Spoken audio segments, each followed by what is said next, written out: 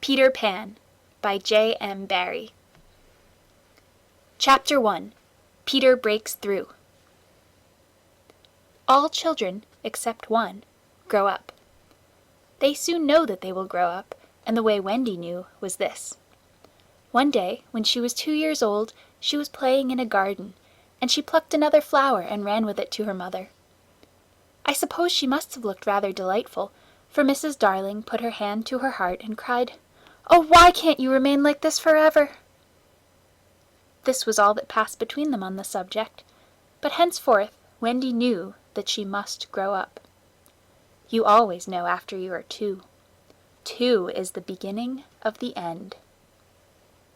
Of course, they lived at 14, and until Wendy came, her mother was the chief one. She was a lovely lady, with a romantic mind, and such a sweet mocking mouth. Her romantic mind was like the tiny boxes, one within the other, that come from the puzzling East. However many you discover, there is always one more, and her sweet mocking mouth had one kiss on it that Wendy could never get, though there it was, perfectly conspicuous in the right-hand corner. The way Mr. Darling won her was this. The many gentlemen who had been boys when she was a girl discovered simultaneously that they loved her, and they all ran to her house to propose to her, except Mr. Darling, who took a cab and nipped in first, and so he got her. He got all of her, except the innermost box and the kiss. He never knew about the box, and in time he gave up trying for the kiss. Wendy thought Napoleon could have got it, but I can picture him trying, and then going off in a passion, slamming the door. Mr. Darling used to boast to Wendy that her mother not only loved him, but respected him. He was one of those deep ones who know about stocks and shares. Of course, no one really knows, but he quite seemed to know, and he often said stocks were up and shares were down, in a way that would have made any woman respect him. Mrs. Darling was married in white, and at first she kept the books perfectly, almost gleefully, as if it were a game, not so much as a Brussels sprout was missing. But by and by whole cauliflowers dropped out, and instead of them there were pictures of babies without faces. She drew them when she should have been totting up. They were Mrs. Darling's guesses. Wendy came first, then John, then Michael. For a week or two after Wendy came, it was doubtful whether they would be able to keep her, as she was another mouth to feed. Mr. Darling was frightfully proud of her, but he was very honourable, and he sat on the edge of Mrs. Darling's bed, holding her hand and calculating expenses, while she looked at him imploringly. She wanted to risk it, come what might, but that was not his way. His way was with a pencil and a piece of paper, and if she confused him with suggestions, he had to begin at the beginning again. "Now, don't interrupt," he would beg of her. "I have £1.17 here, and 2 6 at the office. I can cut off my coffee at the office, say 10 shillings, making 2 9 and 6, with your 18 and 3 makes 3 9 7, with 5 0 in my checkbook makes 8 9 7. Who is that moving? 8 9 7, dot and carry 7. Don't speak, my own. And the £1 you lent to that man who came to the door. Quiet, child. Dot and carry, child. There, you've done it. Did I say 997? Yes, I said 997. The question is, can we try it for a year on 997? Of course we can, George, she cried. But she was prejudiced in Wendy's favour, and he was really the grander character of the two. Remember mumps, he warned her, almost threateningly, and off he went again. Mumps £1, that is what I have put down, but I dare say it will be more like 30 shillings. Don't speak. Measles 1.5, German measles half a guinea makes 2.15 6. Don't waggle your finger. Whooping cough, say 15 shillings. And so on it went, and it added up differently each time. But at last Wendy just got through, with mumps reduced to 12 6, and the 2 kinds of measles treated as one. There was the same excitement over John, and Michael had even a narrower squeak, but both were kept. And soon you might have seen the 3 of them going in a row to Miss Folsom's kindergarten school, accompanied by their nurse. Mrs. Darling loved to have everything just so, and Mr. Darling had a passion for being exactly like his neighbours, so of course they had a nurse. As they were poor, owing to the amount of milk the children drank, this nurse was a prim Newfoundland dog called Nana, who had belonged to no one in particular until the Darlings engaged her. She had always thought children important, however, and the Darlings had become acquainted with her in Kensington Gardens, where she spent most of her spare time peeping into perambulators, and was much hated by careless nursemaids, whom she followed to their homes and complained of to their mistresses. She proved to be quite a treasure of a nurse. How thorough she was at bath time, and up at any moment of the night if one of her charges made the slightest cry. Of course, her kennel was in the nursery. She had a genius for knowing when a cough is a thing to have no patience with, and when it needs a stocking around your throat. She believed to her last day in old-fashioned remedies like rhubarb leaf, and made sounds of contempt over all this new-fangled talk about germs, and so on. It was a lesson in propriety to see her escorting the children to school, walking sedately by their side when they were well behaved, and butting them back into line if they strayed. On John's soccer days she never once forgot his sweater, and she usually carried an umbrella in her mouth in case of rain. There is a room in the basement of Miss Folsom's school where the nurses wait. They sat on forms, while Nana lay on the floor, but that was the only difference. They affected to ignore her, as of an inferior social status to themselves, and she despised their light talk. She resented visits to the nursery from Mrs. Darling's friends, but if they did come, she first whipped off Michael's pinafore and put him into the one with blue braiding, and smoothed out Wendy, and made a dash at John's hair. No nursery could possibly have been conducted more correctly, and Mr. Darling knew it. Yet he sometimes wondered uneasily whether the neighbors talked. He had his position in the city to consider. Nana also troubled him in another way. He had sometimes a feeling that she did not admire him. "I know she admires you tremendously, George," Mrs. Darling would assure him, and then she would sign to the children to be specially nice to father. Lovely dances followed, in which the only other servant, Liza, was sometimes allowed to join. Such a midget she looked in her long skirt and maid's cap, though she had sworn, when engaged, that she would never see 10 again. The gaiety of these romps! The gayest of all was Mrs. Darling, who would pirouette so wildly that all you could see of her was the kiss, and then if you had dashed at her you might have got it. There never was a simpler, happier family, until the coming of Peter Pan. Mrs. Darling first heard of Peter when she was tidying up her children's minds.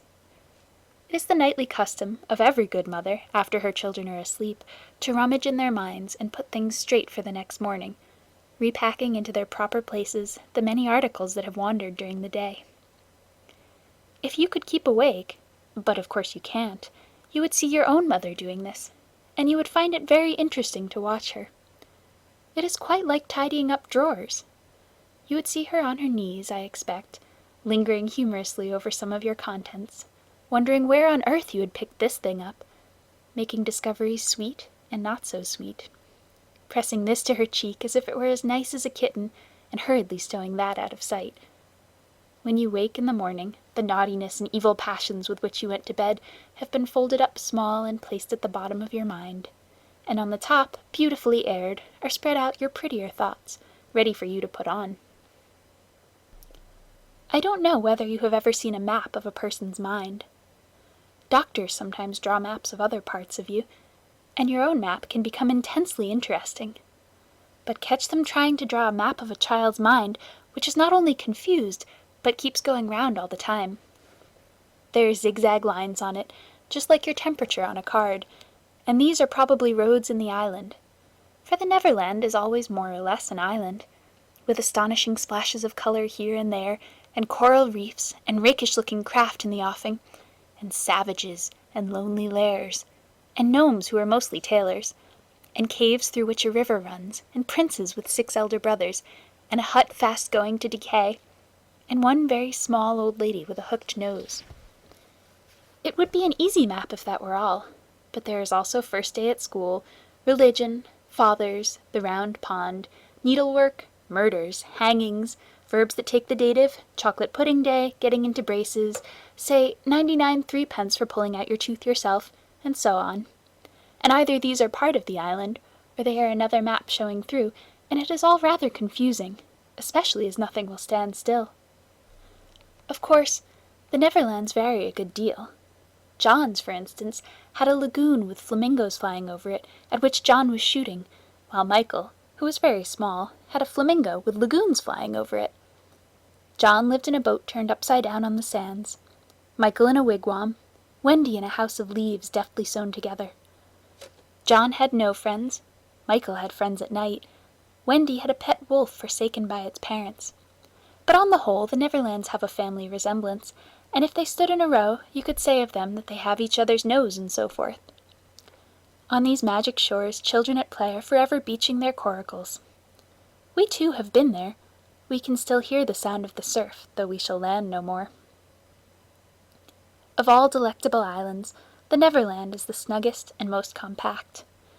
Not large and sprawly, you know, with tedious distances between one adventure and another, but nicely crammed. When you play at it by day with the chairs and the tablecloth, it is not in the least alarming, but in the 2 minutes before you go to sleep, it becomes very nearly real. That is why there are night lights. Occasionally, in her travels through her children's minds, Mrs. Darling found things she could not understand, and of these, quite the most perplexing was the word Peter. She knew of no Peter, and yet he was here and there in John and Michael's minds, while Wendy's began to be scrawled all over with him. The name stood out in bolder letters than any of the other words, and as Mrs. Darling gazed, she felt that it had an oddly cocky appearance.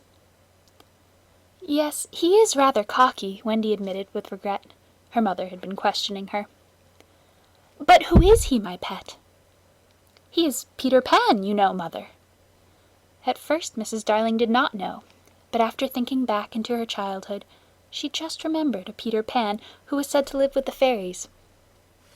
There were odd stories about him, as that when children died he went part of the way with them so that they should not be frightened.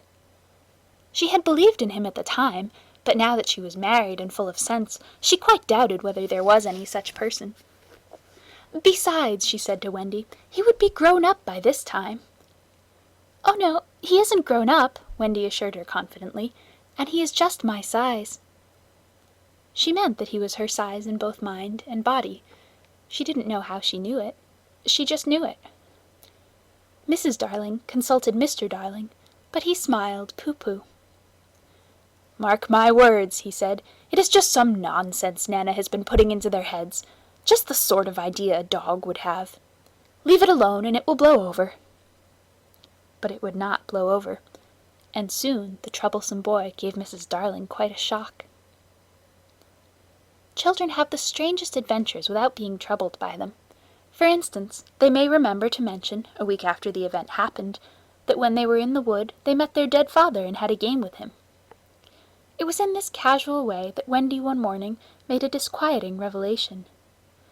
Some leaves of a tree had been found on the nursery floor, which certainly were not there when the children went to bed, and Mrs. Darling was puzzling over them when Wendy said with a tolerant smile, "I do believe it is that Peter again." "Whatever do you mean, Wendy?" "It is so naughty of him not to wipe," Wendy said, sighing. She was a tidy child. She explained in quite a matter-of-fact way that she thought Peter sometimes came to the nursery in the night and sat on the foot of her bed and played on his pipes to her. Unfortunately, she never woke, so she didn't know how she knew. She just knew. "What nonsense you talk, Precious. No one can get into the house without knocking." "I think he comes by the window," she said.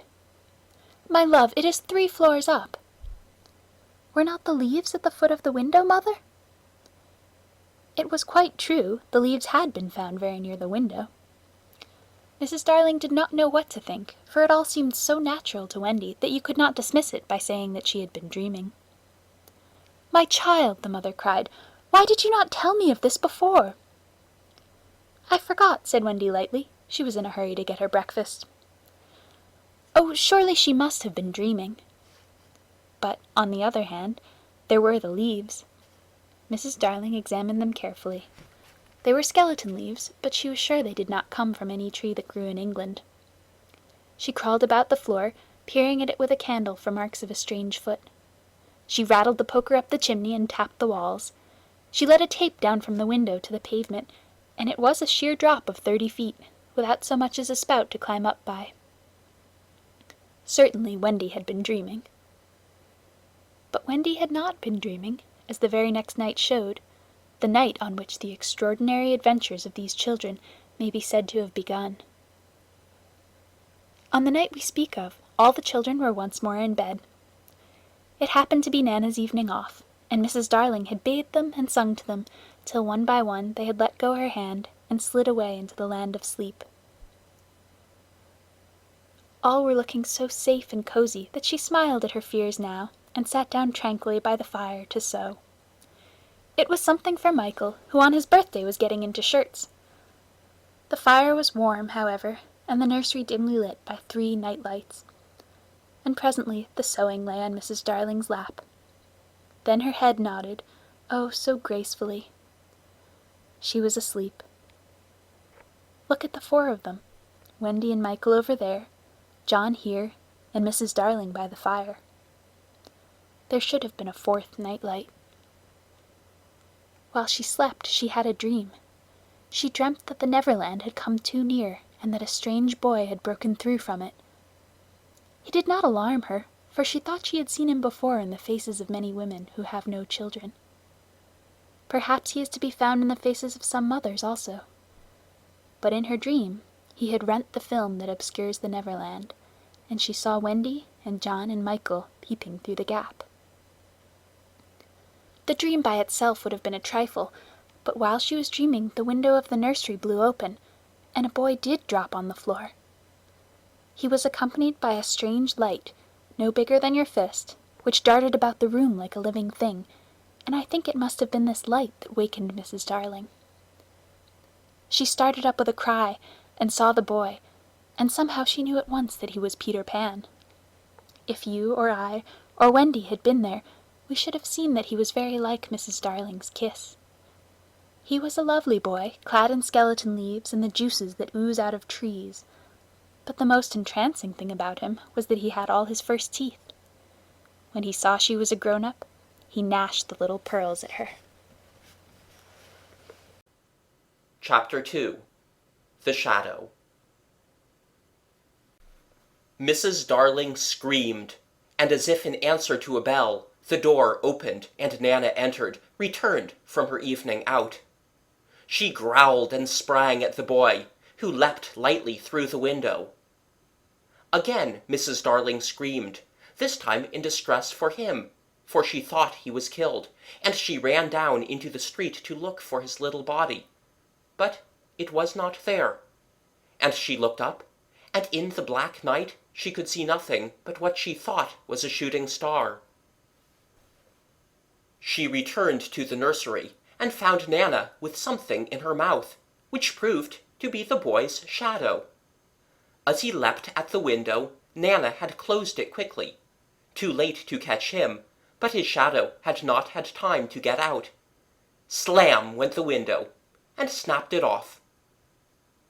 You may be sure Mrs. Darling examined the shadow carefully, but it was quite the ordinary kind. Nana had no doubt of what was the best thing to do with this shadow. She hung it out at the window, meaning, he is sure to come back for it. Let us put it where he can get it easily without disturbing the children. But, unfortunately, Mrs. Darling could not leave it hanging out at the window. It looked so like the washing, and lowered the whole tone of the house. She thought of showing it to Mr. Darling, but he was totting up winter greatcoats for John and Michael, with a wet towel around his head to keep his brain clear, and it seemed a shame to trouble him. Besides, she knew exactly what he would say. It all comes of having a dog for a nurse. She decided to roll the shadow up and put it away carefully in a drawer until a fitting opportunity came for telling her husband. Ah me. The opportunity came a week later, on that never-to-be-forgotten Friday. Of course it was a Friday. I ought to have been specially careful on a Friday, she used to say afterwards to her husband, while perhaps Nana was on the other side of her, holding her hand. No, no, Mr. Darling always said, I am responsible for it all. I, George Darling, did it. Mea culpa, mea culpa. He had had a classical education. They sat thus night after night, recalling that fatal Friday, till every detail of it was stamped on their brains and came through on the other side, like the faces on a bad coinage. "If only I had not accepted that invitation to dine at 27, Mrs. Darling said. "If only I had not poured my medicine into Nana's bowl," said Mr. Darling. "If only I had pretended to like the medicine," was what Nana's wet eyes said. "My liking for parties, George." "My fatal gift for humour, dearest." "My touchiness about trifles, dear master and mistress." Then one or more of them would break down altogether. Nana at the thought, it's true, they ought not to have had a dog for a nurse." Many a time it was Mr. Darling who put the handkerchief to Nana's eyes. "That fiend!" Mr. Darling would cry, and Nana's bark was the echo of it. But Mrs. Darling never upbraided Peter. There was something in the right-hand corner of her mouth that wanted her not to call Peter names. They would sit there in the empty nursery, recalling fondly every smallest detail of that dreadful evening. It had begun so uneventfully, so precisely like 100 other evenings, with Nana putting on the water for Michael's bath, and carrying him to it on her back. "I won't go to bed," he had shouted, like one who still believed that he had the last word on the subject. I won't. Nana, it isn't 6 o'clock yet. Oh dear, I shan't love you any more, Nana. I tell you I won't be bathed. I won't. Then Mrs. Darling had come in, wearing her white evening gown.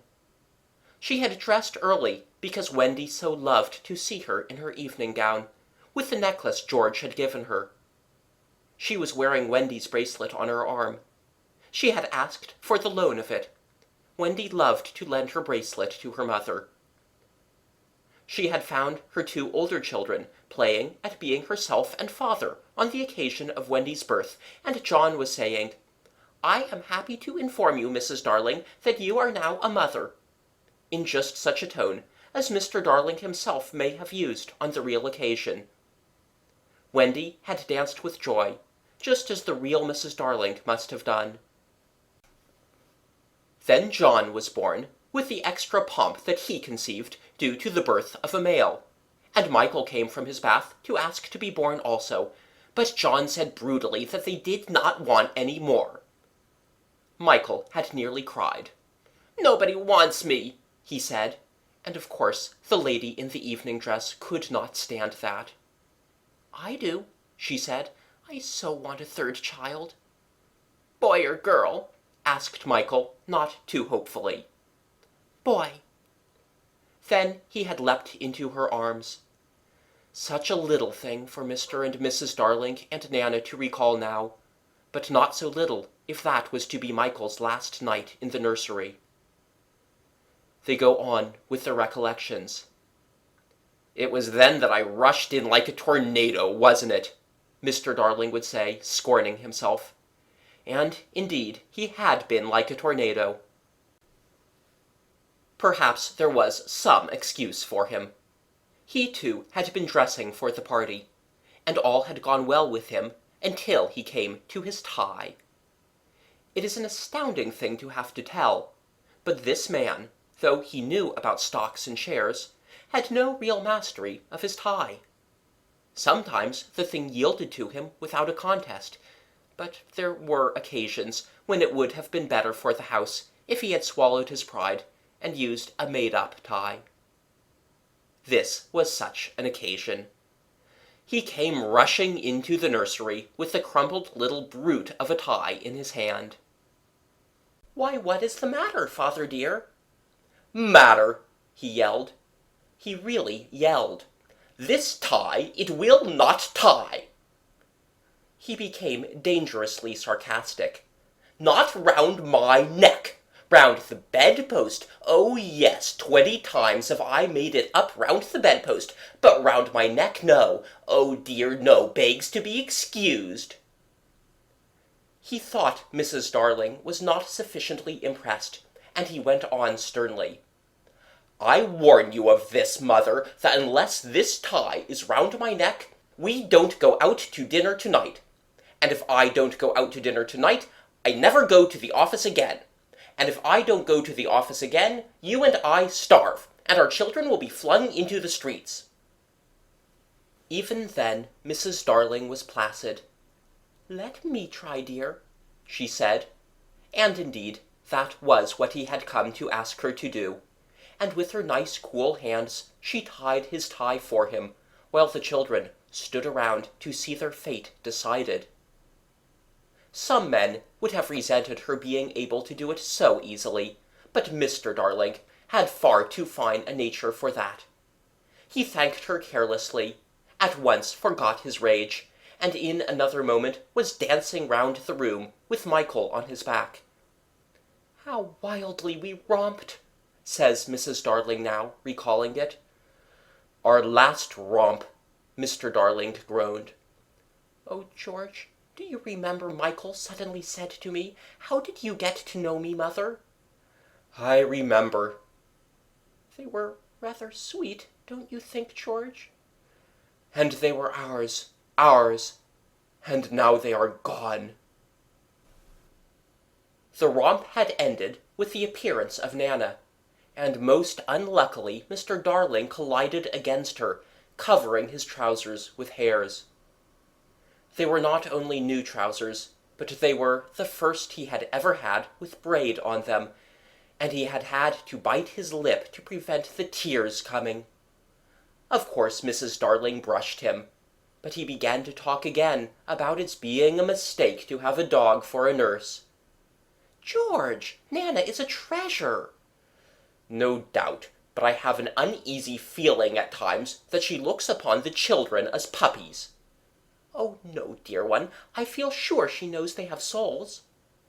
I wonder, Mr. Darling said thoughtfully. I wonder. It was an opportunity, his wife felt, for telling him about the boy. At first he pooh-poohed the story, but he became thoughtful when she showed him the shadow. It is nobody I know, he said, examining it carefully, but it does look a scoundrel.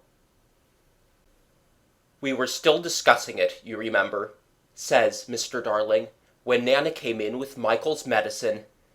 You will never carry the bottle in your mouth again, Nana, and it is all my fault. Strong man though he was, there is no doubt that he had behaved rather foolishly over the medicine. If he had a weakness, it was for thinking that all his life he had taken medicine boldly, and so now, when Michael dodged the spoon in Nana's mouth, he had said reprovingly, Be a man, Michael. Won't, Michael cried naughtily. Mrs. Darling left the room to get a chocolate for him, and Mr. Darling thought this showed want of firmness. Mother, don't pamper him, he called after her. Michael, when I was your age, I took medicine without a murmur. I said, Thank you, kind parents, for giving me bottles to make me well. He really thought this was true, and Wendy, who was now in her nightgown, believed it also, and she said to encourage Michael, That medicine you sometimes take, father, is much nastier, isn't it? Ever so much nastier, Mr. Darling said bravely, and I would take it now as an example to you, Michael, if I hadn't lost the bottle. He had not exactly lost it. He had climbed in the dead of night to the top of the wardrobe and hidden it there. What he did not know was that the faithful Liza had found it and put it back on his washstand. I know where it is, father, Wendy cried, always glad to be of service. I'll bring it. And she was off before he could stop her. Immediately his spirits sank in the strangest way. John, he said, shuddering, it's most beastly stuff. It's that nasty, sticky, sweet kind. "It will soon be over, father," John said cheerily. And then in rushed Wendy, with the medicine in a glass. "I have been as quick as I could," she panted. "You have been wonderfully quick," her father retorted, with a vindictive politeness that was quite thrown away upon her. "Michael first," he said doggedly. "Father first," said Michael, who was of a suspicious nature. "I shall be sick, you know," Mr. Darling said threateningly. "Come on, father," said John. "Hold your tongue, John," his father rapped out. Wendy was quite puzzled. "I thought you took it quite easily, father." "That is not the point," he retorted. "The point is that there is more in my glass than in Michael's spoon." His proud heart was nearly bursting. "And it isn't fair. I would say it though it were with my last breath. It isn't fair." "Father, I'm waiting," said Michael coldly. "It's all very well to say you are waiting. So am I waiting." "Father's a cowardly custard." "So are you a cowardly custard." "I'm not frightened." "Neither am I frightened." "Well, then take it." "Well, then you take it." Wendy had a splendid idea. "Why not both take it at the same time?" "Certainly," said Mr. Darling. "Are you ready, Michael?" Wendy gave the words 1, 2, 3, and Michael took his medicine, but Mr. Darling slipped his behind his back. There was a yell of rage from Michael, and "Oh, father!" Wendy exclaimed. "What do you mean by 'oh, father'?" Mr. Darling demanded. "Stop that row, Michael. I meant to take mine, but I missed it." It was dreadful the way all the three were looking at him, just as if they did not admire him. "Look here, all of you," he said entreatingly, as soon as Nana had gone into the bathroom. "I have just thought of a splendid joke. I shall pour my medicine into Nana's bowl, and she will drink it, thinking it is milk." It was the color of milk, but the children did not have their father's sense of humor, and they looked at him reproachfully as he poured the medicine into Nana's bowl. "What fun!" he said doubtfully. And they did not dare expose him when Mrs. Darling and Nana returned. "Nana, good dog," he said, patting her. "I have put a little milk into your bowl, Nana." Nana wagged her tail, ran to the medicine, and began lapping it. Then she gave Mr. Darling such a look. Not an angry look. She showed him the great red tear that makes us so sorry for noble dogs, and crept into her kennel. Mr. Darling was frightfully ashamed of himself, but he would not give in. In a horrid silence, Mrs. Darling smelt the bowl. "Oh, George," she said, "it's your medicine." "It was only a joke," he roared, while she comforted her boys, and Wendy hugged Nana. "Much good," he said bitterly, "my wearing myself to the bone trying to be funny in this house." And still Wendy hugged Nana. "That's right," he shouted. "Coddle her. Nobody coddles me. Oh dear no. I am only the breadwinner. Why should I be coddled? Why? "George," Mrs. Darling entreated him, "not so loud. The servants will hear you." Somehow they had got into the way of calling Liza the servants. "Let them," he answered recklessly. "Bring in the whole world. But I refuse to allow that dog to lord it in my nursery for an hour longer." The children wept, and Nana ran to him beseechingly, but he waved her back. He felt he was a strong man again. In vain, he cried. "The proper place for you is the yard, and there you go to be tied up this instant." "George, George," Mrs. Darling whispered, "remember what I told you about that boy." Alas, he would not listen.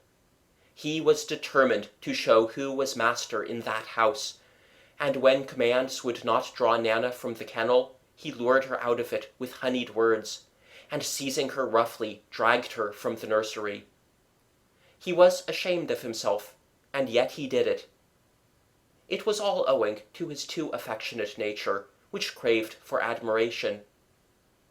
When he had tied her up in the backyard, the wretched father went and sat in the passage, with his knuckles to his eyes. In the meantime, Mrs. Darling had put the children to bed in unwonted silence, and lit their night lights. They could hear Nana barking, and John whimpered, "It is because he is chaining her up in the yard." But Wendy was wiser. "That is not Nana's unhappy bark," she said, little guessing what was about to happen. "That is her bark when she smells danger." Danger. "Are you sure, Wendy?" "Oh, yes." Mrs. Darling quivered and went to the window. It was securely fastened. She looked out, and the night was peppered with stars. They were crowding round the house, as if curious to see what was to take place there, but she did not notice this, nor that one or two of the smaller ones winked at her. Yet a nameless fear clutched at her heart and made her cry, "Oh, how I wish that I wasn't going to a party tonight." Even Michael, already half asleep, knew that she was perturbed, and he asked, "Can anything harm us, Mother, after the night lights are lit?" "Nothing, precious," she said. "They are the eyes a mother leaves behind her to guard her children." She went from bed to bed, singing enchantments over them, and little Michael flung his arms round her. "Mother," he cried, "I'm glad of you." They were the last words she was to hear from him for a long time. Number 27 was only a few yards distant, but there had been a slight fall of snow, and Father and Mother Darling picked their way over it deftly, not to soil their shoes. They were already the only persons in the street, and all the stars were watching them. Stars are beautiful, but they may not take an active part in anything. They must just look on forever. It is a punishment put on them for something they did so long ago that no star now knows what it was. So the older ones have become glassy-eyed and seldom speak. Winking is the star language. But the little ones still wonder. They are not really friendly to Peter, who had a mischievous way of stealing up behind them and trying to blow them out. But they are so fond of fun that they were on his side tonight, and anxious to get the grown-ups out of the way. So as soon as the door of 27 closed on Mr. and Mrs. Darling, there was a commotion in the firmament, and the smallest of all the stars in the Milky Way screamed out, "Now, Peter!" Chapter 3. Come away, come away. For a moment after Mr. and Mrs. Darling left the house, the night lights by the beds of the three children continued to burn clearly. They were awfully nice little night lights, and one cannot help wishing that they could have kept awake to see Peter. But Wendy's light blinked and gave such a yawn that the other two yawned also, and before they could close their mouths, all the three went out. There was another light in the room now, 1,000 times brighter than the night lights, and in the time we have taken to say this, it had been in all the drawers in the nursery, looking for Peter's shadow, rummaged the wardrobe, and turned every pocket inside out. It was not really a light. It made this light by flashing about so quickly, but when it came to rest for a second, you saw it was a fairy, no longer than your hand, but still growing. It was a girl called Tinker Bell, exquisitely gowned in a skeleton leaf, cut low and square, through which her figure could be seen to the best advantage. She was slightly inclined to embonpoint. A moment after the fairy's entrance, the window was blown open by the breathing of the little stars, and Peter dropped in. He had carried Tinker Bell part of the way, and his hand was still messy with the fairy dust. "Tinker Bell," he called softly, after making sure that the children were asleep. "Tink, where are you?" She was in a jug for the moment, and liking it extremely. She had never been in a jug before. "Oh, do come out of that jug, and tell me, do you know where they put my shadow?" The loveliest tinkle as of golden bells answered him. It is the fairy language. You ordinary children can never hear it, but if you were to hear it you would know that you had heard it once before. Tink said that the shadow was in the big box. She meant the chest of drawers, and Peter jumped at the drawers, scattering their contents to the floor with both hands, as kings toss halfpence to the crowd. In a moment he had recovered his shadow, and in his delight he forgot that he had shut Tinker Bell up in the drawer. If he thought at all, but I don't believe he ever thought, it was that he and his shadow, when brought near each other, would join like drops of water, and when they did not he was appalled. He tried to stick it on with soap from the bathroom, but that also failed. A shudder passed through Peter, and he sat on the floor and cried. His sobs woke Wendy, and she sat up in bed. She was not alarmed to see a stranger crying on the nursery floor. She was only pleasantly interested. "Boy," she said, courteously, "why are you crying?" Peter could be exceeding polite also, having learned the grand manner at fairy ceremonies, and he rose and bowed to her beautifully. She was much pleased, and bowed beautifully to him from the bed. "What's your name?" he asked. "Wendy Moira Angela Darling," she replied, with some satisfaction. "What is your name?" "Peter Pan." She was already sure that he must be Peter, but it did seem a comparatively short name. "Is that all?" "Yes," he said, rather sharply. He felt, for the first time, that it was a shortish name. "I'm so sorry," said Wendy Moira Angela. "It doesn't matter," Peter gulped. She asked where he lived. "Second to the right," said Peter, "and then straight on till morning." "What a funny address." Peter had a sinking. For the first time he felt that perhaps it was a funny address. "No, it isn't," he said.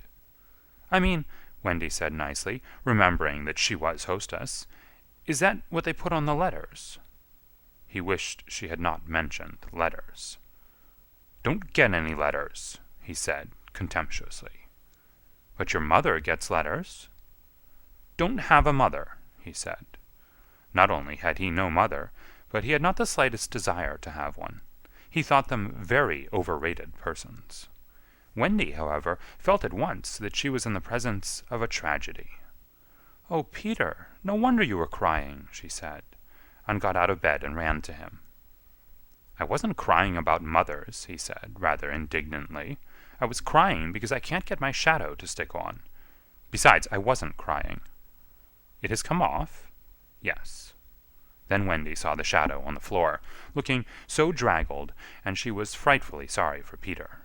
"How awful!" she said. But she could not help smiling when she saw that he'd been trying to stick it on with soap. How exactly like a boy! Fortunately, she knew at once what to do. "It must be sewn on," she said, just a little patronizingly. "What's sewn?" he asked. "You're dreadfully ignorant." "No, I'm not." But she was exulting in his ignorance. "I shall sew it on for you, my little man," she said, though he was tall as herself, and she got out her housewife and sewed the shadow onto Peter's foot. "I dare say it will hurt a little," she warned him. "Oh, I shan't cry," said Peter, who was already of the opinion that he had never cried in his life, and he clenched his teeth and did not cry, and soon his shadow was behaving properly, though still a little creased. "Perhaps I should have ironed it," Wendy said, thoughtfully. But Peter, boylike, was indifferent to appearances, and he was now jumping about in the wildest glee. Alas, he had already forgotten that he owed his bliss to Wendy. He thought he'd attached the shadow himself. "How clever I am!" he crowed rapturously. "Oh, the cleverness of me!" It is humiliating to have to confess that this conceit of Peter was one of his most fascinating qualities.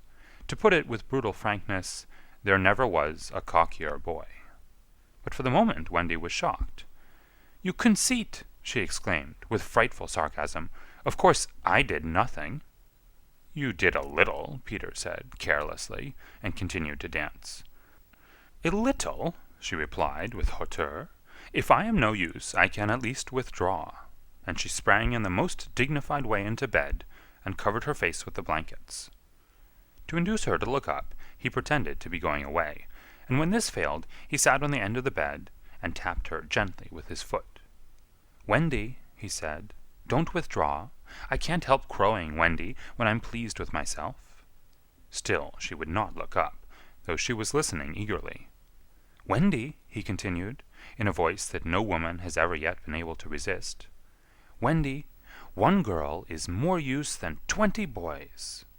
Now Wendy was every inch a woman, though there were not very many inches, and she peeped out of the bedclothes. "Do you really think so, Peter?" "Yes, I do."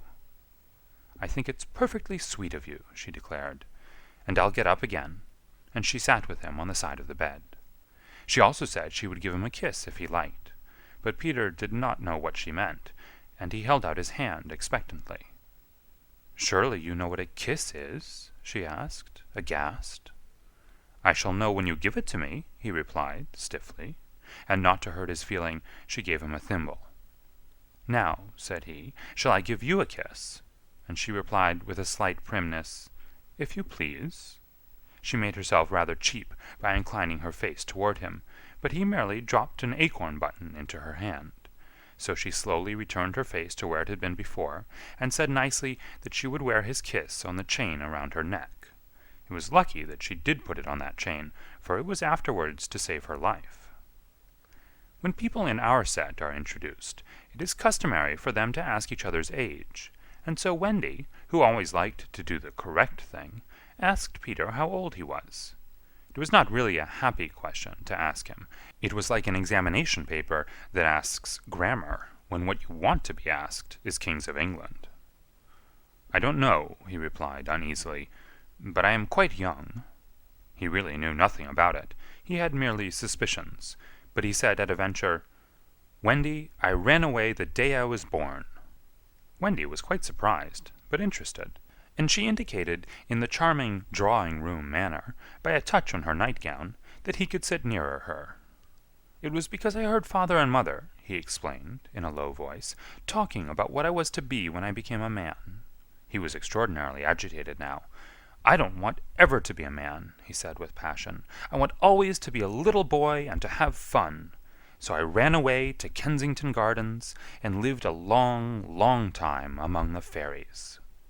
She gave him a look of the most intense admiration, and he thought it was because he had run away, but it was really because he knew fairies. Wendy had lived such a home life that to know fairies struck her as quite delightful. She poured out questions about them, to his surprise, for they were rather a nuisance to him, getting in his way and so on, and indeed he sometimes had to give them a hiding. Still, he liked them on the whole, and he told her about the beginning of fairies. "You see, Wendy, when the first baby laughed for the first time, its laugh broke into 1,000 pieces, and they all went skipping about, and that was the beginning of fairies." Tedious talk, this, but being a stay-at-home, she liked it.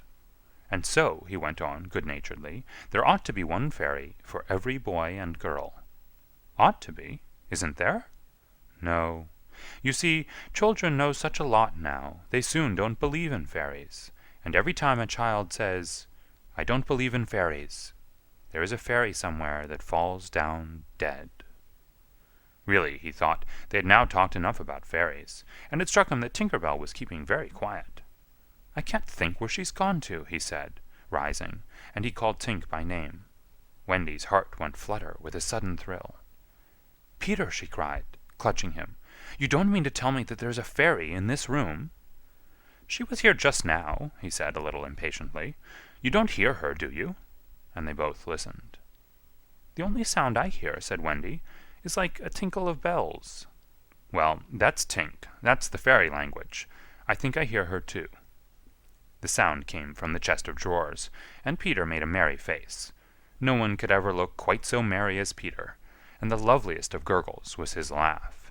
He had his first laugh still. "Wendy," he whispered gleefully, "I do believe I shut her up in the drawer." He let poor Tink out of the drawer, and she flew about the nursery screaming with fury. "You shouldn't say such things," Peter retorted. "Of course I'm very sorry, but how could I know you were in the drawer?" Wendy was not listening to him. "Oh, Peter!" she cried. "If she would only stand still and let me see her!" "They hardly ever stand still," he said. But for one moment Wendy saw the romantic figure come to rest on the cuckoo clock.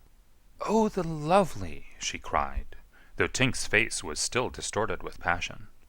"Tink," said Peter amiably, "this lady says she wishes you were her fairy."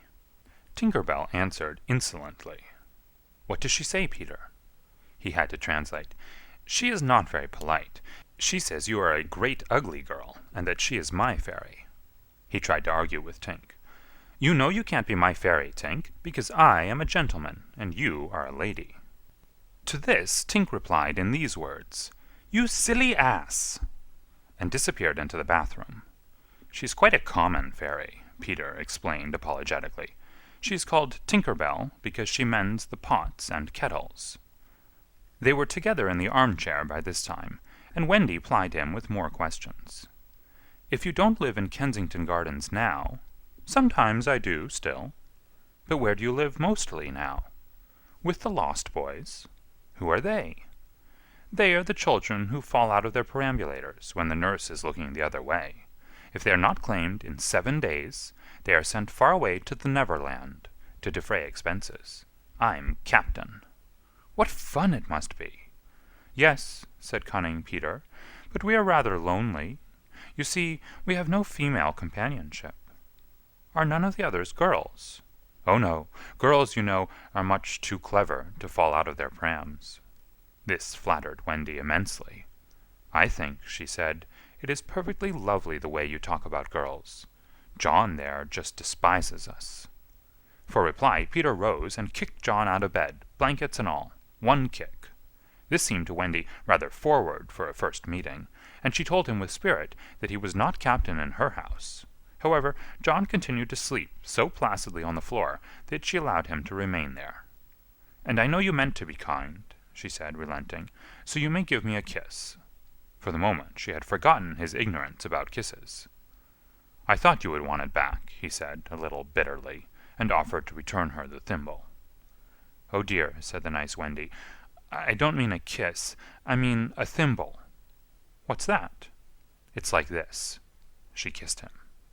"Funny," said Peter, gravely. "Now, shall I give you a thimble?" "If you wish to," said Wendy, keeping her head erect this time. Peter thimbled her, and almost immediately she screeched. "What is it, Wendy?" "It was exactly as if someone were pulling my hair." That must have been Tink. I never knew her so naughty before. And indeed, Tink was darting about again, using offensive language. "She says she will do that to you, Wendy, every time I give you a thimble."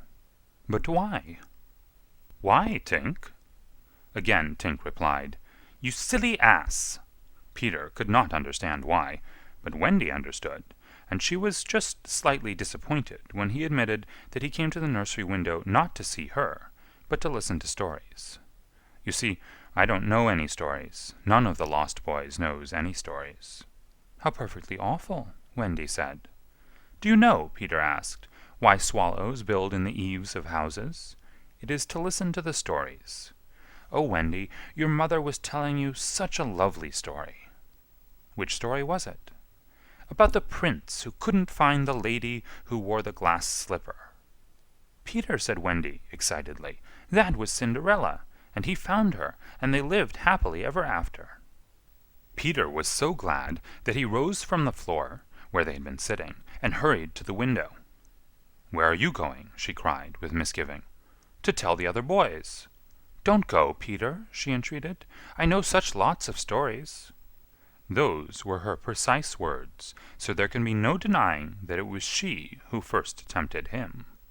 He came back, and there was a greedy look in his eyes now, which ought to have alarmed her, but did not. "Oh, the stories I could tell to the boys!" she cried, and then Peter gripped her and began to draw her toward the window. "Let me go!" she ordered him. "Wendy, do come with me and tell the other boys." Of course, she was very pleased to be asked, but she said, "Oh dear, I can't. Think of Mummy. Besides, I can't fly." "I'll teach you," Oh, how lovely to fly! I'll teach you how to jump on the wind's back, and then away we go. Oh, she exclaimed rapturously. Wendy, Wendy, when you are sleeping in your silly bed, you might be flying about with me, saying funny things to the stars. Oh. And Wendy, there are mermaids. Mermaids? With tails? Such long tails.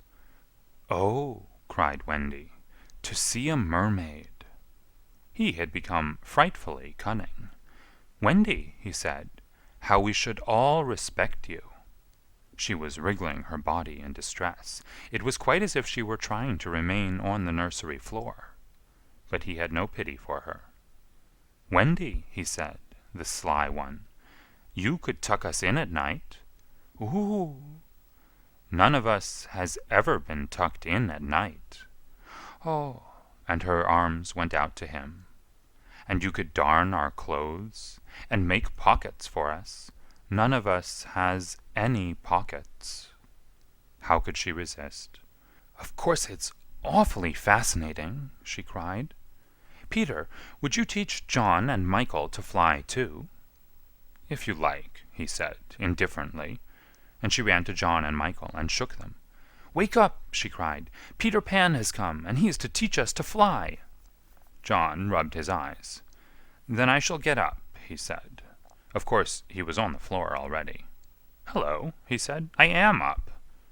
Michael was up by this time also, looking as sharp as a knife with 6 blades and a saw, but Peter suddenly signed silence. Their faces assumed the awful craftiness of children listening for sounds from the grown-up world. All was as still as salt. Then everything was right. No, stop. Everything was wrong. Nana, who had been barking distressfully all the evening, was quiet now. It was her silence they had heard. Out with the light! Hide! Quick! Cried John, taking command for the only time throughout the whole adventure. And thus, when Liza entered, holding Nana, the nursery seemed quite its old self, very dark, and you would have sworn you heard its 3 wicked inmates breathing angelically as they slept. They were really doing it artfully from behind the window curtains. Liza was in a bad temper, for she was mixing the Christmas puddings in the kitchen, and had been drawn from them, with a raisin still on her cheek, by Nana's absurd suspicions.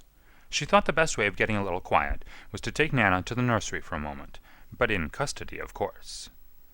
There, you suspicious brute, she said, not sorry that Nana was in disgrace. They are perfectly safe, aren't they? Every one of the little angels sound asleep in bed. Listen to their gentle breathing. Here Michael, encouraged by his success, breathed so loudly that they were nearly detected. Nana knew that kind of breathing, and she tried to drag herself out of Liza's clutches. But Liza was dense. No more of it, Nana, she said sternly, pulling her out of the room. I warn you, if bark again, I shall go straight for Master and Missus and bring them home from the party, and then, oh, won't Master whip you just. She tied the unhappy dog up again. But do you think Nana ceased to bark? Bring Master and Missus home from the party, why, that was just what she wanted. Do you think she cared whether she was whipped, so long as her charges were safe? Unfortunately, Liza returned to her puddings, and Nana, seeing that no help would come from her, strained and strained at the chain until at last she broke it. In another moment she burst into the dining room of 27, and flung up her paws to heaven, her most expressive way of making a communication. Mr. and Mrs. Darling knew at once that something terrible was happening in their nursery, and without a good-bye to their hostess, they rushed into the street. But it was now 10 minutes since 3 scoundrels had been breathing behind the curtains, and Peter Pan can do a great deal in 10 minutes. We now return to the nursery. It's all right, John announced, emerging from his hiding-place. I say, Peter, can you really fly? Instead of troubling to answer him, Peter flew around the room, taking the mantelpiece on the way. How topping, said John and Michael. How sweet, cried Wendy. Yes, I'm sweet, oh, I am sweet, said Peter, forgetting his manners again. It looked delightfully easy, and they tried it first from the floor, and then from the beds, but they always went down instead of up. I say, how do you do it? Asked John, rubbing his knee. He was quite a practical boy. You just think lovely, wonderful thoughts, Peter explained, and they lift you up in the air. He showed them again. You're so nippy at it, John said. Couldn't you do it very slowly once? Peter did it both slowly and quickly. I've got it now, Wendy, cried John, but soon he found he had not. Not one of them could fly an inch, though even Michael was in words of 2 syllables, and Peter did not know A from Z. Of course, Peter had been trifling with them, for no one can fly unless the fairy dust has been blown on him. Fortunately, as we have mentioned, one of his hands was messy with it, and he blew some on each of them with the most superb results. Now just wiggle your shoulders this way, he said, and let go. They were all on their beds, and gallant Michael let go first. He did not quite mean to let go, but he did it, and immediately he was borne across the room. I flewed, he screamed, while still in midair. John let go, and met Wendy near the bathroom. Oh, lovely! Oh, ripping! Look at me! Look at me! Look at me! They were not nearly so elegant as Peter. They could not help kicking a little, but their heads were bobbing against the ceiling, and there is almost nothing so delicious as that.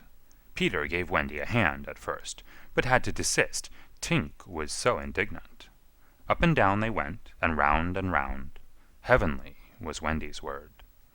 I say, cried John, why shouldn't we all go out? Of course, it was to this that Peter had been luring them. Michael was ready. He wanted to see how long it took him to do 1,000,000,000 miles. But Wendy hesitated. Mermaids, said Peter again. Ooh. And there are pirates. Pirates, cried John, seizing his Sunday hat. Let us go at once. It was just at this moment that Mr. and Mrs. Darling hurried with Nana out of 27. They ran into the middle of the street to look up at the nursery window, and yes, it was still shut, but the room was ablaze with light, and most heart-gripping sight of all, they could see in shadow on the curtain 3 little figures in night attire circling round and round, not on the floor, but in the air. Not 3 figures, 4. In a tremble, they opened the street door. Mr. Darling would have rushed upstairs, but Mrs. Darling signaled him to go softly. She even tried to make her heart go softly. Will they reach the nursery in time? If so, how delightful for them, and we shall all breathe a sigh of relief, but there will be no story. On the other hand, if they are not in time, I solemnly promise that it will all come right in the end. They would have reached the nursery in time, had it not been that the little stars were watching them. Once again the stars blew the window open, and that smallest star of all called out, Cave, Peter. Then Peter knew that there was not a moment to lose. Come, he cried imperiously, and soared out at once into the night, followed by John and Michael and Wendy. Mr. and Mrs. Darling and Nana rushed into the nursery too late. The birds were flown. Chapter 4. The Flight. Second to the right, and straight on till morning. That, Peter had told Wendy, was the way to the Neverland. But even birds, carrying maps and consulting them at windy corners, could not have sighted it with these instructions. Peter, you see, just said anything that came into his head. At first, his companions trusted him implicitly, and so great were the delights of flying that they wasted time circling round church spires or any other tall objects on the way that took their fancy. John and Michael raced, Michael getting a start. They recalled with contempt that not so long ago they had thought themselves fine fellows for being able to fly round a room. Not long ago. But how long ago? They were flying over the sea before this thought began to disturb Wendy seriously. John thought it was their second sea and their third night. Sometimes it was dark, and sometimes light, and now they were very cold, and again too warm. Did they really feel hungry at times, or were they merely pretending, because Peter had such a jolly new way of feeding them? His way was to pursue birds who had food in their mouths suitable for humans, and snatch it from them. Then the birds would follow and snatch it back.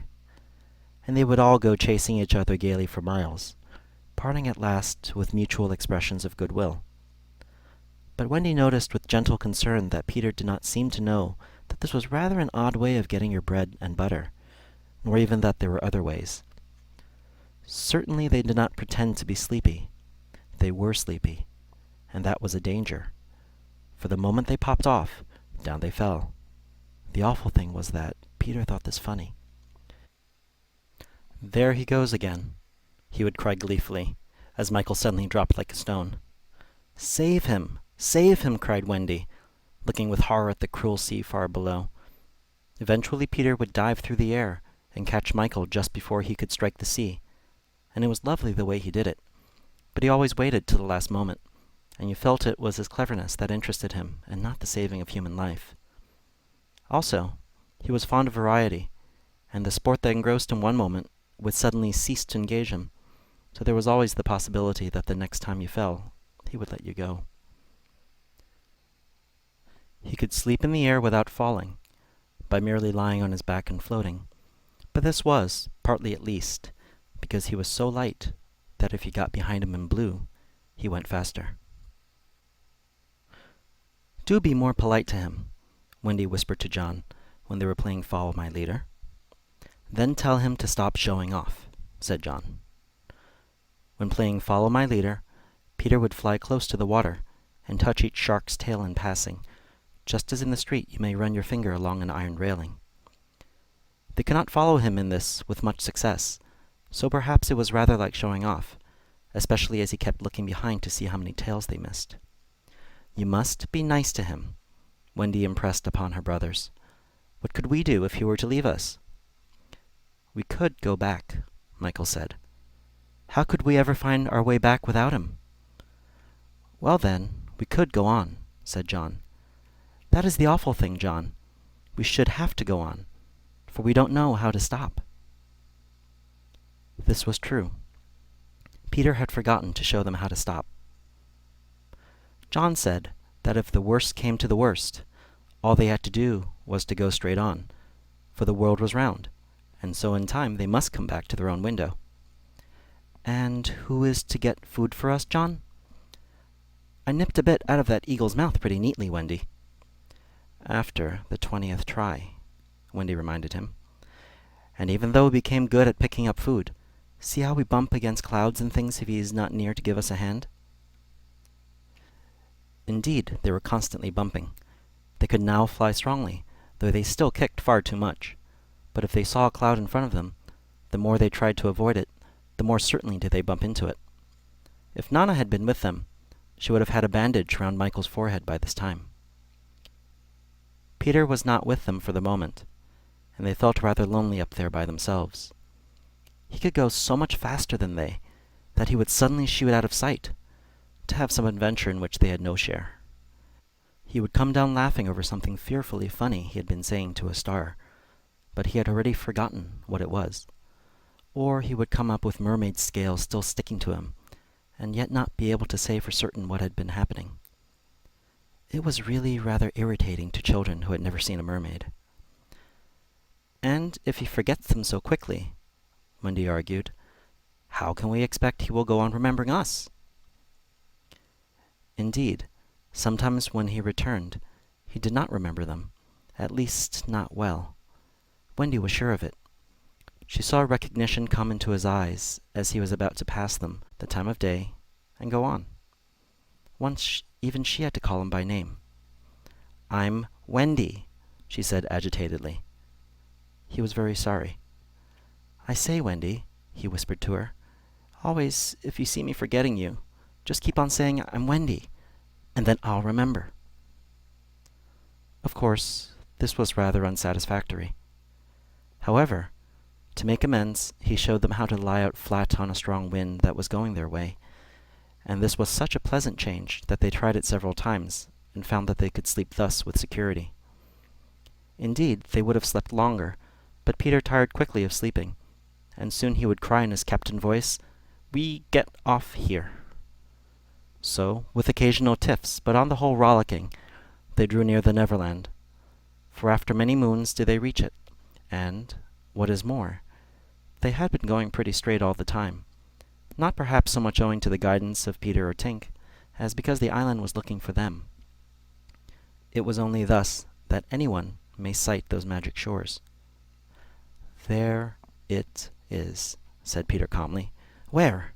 Where?" "Where all the arrows are pointing." Indeed, 1,000,000 golden arrows were pointing it out to the children, all directed by their friend the sun, who wanted them to be sure of their way before leaving them for the night. Wendy and John and Michael stood on tiptoe in the air to get their first sight of the island. Strange to say, they all recognized it at once, and until fear fell upon them, they hailed it, not as something long dreamt of and seen at last, but as a familiar friend to whom they were returning home for the holidays. "John, there is the lagoon." "Wendy, look at the turtles burying their eggs in the sand." "I say, John, I see your flamingo with a broken leg." "Look, Michael, there's your cave." "John, what's that in the brushwood?" "It's a wolf with her whelps." "Wendy, I do believe that's your little whelp." "There's my boat, John, with her sides stove in." "No, it isn't. Why, we burned your boat." "That's her, at any rate. I say, John, I see the smoke of the redskin camp." "Where?" "Show me, and I'll tell you by the way smoke curls whether they are on the warpath." "There, just across the mysterious river." "I see now. Yes, they are on the warpath right enough." Peter was a little annoyed with them for knowing so much, but if he wanted to lord it over them, his triumph was at hand, for have I not told you that anon fear fell upon them? It came as the arrows went, leaving the island in gloom. In the old days at home, the Neverland had always begun to look a little dark and threatening by bedtime. Then unexplored patches arose in it and spread. Black shadows moved about in them. The roar of the beasts of prey was quite different now, and above all, you lost the certainty that you would win. You were quite glad that the night lights were on. You even liked Nana to say that this was just the mantelpiece over here, and that the Neverland was all make-believe. Of course, the Neverland had been make-believe in those days, but it was real now, and there were no night lights, and it was getting darker every moment. And where was Nana? They had been flying apart, but they huddled close to Peter now. His careless manner had gone at last. His eyes were sparkling, and a tingle went through them every time they touched his body. They were now over the fearsome island, flying so low that sometimes a tree grazed their feet. Nothing horrid was visible in the air, yet their progress had become slow and labored, exactly as if they were pushing their way through hostile forces. Sometimes they hung in the air until Peter had beaten on it with his fists. "They don't want us to land," he explained. "Who are they?" Wendy whispered, shuddering. But he could not or would not say. Tinker Bell had been asleep on his shoulder, but now he wakened her and sent her on in front. Sometimes he poised himself in the air, listening intently with his hand to his ear, and again he would stare down with eyes so bright that they seemed to bore 2 holes to earth. Having done these things, he went on again. His courage was almost appalling. "Would you like an adventure now?" he said casually to John.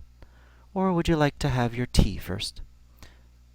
Wendy said, "Tea first," quickly, and Michael pressed her hand in gratitude, but the braver John hesitated.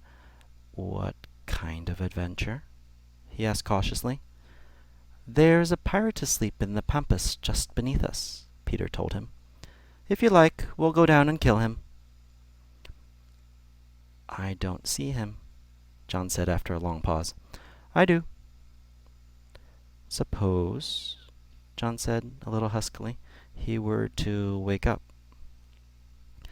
Peter spoke indignantly. "You don't think I would kill him while he was sleeping? I would wake him first, and then kill him. That's the way I always do." "I say, do you kill many?" "Tons." John said, "How ripping," but decided to have tea first.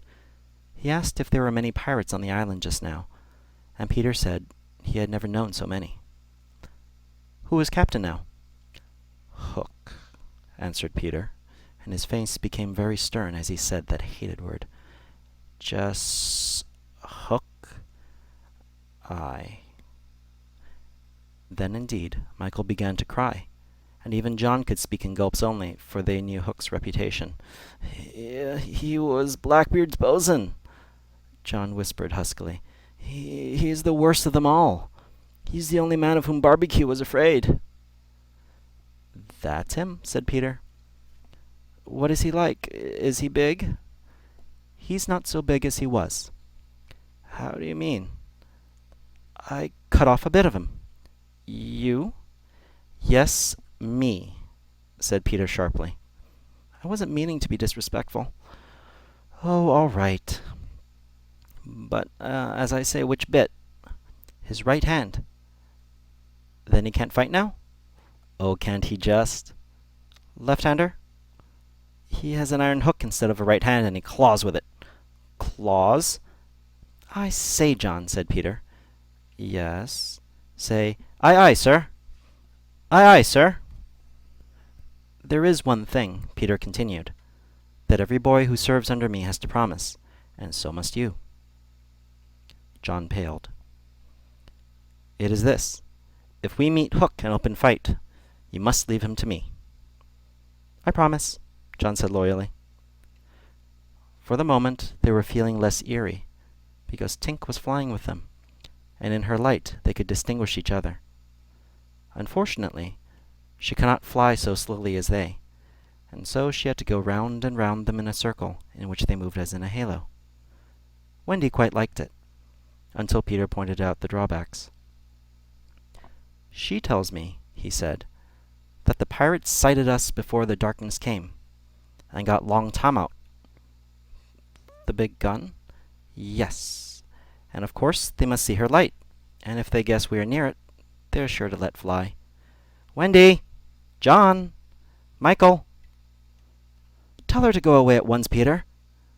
The three cried simultaneously, but he refused. "She thinks we have lost the way," he replied stiffly, "and she is rather frightened. You don't think I would send her away all by herself when she's frightened?" For a moment the circle of light was broken, and something gave Peter a loving little pinch. "Then tell her," Wendy begged, "to put out her light." "She can't put it out. That is about the only thing fairies can't do. It just goes out of itself when she falls asleep, same as the stars." "Then tell her to sleep at once," John almost ordered. "She can't sleep except when she's sleepy. It is the only other thing fairies can't do." "Seems to me," growled John, "these are the only two things worth doing." Here he got a pinch, but not a loving one. "If only one of us had a pocket," Peter said, "we could carry her in it." However, they had set off in such a hurry that there was not a pocket between the four of them. He had a happy idea. John's hat! Tink agreed to travel by hat, if it was carried in the hand. John carried it, though she had hoped to be carried by Peter. Presently Wendy took the hat, because John said it struck against his knee as he flew. And this, as we shall see, led to mischief, for Tinker Bell hated to be under an obligation to Wendy. In the black topper the light was completely hidden, and they flew on in silence. It was the stillest silence they had ever known, broken once by a distant lapping, which Peter explained was the wild beasts drinking at the ford, and again by a rasping sound that might have been the branches of trees rubbing together, but he said it was the redskins sharpening their knives. Even these noises ceased. To Michael, the loneliness was dreadful. "If only something would make a sound!" he cried. As if in answer to his request, the air was rent by the most tremendous crash he had ever heard. The pirates had fired Long Tom at them. The roar of it echoed through the mountains, and the echo seemed to cry savagely, "Where are they? Where are they? Where are they?" Thus sharply did the terrified three learn the difference between an island of make-believe and the same island come true. When at last the heavens were steady again, John and Michael found themselves alone in the darkness. John was treading the air mechanically, and Michael, without knowing how to float, was floating. "Are you shot?" John whispered tremulously. "I haven't tried myself out yet," Michael whispered back. We know now that no one had been hit. Peter, however, had been carried by the wind of the shot far out to sea, while Wendy was blown upwards with no companion but Tinker Bell. It would have been well for Wendy if at that moment she had dropped the hat. I don't know whether the idea came suddenly to Tink, or whether she had planned it on the way, but she at once popped out of the hat and began to lure Wendy to her destruction. Tink was not all bad, or, rather, she was all bad just now, but, on the other hand, sometimes she was all good. Fairies have to be one thing or the other, because being so small, they unfortunately have room for one feeling only at a time. They are, however, allowed to change, only it must be a complete change. At present, she was full of jealousy of Wendy. What she said in her lovely tinkle, Wendy could not of course understand, but I believe some of it was bad words. But it sounded kind, and she flew back and forward, plainly meaning, "Follow me, and all will be well." What else could poor Wendy do? She called to Peter and John and Michael, and got only mocking echoes in reply. She did not yet know that Tink hated her with the fierce hatred of a very woman.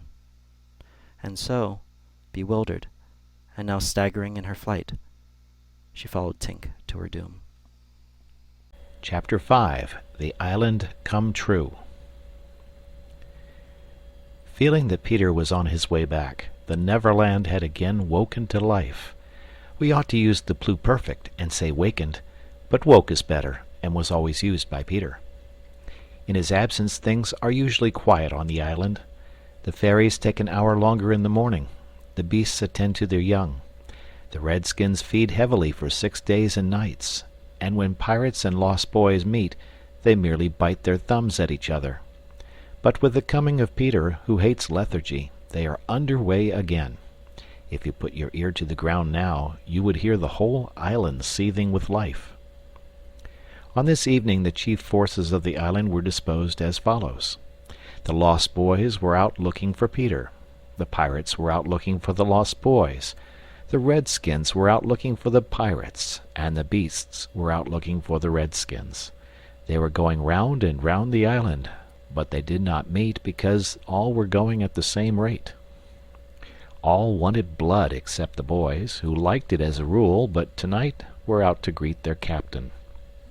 The boys on the island vary, of course, in numbers, according as they get killed and so on, and when they seem to be growing up, which is against the rules, Peter thins them out. But at this time there were 6 of them, counting the twins as 2. Let us pretend to lie here among the sugar cane and watch them as they steal by in single file, each with his hand on his dagger. They are forbidden by Peter to look in the least like him, and they wear the skins of the bears slain by themselves, in which they are so round and furry that when they fall they roll. They have therefore become very sure-footed. The first to pass is Toodles, not the least brave but the most unfortunate of all that gallant band. He had been in fewer adventures than any of them, because the big things constantly happened just when he had stepped round the corner. All would be quiet. He would take the opportunity of going off to gather a few sticks for firewood, and then when he returned the others would be sweeping up the blood. This ill luck had given a gentle melancholy to his countenance, but instead of souring his nature, had sweetened it, so that he was quite the humblest of the boys. Poor kind Toodles, there is danger in the air for you tonight. Take care lest an adventure is now offered you, which, if accepted, will plunge you in deepest woe. Toodles, The fairy Tink, who is bent on mischief this night, is looking for a tool, and she thinks you are the most easily tricked of the boys. Beware Tinker Bell. Would that he could hear us, but we are not really on the island, and he passes by, biting his knuckles. Next comes Nibs, the gay and debonair, followed by Slightly, who cuts whistles out of the trees and dances ecstatically to his own tunes. Slightly is the most conceited of the boys. He thinks he remembers the days before he was lost, with their manners and customs, and this has given his nose an offensive tilt. Curly is fourth. He is a pickle, and so often has he had to deliver up his person when Peter said sternly, "Stand forth, the one who did this thing," that now at the command he stands forth automatically, whether he has done it or not. Last come the twins, who cannot be described because we should be sure to be describing the wrong one. Peter never quite knew what twins were, and his band were not allowed to know anything he did not know, so these two were always vague about themselves, and did their best to give satisfaction by keeping close together in an apologetic sort of way. The boys vanish in the gloom, and after a pause, but not a long pause, for things go briskly on the island, come the pirates on their track. We hear them before they are seen, and it is always the same dreadful song. Avast belay yo ho, heave to, a pirating we go, and if we're parted by a shot, we're sure to meet below. A more villainous looking lot never hung in a row on execution dock. Here, a little in advance, ever and again with his head to the ground listening, his great arms bare, pieces of 8 in his ears as ornaments, is the handsome Italian Secco, who cut his name in letters of blood on the back of the governor of the prison at Gayo. That gigantic black behind him has had many names since he dropped the one with which dusky mothers still terrify their children on the banks of the Guadjomo. Here is Bill Jukes, every inch of him tattooed, the same Bill Jukes who got 6 dozen on the walrus from Flint before he would drop the bag of Mordores, and Cookson, said to be Black Murphy's brother, but this was never proved, and Gentleman Starkey, once an usher in a public school and still dainty in his ways of killing, and Skylights, Morgan Skylights, and the Irish boatswain Smee, an oddly genial man who stabbed, so to speak, without offense, and was the only nonconformist in Hook's crew, and Noodler, whose hands were fixed on backwards, and Robert Mullins, and Alf Mason, and many another ruffian long known and feared on the Spanish Main. In the midst of them, the blackest and largest in that dark setting, reclined James Hook, or as he wrote himself, Jas Hook, of whom it is said he was the only man that the sea cook feared. He lay at his ease in a rough chariot drawn and propelled by his men, and instead of a right hand he had the iron hook with which ever and anon he encouraged them to increase their pace. As dogs this terrible man treated and addressed them, and as dogs they obeyed him. In person he was cadaverous and black-avised, and his hair was dressed in long curls, which at a little distance looked like black candles, and gave a singularly threatening expression to his handsome countenance. His eyes were of the blue of the forget-me-not, and of a profound melancholy, save when he was plunging his hook into you, at which time 2 red spots appeared in them and lit them up horribly. In manner, something of the Grand Seigneur still clung to him, so that he even ripped you up with an air, and I have been told that he was a raconteur of repute. He was never more sinister than when he was most polite, which is probably the truest test of breeding, and the elegance of his diction, even when he was swearing, no less than the distinction of his demeanor, showed him one of a different caste from his crew. A man of indomitable courage, it was said that the only thing he shied at was the sight of his own blood, which was thick and of an unusual color. In dress he somewhat aped the attire associated with the name of Charles II, having heard it said in some earlier period of his career that he bore a strange resemblance to the ill-fated Stuarts, and in his mouth he had a holder of his own contrivance which enabled him to smoke 2 cigars at once. But undoubtedly the grimmest part of him was his iron claw. Let us now kill a pirate, to show Hook's method. Skylights will do. As they pass, Skylights lurches clumsily against him, ruffling his lace collar. The hook shoots forth, there is a tearing sound, and one screech. Then the body is kicked aside, and the pirates pass on. He has not even taken the cigars from his mouth. Such is the terrible man against whom Peter Pan is pitted. Which will win? On the trail of the pirates, stealing noiselessly down the warpath, which is not visible to inexperienced eyes, come the redskins, every one of them with his eyes peeled. They carry tomahawks and knives, and their naked bodies gleam with paint and oil. Strung around them are scalps, of boys as well as pirates, for these are the Pickaninny tribe, and not to be confused with the softer-hearted Delawares or the Hurons. In the van on all fours is Great Big Little Panther, a brave of so many scalps that in his present position they somewhat impede his progress. Bringing up the rear, the place of greatest danger, comes Tiger Lily, proudly erect, a princess in her own right.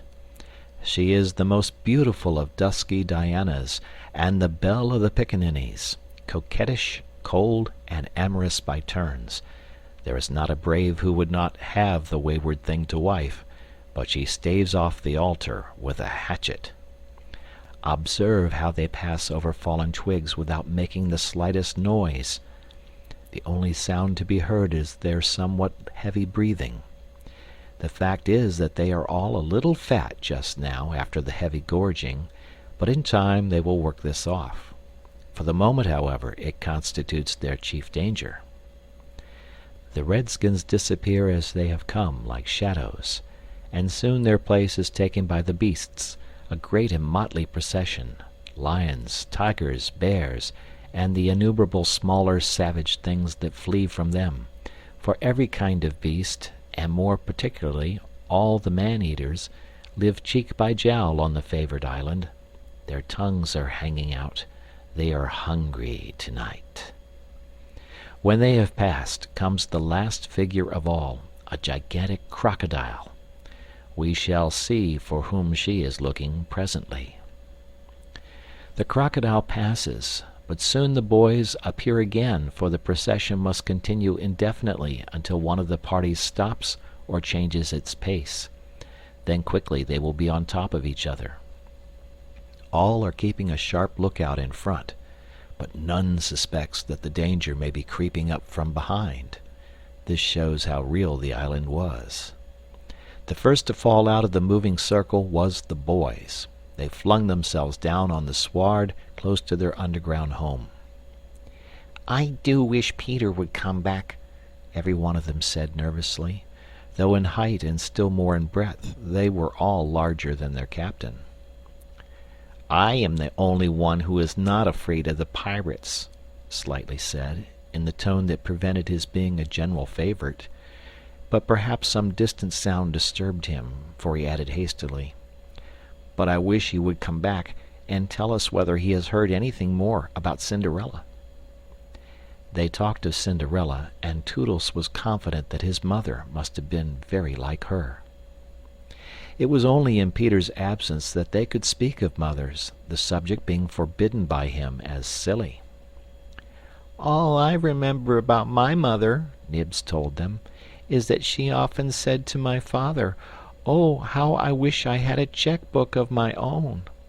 I don't know what a check-book is, but I should just love to give my mother one." While they talked they heard a distant sound.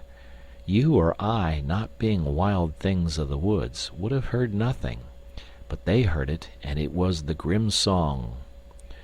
Yo ho, the pirate life, the flag of skull and bones, a merry hour, a hempen rope, and hay for Davy Jones. At once the lost boys... But where are they?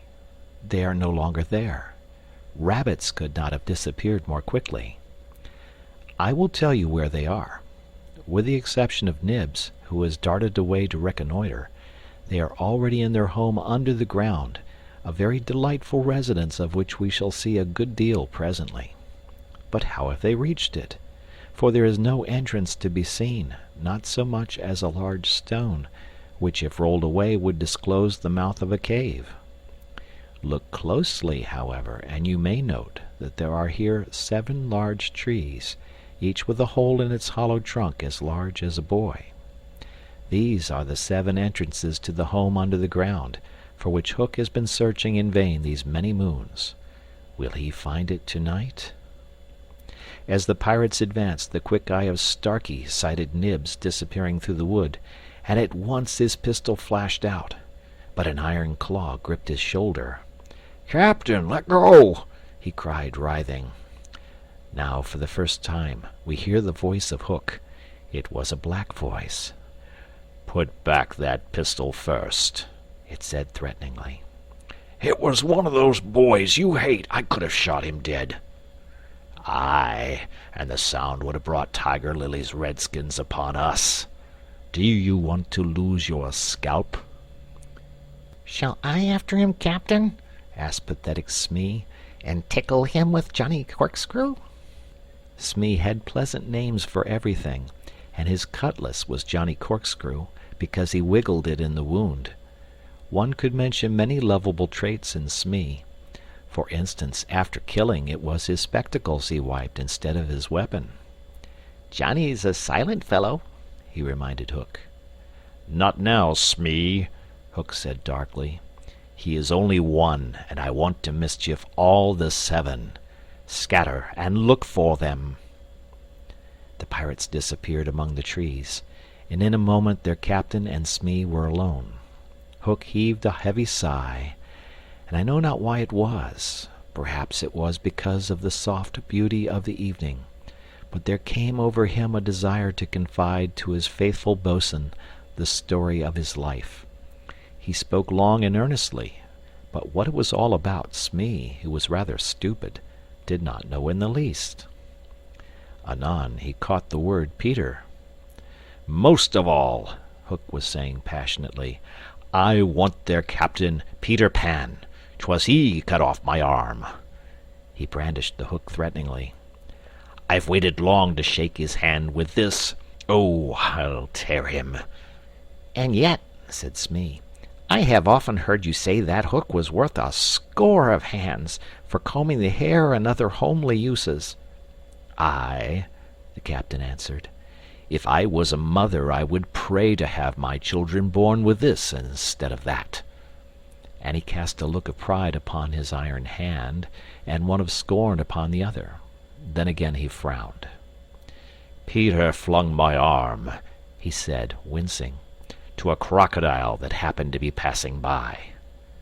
"I have often," said Smee, "noticed your strange dread of crocodiles." "Not of crocodiles," Hook corrected him, "but of that one crocodile." He lowered his voice. "It liked my arm so much, Smee, that it has followed me ever since, from sea to sea and from land to land, licking its lips for the rest of me." "In a way," said Smee, "it's sort of a compliment." "I want no such compliments," Hook barked petulantly. "I want Peter Pan, who first gave the brute its taste for me." He sat down on a large mushroom, and now there was a quiver in his voice. "Smee," he said huskily, "that crocodile would have had me before this.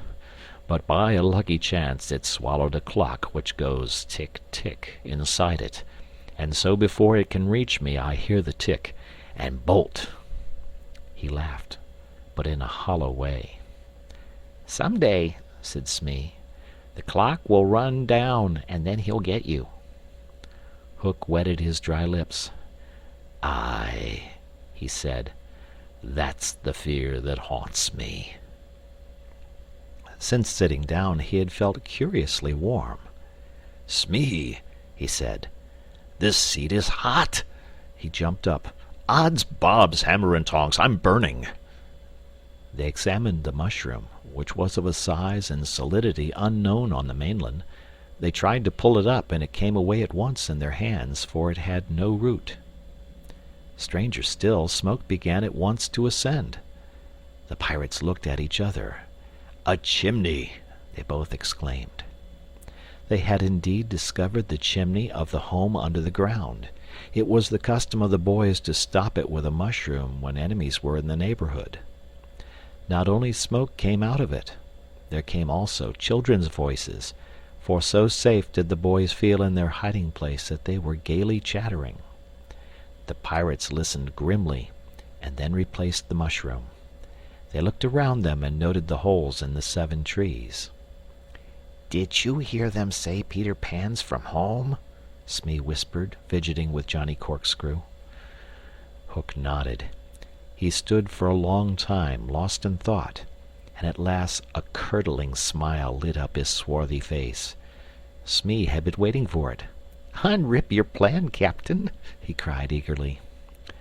"To return to the ship," Hook replied slowly through his teeth, "and cook a large rich cake of a jolly thickness with green sugar on it. There can be but one room below, for there is but one chimney. The silly moles had not the sense to see that they did not need a door apiece. That shows they have no mother. We will leave the cake on the shore of the Mermaid's Lagoon. These boys are always swimming about there, playing with the mermaids. They will find the cake and they will gobble it up, because, having no mother, they don't know how dangerous it is to eat rich, damp cake. Ha ha ha ha!" He burst into laughter, not hollow laughter now, but honest laughter. "Ha ha ha! They will die." Smee had listened with growing admiration. "It's the wickedest, prettiest policy ever I heard of," he cried, and in their exultation they danced and sang.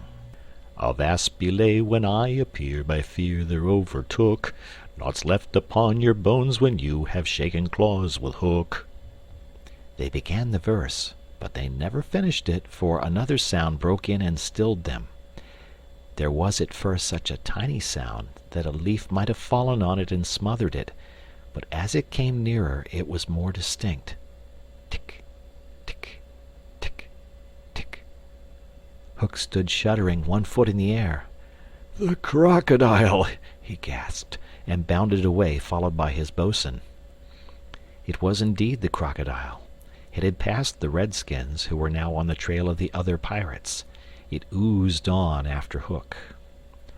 Once more the boys emerged into the open, but the dangers of the night were not yet over, for presently Nibs rushed breathless into their midst, pursued by a pack of wolves.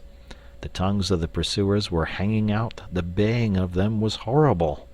"Save me! Save me!" cried Nibs, falling on the ground. "But what can we do? What can we do?" It was a high compliment to Peter that at that dire moment their thoughts turned to him. "What would Peter do?" they cried simultaneously. Almost in the same breath they cried, "Peter would look at them through his legs." And then, "Let us do what Peter would do." It is quite the most successful way of defying wolves, and as one boy they bent and looked through their legs. The next moment is the long one, but victory came quickly, for as the boys advanced upon them in the terrible attitude, the wolves dropped their tails and fled. Now Nibs rose from the ground, and the others thought that his staring eyes still saw the wolves, but it was not wolves he saw. "I have seen a wonderfuler thing," he cried as they gathered round him eagerly. "A great white bird! It is flying this way." "What kind of a bird do you think?" "I don't know," Nibs said, awestruck, "but it looks so weary, and as it flies it moans, 'Poor Wendy!'" "Poor Wendy?" "I remember," said Slightly instantly. There are birds called Wendy's. See, it comes, cried Curly, pointing to Wendy in the heavens. Wendy was now almost overhead, and they could hear her plaintive cry, but more distinct came the shrill voice of Tinker Bell. The jealous fairy had now cast off all disguise of friendship, and was darting at her victim from every direction, pinching savagely each time she touched. "Hullo, Tink!" cried the wondering boys. Tink's reply rang out, "Peter wants you to shoot the Wendy." It was not in their nature to question when Peter ordered. "Let us do what Peter wishes," cried the simple boys. "Quick, bows and arrows!" All but Toodles popped down their trees. He had a bow and arrow with him, and Tink noted it and rubbed her little hands. "Quick, Toodles, quick!" she screamed. "Peter will be so pleased." Toodles excitedly fitted the arrow to his bow. "Out of the way, Tink!" he shouted, and then he fired, and Wendy fluttered to the ground with an arrow in her breast. Chapter 6. The Little House. Foolish Tootles was standing like a conqueror over Wendy's body when the other boys sprang armed from their trees. "You are too late," he cried proudly. "I have shot the Wendy. Peter will be so pleased with me." Overhead, Tinker Bell shouted, "Silly ass!" and darted into hiding. The others did not hear her. They had crowded round Wendy, and as they looked, a terrible silence fell upon the wood. If Wendy's heart had been beating, they would have all heard it. Slightly was the first to speak. "This is no bird," he said in a scared voice. "I think this must be a lady." "A lady," said Tootles, and fell a-trembling. "And we have killed her," Nibs said hoarsely. They all whipped off their caps. "Now I see," Curly said. "Peter was bringing her to us." He threw himself sorrowfully on the ground. "A lady to take care of us at last," said one of the twins, "and you have killed her." They were sorry for him, but sorrier for themselves, and when he took a step nearer, they turned from him. Tootles' face was very white, but there was a dignity about him, now that there never had been before. "I did it," he said, reflecting. "When ladies used to come to me in dreams, I always said, 'Pretty mother, pretty mother,' but when at last she really came, I shot her." He moved slowly away. "Don't go," they called in pity. "I must," he answered, shaking. "I am so afraid of Peter." It was at this tragic moment that they heard a sound which made the heart of every one of them rise to his mouth. They heard Peter crow. "Peter!" they cried, for it was always thus that he signaled his return. "Hide her!" they whispered, and gathered hastily around Wendy. But Tootles stood aloof. Again there came that ringing crow, and Peter dropped in front of them. "Greetings, boys!" he cried, and mechanically they saluted, and then again was silence. He frowned. "I am back," he said hotly. "Why do you not cheer?" They opened their mouths, but the cheers would not come. He overlooked it in his haste to tell the glorious tidings. "Great news, boys!" he cried. "I have brought at last a mother for you all." Still no sound except a little thud from Tootles as he dropped on his knees. "Have you not seen her?" asked Peter, becoming troubled. "She flew this way." "Ah, me," one voice said, and another said, "Oh, mournful day." Tootles rose.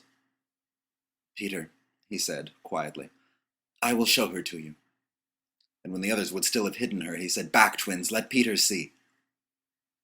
So they all stood back and let him see, and after he had looked for a little time, he did not know what to do next. "She is dead," he said, uncomfortably. "Perhaps she is frightened at being dead." He thought of hopping off in a comic sort of way till he was out of sight of her and then never going near the spot any more. They all would have been glad to follow him if he had done this. But there was the arrow. He took it from her heart and faced his band. "Whose arrow?" he demanded, sternly. "Mine, Peter," said Tootles on his knees. "Oh, dastard hand," Peter said. And he raised the arrow to use it as a dagger.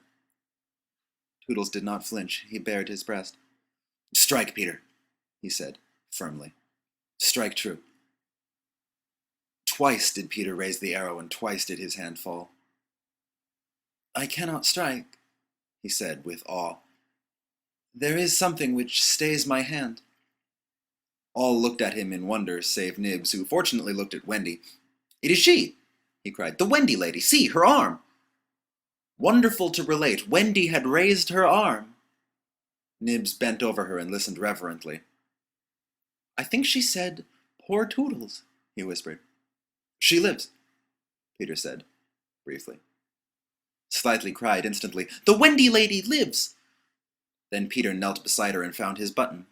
You remember she had placed it on a chain that she wore around her neck. See, he said, the arrow struck against this. It is the kiss I gave her. It has saved her life. I remember kisses, Slightly interposed quickly. Let me see it. Aye, there's a kiss. Peter did not hear him. He was begging Wendy to get better quickly so that he could show her the mermaids. Of course she could not answer yet, being still in a frightful faint, but from overhead came a wailing note. Listen to Tink, said Curly. She is crying because the Wendy lives. Then they had to tell Peter of Tink's crime, and almost never had they seen him look so stern. Listen, Tinker Bell, he cried. I am your friend no more. Begone from me forever. She flew onto his shoulder and pleaded, but he brushed her off. Not until Wendy raised her arm did he relent sufficiently to say, well, not forever, but for a whole week.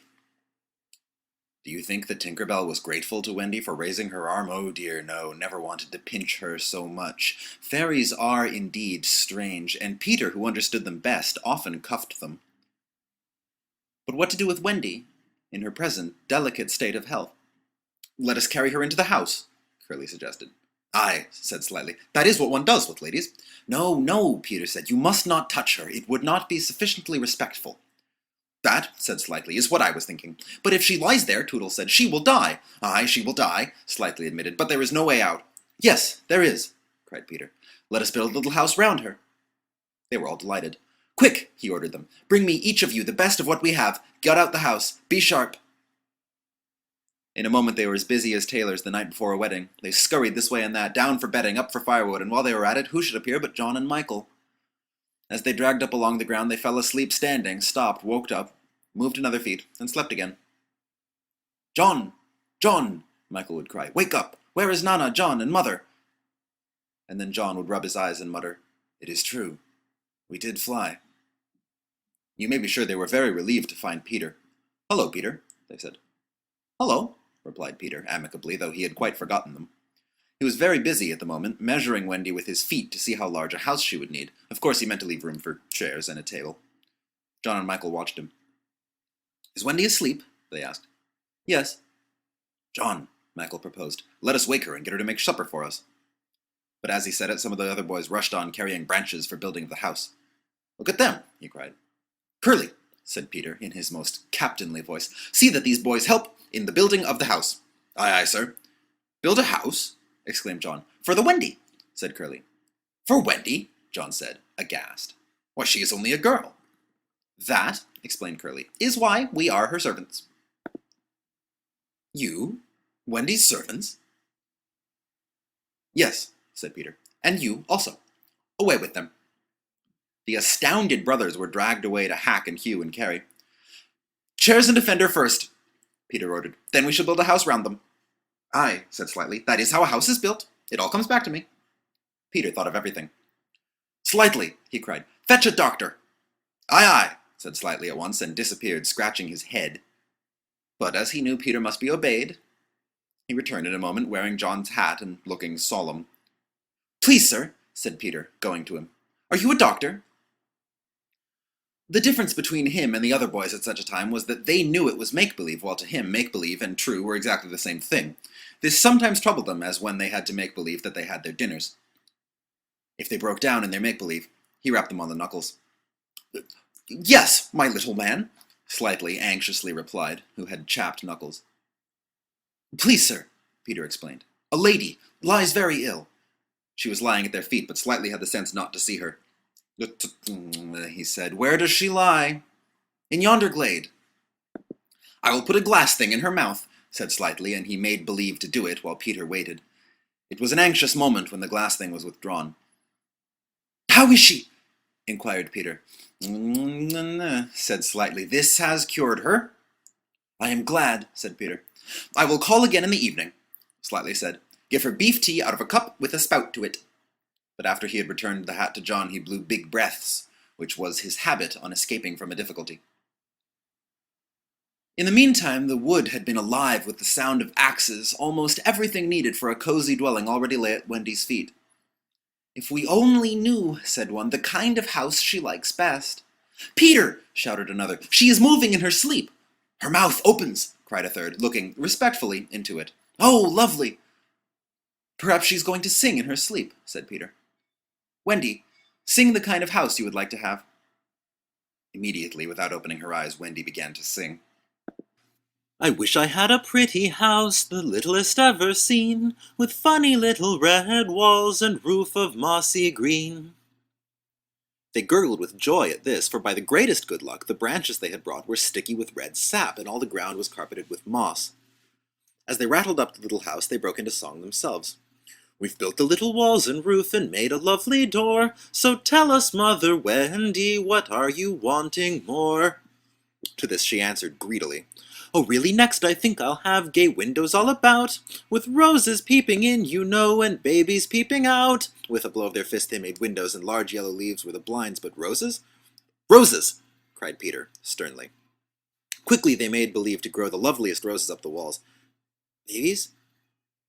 To prevent Peter ordering babies, they hurried into song again. "We've made the roses peeping out, the babes are at the door. We cannot make ourselves, you know, 'cause we've been made before." Peter, seeing this to be a good idea, at once pretended that it was his own. The house was quite beautiful, and no doubt Wendy was very cozy within, though of course they could no longer see her. Peter strode up and down, ordering finishing touches. Nothing escaped his eagle eyes. Just when it seemed absolutely finished, "There's no knocker on the door," he said. They were very ashamed, but Toodles gave the sole of his shoe, and it made an excellent knocker. Absolutely finished now, they thought. Not a bit of it. "There's no chimney," said Peter. "We must have a chimney." "It certainly does need a chimney," said John importantly. That gave Peter an idea. He snatched the hat off John's head, knocked out the bottom, and put the hat on the roof. The little house was so pleased to have such a capital chimney that, as if to say thank you, smoke immediately began to come out of the hat. Now, really and truly, it was finished. Nothing remained to do but to knock. "All look your best," Peter warned them. "First impressions are awfully important." He was glad no one asked him what first impressions are. They were all too busy looking their best. He knocked politely, and now the wood was as still as the children. Not a sound to be heard except from Tinker Bell, who was watching from a branch and openly sneering. What the boys was wondering was, would anyone answer the knock? If a lady, what would she be like? The door opened, and a lady came out. It was Wendy. They all whipped off their hats. She looked properly surprised, and this was just how they had hoped she would look. "Where am I?" she said. Of course, Slightly was the first to get his word in. "Wendy, lady," he said rapidly, "for you we built this house." "Oh, say you're pleased," cried Nibs. "Lovely, darling house," Wendy said, and they were the very words they had hoped she would say. "And we are your children," cried the twins. They all went on their knees, and holding out their arms cried, "Oh, Wendy, lady, be our mother." "Ought I?" Wendy said, all shining.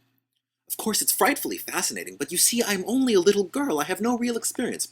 "That doesn't matter," said Peter, as if he were the only person present who knew at all about it, though he was really the one who knew least. "What we need is just a nice, motherly person." "Oh, dear," Wendy said. "You see, I feel that is exactly what I am." "It is! It is!" they all cried. "We saw it at once." "Very well," she said. "I will do my best. Come inside at once, you naughty children. I am sure your feet are damp, and before I put you to bed, I have just time to finish the story of Cinderella." In they went. I don't know how there was room for them, but you can squeeze very tight in Neverland. And that was the first of the many joyous evenings they had with Wendy. By and by she tucked them up in the great bed in the home under the trees, but she herself slept that night in the little house, and Peter kept watch outside with drawn sword, for the pirates could be heard carousing far away, and the wolves were on the prowl. The little house looked so cozy and safe in the darkness, with a bright light showing through its blinds, and the chimney smoking beautifully, and Peter standing on guard. After a time he fell asleep, and some unsteady fairies had to climb over him on their way home from an orgy. Any of the other boys obstructing the fairy path at night they would have mischieved, but they just tweaked Peter's nose and passed on.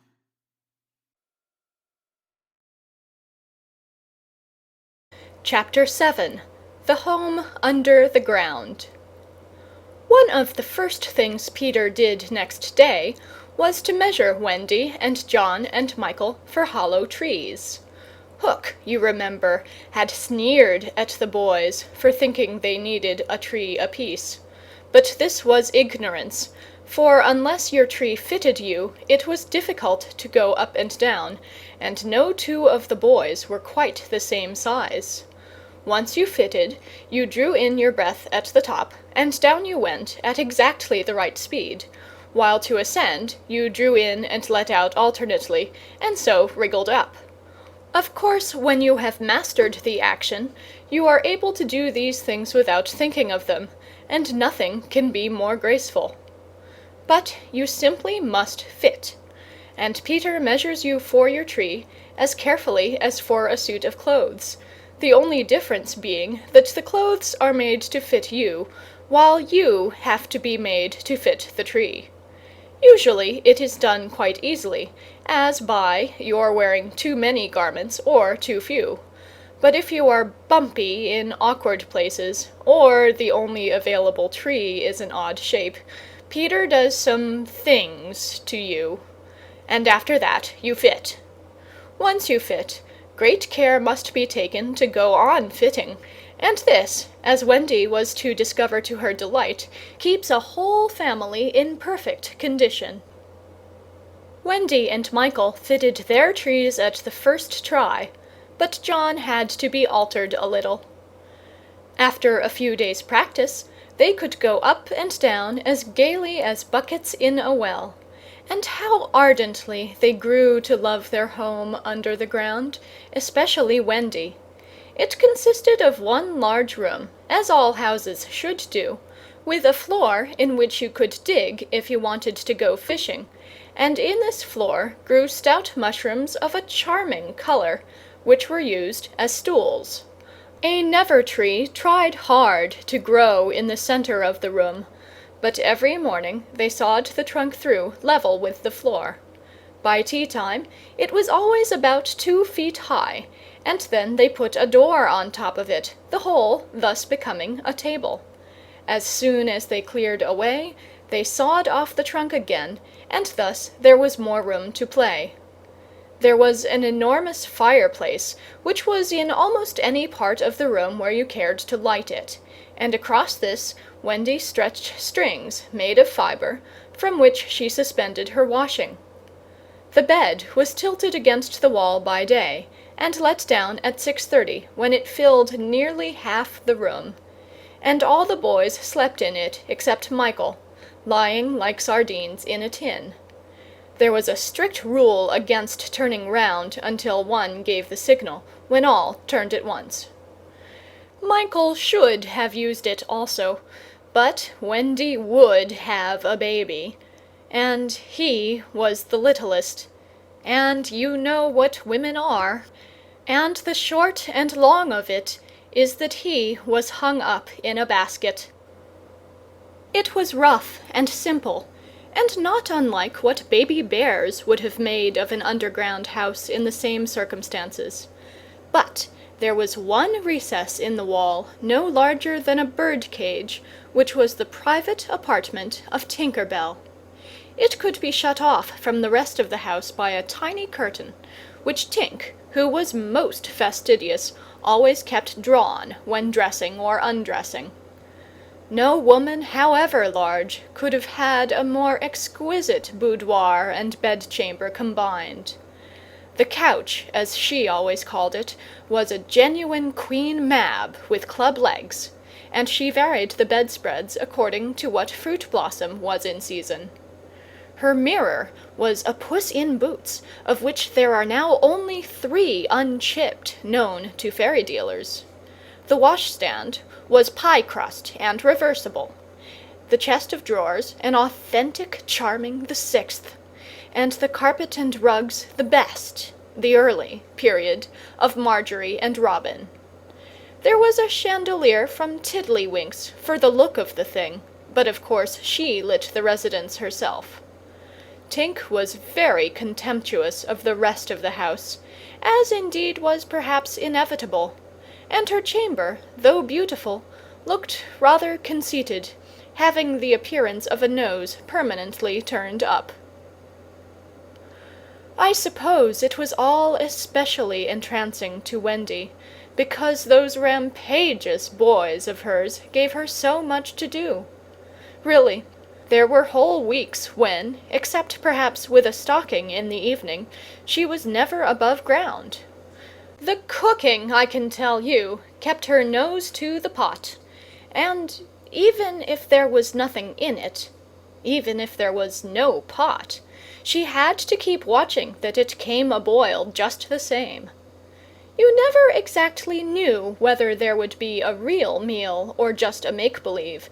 It all depended upon Peter's whim. He could eat, really eat, if it was part of a game, but he could not stodge just to feel stodgy, which is what most children like better than anything else, the next best thing being to talk about it. Make-believe was so real to him that during a meal of it you could see him getting rounder. Of course it was trying, but you simply had to follow his lead, and if you could prove to him that you were getting loose for your tree, he let you stodge. Wendy's favourite time for sewing and darning was after they had all gone to bed. Then, as she expressed it, she had a breathing time for herself, and she occupied it in making new things for them and putting double pieces on the knees, for they were all most frightfully hard on their knees. When she sat down to a basket full of their stockings, every heel with a hole in it, she would fling up her arms and exclaim, "Oh dear, I am sure I sometimes think spinsters are to be envied." Her face beamed when she exclaimed this. You remember about her pet wolf? Well, it very soon discovered that she had come to the island, and it found her out, and they just ran into each other's arms. After that, it followed her about everywhere. As time wore on, did she think much about the beloved parents she had left behind her? This is a difficult question, because it is quite impossible to say how time does wear on in the Neverland, where it is calculated by moons and suns, and there are ever so many more of them than on the mainland. But I am afraid that Wendy did not really worry about her father and mother. She was absolutely confident that they would always keep the window open for her to fly back by, and this gave her complete ease of mind.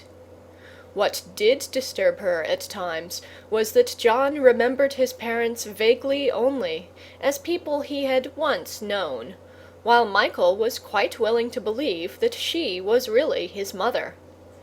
These things scared her a little, and, nobly anxious to do her duty, she tried to fix the old life in their minds by setting them examination papers on it as like as possible to the ones she used to do at school. The other boys thought this awfully interesting, and insisted on joining, and they made slates for themselves and sat round the table, writing and thinking hard about the questions she had written on another slate and passed round. They were the most ordinary questions. What was the colour of Mother's eyes? Which was taller, father or mother? Was Mother blonde or brunette? Answer all three questions if possible.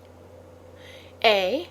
Write an essay of not less than 40 words on How I Spent My Last Holidays, or The Characters of Father and Mother Compared, only one of these to be attempted.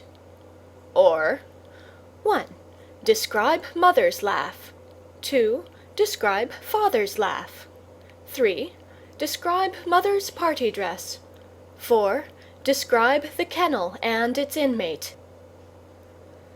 They were just everyday questions like these, and when you could not answer them you were told to make a cross, and it was really dreadful what a number of crosses even John made.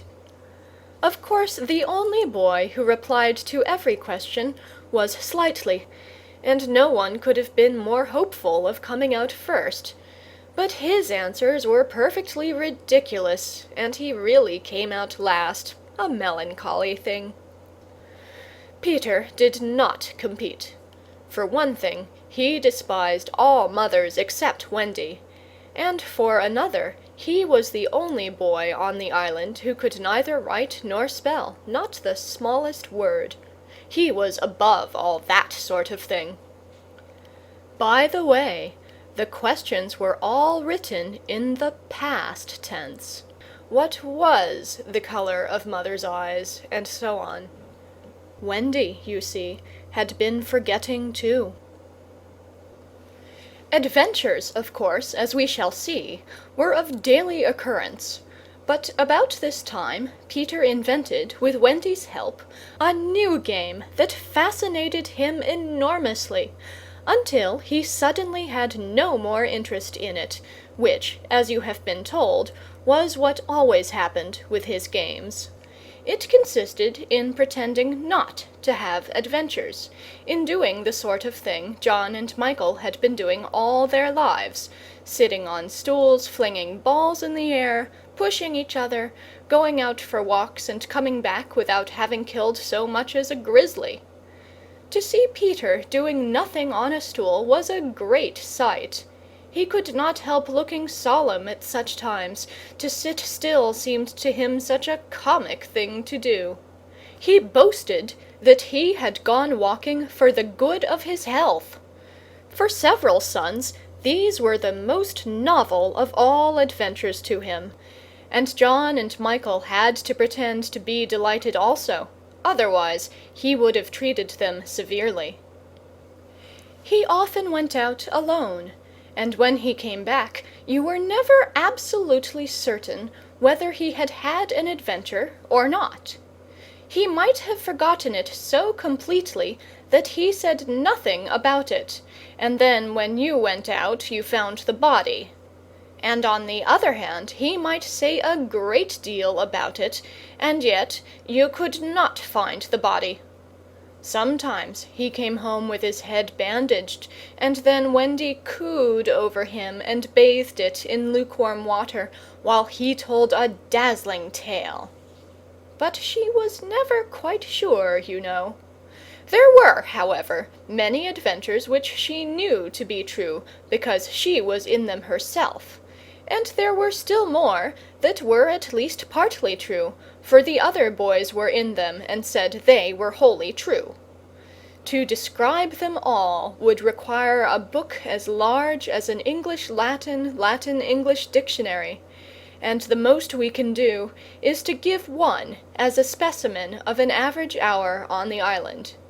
The difficulty is which one to choose. Should we take the brush with the redskins at Slightly Gulch? It was a sanguinary affair, and especially interesting as showing one of Peter's peculiarities, which was that in the middle of a fight he would suddenly change sides. At the Gulch, when victory was still in the balance, sometimes leaning this way and sometimes that, he called out, "I'm Redskin today. What are you, Toodles?" And Toodles answered, "Redskin. What are you, Nibs?" And Nibs said, "Redskin. What are you, Twin?" And so on, and they were all Redskins. And of course this would have ended the fight had not the real Redskins, fascinated by Peter's methods, agreed to be lost boys for that once. And so at it they all went again, more fiercely than ever. The extraordinary upshot of this adventure was— But we have not decided yet that this is the adventure we are to narrate. Perhaps a better one would be the night attack by the Redskins on the house under the ground, when several of them stuck in the hollow trees and had to be pulled out like corks. Or we might tell how Peter saved Tiger Lily's life in the Mermaid's Lagoon, and so made her his ally. Or we could tell of that cake the pirates cooked so that the boys might eat it and perish, and how they placed it in one cunning spot after another, but always Wendy snatched it from the hands of her children, so that in time it lost its succulence, and became as hard as a stone, and was used as a missile, and Hook fell over it in the dark. Or suppose we tell of the birds that were Peter's friends, particularly of the Neverbird that built in a tree overhanging the lagoon, and how the nest fell into the water, and still the bird sat on her eggs, and Peter gave orders that she was not to be disturbed. That is a pretty story, and the end shows how grateful a bird can be. But if we tell it, we must also tell the whole adventure of the lagoon, which would, of course, be telling 2 adventures rather than just one. A shorter adventure, and quite as exciting, was Tinker Bell's attempt, with the help of some street fairies, to have the sleeping Wendy conveyed on a great floating leaf to the mainland. Fortunately, the leaf gave way, and Wendy woke, thinking it was bath time, and swam back. Or, again, we might choose Peter's defiance of the lions, when he drew a circle round him on the ground with an arrow and dared them to cross it, and though he waited for hours, with the other boys and Wendy looking on breathlessly from trees, not one of them dared to accept his challenge. Which of these adventures shall we choose? The best way will be to toss for it. I have tossed, and the lagoon has won. This almost makes one wish that the gulch, or the cake, or Tink's leaf had won. Of course I could do it again and make it the best out of 3. However, perhaps fairest to stick to the lagoon. Chapter 8. The Mermaid's Lagoon. If you shut your eyes and are a lucky one, you may see at times a shapeless pool of lovely pale colors suspended in the darkness. Then if you squeeze your eyes tighter, the pool begins to take shape, and the colors become so vivid that with another squeeze they must go on fire. But just before they go on fire, you see the lagoon. This is the nearest you ever get to it on the mainland, just one heavenly moment. If there could be 2 moments, you might see the surf and hear the mermaids singing.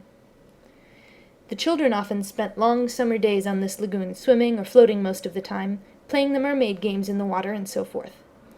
You must not think from this that the mermaids were on friendly terms with them. On the contrary, it was among Wendy's lasting regrets that all the time she was on the island she never had a civil word from one of them. When she stole softly to the edge of the lagoon, she might see them by the score, especially on Marooner's Rock, where they loved to bask, combing out their hair in a lazy way that quite irritated her. Or she might even swim, on tiptoe as it were, to within a yard of them, but then they saw her and dived, probably splashing her with their tails, not by accident, but intentionally. They treated all the boys in the same way, except of course Peter, who chatted with them on Marooner's Rock by the hour, and sat on their tails when they got cheeky.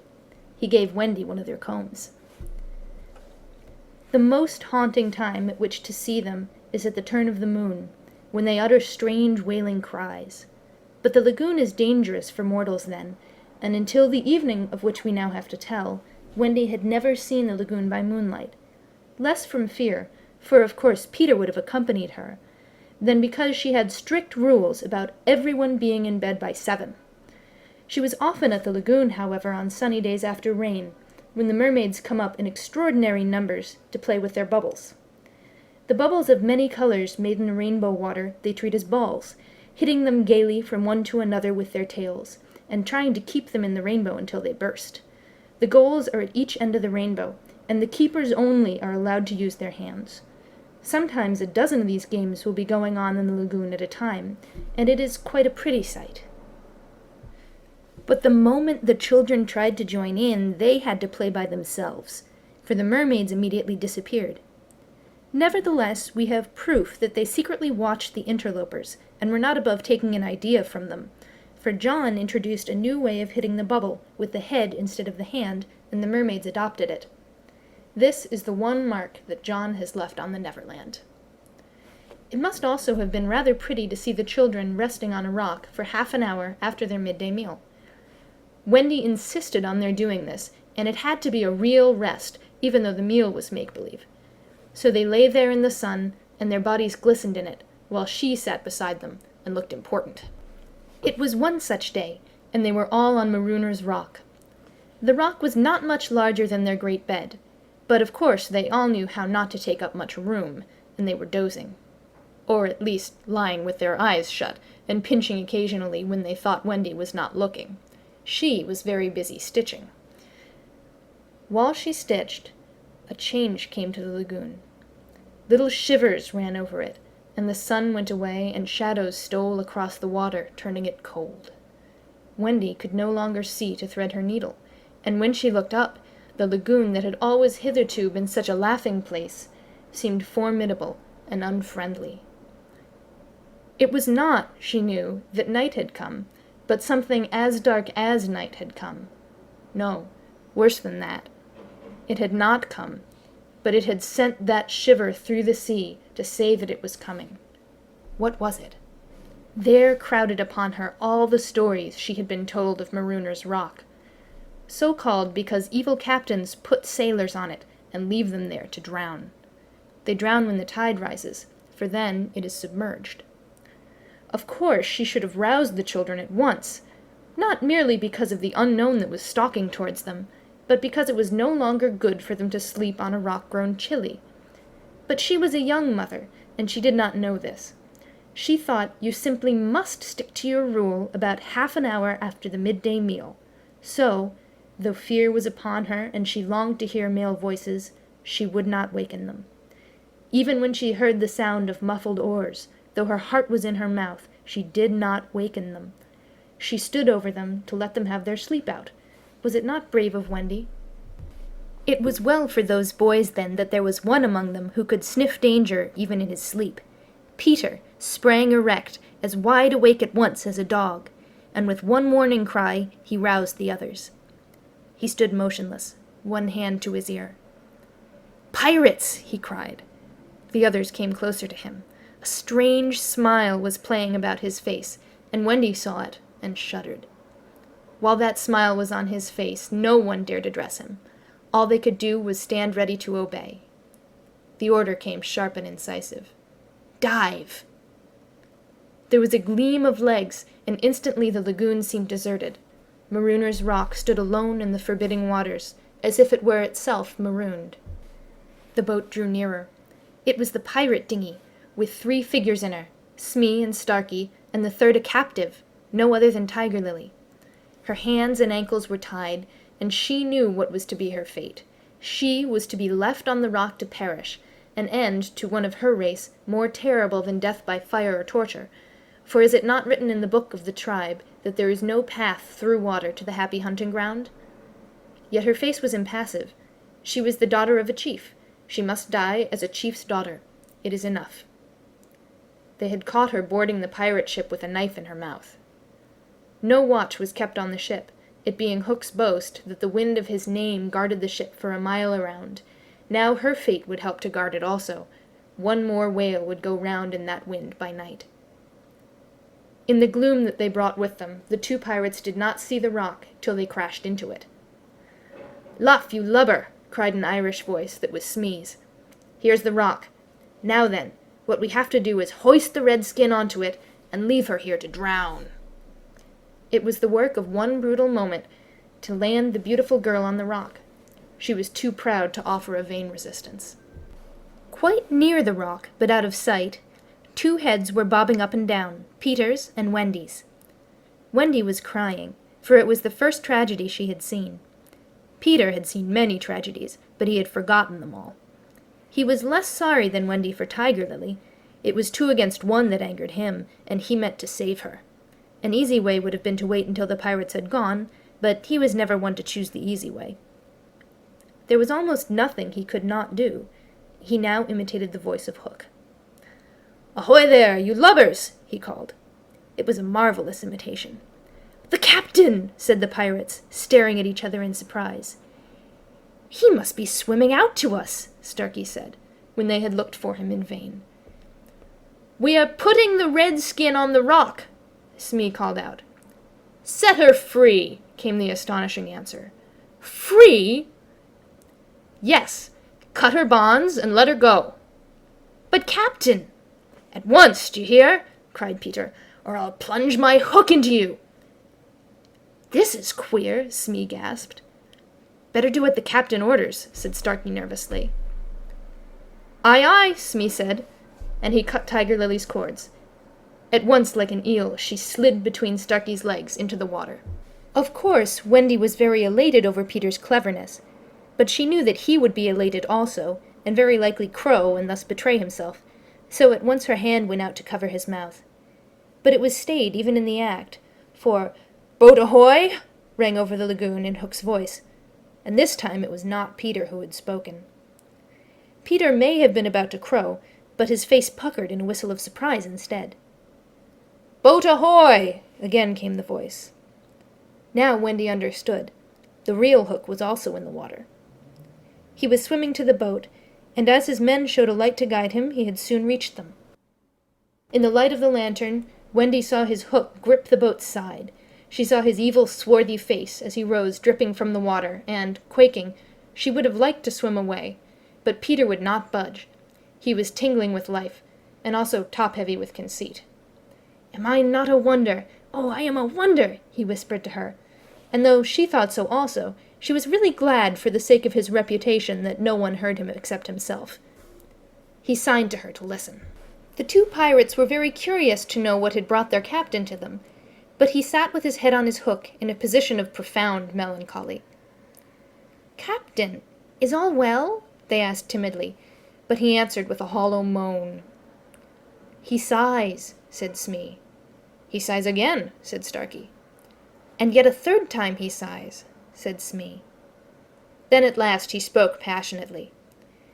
"The game's up," he cried. "Those boys have found a mother." Affrighted though she was, Wendy swelled with pride. "Oh, evil day!" cried Starkey. "What's a mother?" asked the ignorant Smee. Wendy was so shocked that she exclaimed, "He doesn't know?" And always after this she felt that if you could have a pet pirate, Smee would be her one. Peter pulled her beneath the water, for Hook had started up, crying, "What was that?" "I heard nothing," said Starkey, raising the lantern over the waters, and as the pirates looked, they saw a strange sight. It was the nest I have told you of, floating on the lagoon, and the Neverbird was sitting on it. "See," said Hook in answer to Smee's question, "that is a mother. What a lesson! The nest must have fallen into the water, but would the mother desert her eggs? No." There was a break in his voice, as if for a moment he recalled innocent days when... But he brushed away this weakness with his hook. Smee, much impressed, gazed at the bird as the nest was borne past, but the more suspicious Starkey said, "If she's a mother, perhaps she's hanging about here to help Peter." Hook winced. "Aye," he said, "that is the fear that haunts me." He was roused from this dejection by Smee's eager voice. "Captain," said Smee, "could we not kidnap these boys' mother and make her our mother?" "It is a princely scheme," cried Hook, and at once it took practical shape in his great brain. "We will seize the children and carry them to the boat. The boys we will make walk the plank, and Wendy shall be our mother." Again Wendy forgot herself. "Never!" she cried, and bobbed. What was that? But they could see nothing. They thought it must have been a leaf in the wind. "Do you agree, my bullies?" asked Hook. "There's my hand on it," they both said, "and there's my hook. Swear." They all swore. By this time they were on the rock, and suddenly Hook remembered Tiger Lily. "Where's the redskin?" he demanded abruptly. He had a playful humor at moments, and they thought this was one of the moments. "That's all right, Captain," Smee answered complacently. "We let her go." "Let her go?" cried Hook. "'Twas your own orders," the boatswain faltered. "You called over the water to us to let her go," said Starkey. "Brimstone and gall!" thundered Hook. "What cozening is going on here?" His face had gone black with rage, but he saw that they believed their words, and he was startled. "Lads," he said, shaking a little, "I gave no such order." "It is passing queer," Smee said, and they all fidgeted uncomfortably. Hook raised his voice, but there was a quiver in it. "Spirit that haunts this dark lagoon tonight," he cried, "dost hear me?" Of course Peter should have kept quiet, but of course he did not. He immediately answered in Hook's voice. "Odds, bobs, hangmer and tongs, I hear you." In that supreme moment, Hook did not blanch, even at the gills, but Smee and Starkey clung to each other in terror. "Who are you, stranger? Speak," Hook demanded. "I am James Hook," replied the voice, "captain of the Jolly Roger." "You are not! You are not!" Hook cried hoarsely. "Brimstone and gall," the voice retorted. "Say that again, and I'll cast anchor in you." Hook tried a more ingratiating manner. "If you are Hook," he said almost humbly, "come tell me, who am I?" "A codfish," replied the voice. "Only a codfish." A codfish, Hook echoed blankly, and it was then, but not till then, that his proud spirit broke. He saw his men draw back from him. "Have we been captained all this time by a codfish?" they muttered. "It is lowering to our pride." They were his dogs snapping at him, but, tragic figure though he had become, he scarcely heeded them. Against such fearful evidence, it was not their belief in him that he needed, it was his own. He felt his ego slipping from him. "Don't desert me, bully," he whispered hoarsely to it. In his dark nature there was a touch of the feminine, as in all the great pirates, and it sometimes gave him intuitions. Suddenly he tried the guessing game. "Hook," he called, "have you another voice?" Now Peter could never resist a game, and he answered blithely in his own voice, "I have." "And another name?" "Aye, aye." "Vegetable?" asked Hook. "No." "Mineral?" "No." "Animal?" "Yes." "Man?" "No." This answer rang out scornfully. "Boy?" "Yes." "Ordinary boy?" "No." "Wonderful boy?" To Wendy's pain, the answer that rang out this time was, "Yes." "Are you in England?" "No." "Are you here?" "Yes." Hook was completely puzzled. "You ask him some questions," he said to the others, wiping his damp brow. Smee reflected. "I can't think of a thing," he said regretfully. "Can't guess," crowed Peter. "Do you give it up?" Of course, in his pride, he was carrying the game too far, and the miscreants saw their chance. "Yes, yes," they answered eagerly. "Well then," he cried, "I am Peter Pan." Pan. In a moment Hook was himself again, and Smee and Starkey were his faithful henchmen. "Now we have him," Hook shouted. "Into the water, Smee! Starkey, mind the boat! Take him, dead or alive!" He leaped as he spoke, and simultaneously came the gay voice of Peter. "Are you ready, boys?" "Aye, aye!" from various parts of the lagoon. "Then lam into the pirates!" The fight was short and sharp. First to draw blood was John, who gallantly climbed into the boat and held Starkey. There was fierce struggle, in which the cutlass was torn from the pirate's grasp. He wriggled overboard, and John leapt after him. The dinghy drifted away. Here and there a head bobbed up in the water, and there was a flash of steel, followed by a cry or a whoop. In the confusion some struck at their own side. The corkscrew of Smee got Toodles in the fourth rib, but he was himself pinked in turn by Curly. Further up the rock, Starkey was pressing slightly and the twins hard. Where all this time was Peter? He was seeking bigger game. The others were all brave boys, and they must not be blamed for backing from the pirate captain. His iron claw made a circle of dead water round him, from which they fled like affrighted fishes. But there was one who did not fear him. There was one prepared to enter that circle. Strangely, it was not in the water that they met. Hook rose to the rock to breathe, and at the same moment Peter scaled it on the opposite side. The rock was slippery as a ball, and they had to crawl rather than climb. Neither knew that the other was coming. Each, feeling for a grip, met the other's arm.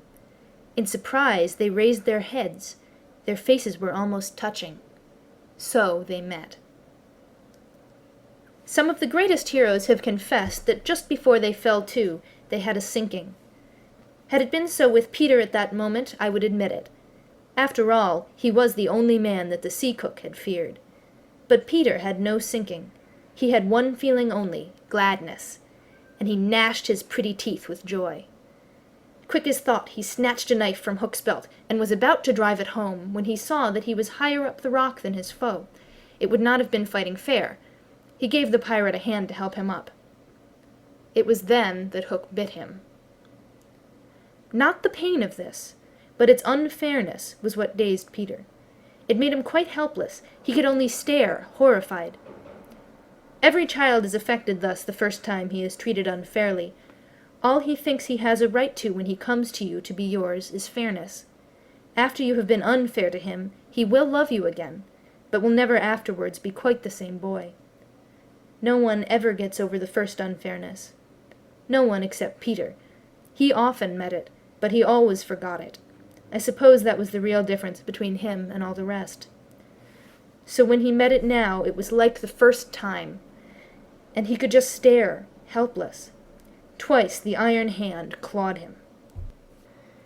A few moments afterwards, the other boys saw Hook in the water, striking wildly for the ship.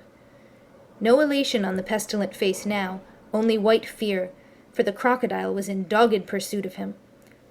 On ordinary occasions, the boys would have swum alongside cheering, but now they were uneasy, for they had lost both Peter and Wendy, and were scouring the lagoon for them, calling them by name. They found the dinghy and went home in it, shouting, "Peter! Wendy!" as they went, but no answer came, save mocking laughter from the mermaids. They must be swimming back, or flying, the boys concluded. They were not very anxious, because they had such faith in Peter. They chuckled, boy-like, because they would be late for bed, and it was all Mother Wendy's fault. When their voices died away, there came cold silence over the lagoon, and then a feeble cry. "Help! Help!" Two small figures were beating against the rock. The girl had fainted and lay on the boy's arm. With a last effort, Peter pulled her up the rock and then lay down beside her. Even as he also fainted, he saw that the water was rising. He knew that they would soon be drowned, but he could do no more. As they lay side by side, a mermaid caught Wendy by the feet and began pulling her softly into the water. Peter, feeling her slip from him, woke with a start and was just in time to draw her back. But he had to tell her the truth. "We're on the rock, Wendy," he said, "but it is growing smaller. Soon the water will be over it." She did not understand even now. "We must go," she said, almost brightly. "Yes," he answered faintly. "Shall we swim or fly, Peter?" He had to tell her. "Do you think you could swim or fly as far as the island, Wendy, without my help?" She had to admit that she was too tired. He moaned. "What is it?" she asked, anxious about him at once. "I can't help you, Wendy. Hook wounded me. I can neither fly nor swim." "Do you mean we shall both be drowned?" "Look how the water's rising." They put their hands over their eyes to shut out the sight. They thought they would soon be no more. As they sat thus, something brushed against Peter as light as a kiss, and stayed there, as if saying timidly, "Can I be of any use?" It was the tail of a kite, which Michael had made some days before. It had torn itself out of his hand and floated away. "Michael's kite," Peter said without interest. But next moment he had seized the tail and was pulling the kite toward him. "It lifted Michael off the ground," he cried. "Why should it not carry you?" "Both of us." "It can't lift two." Michael and Curly tried. "Let us draw lots," Wendy said bravely. "And you a lady? Never."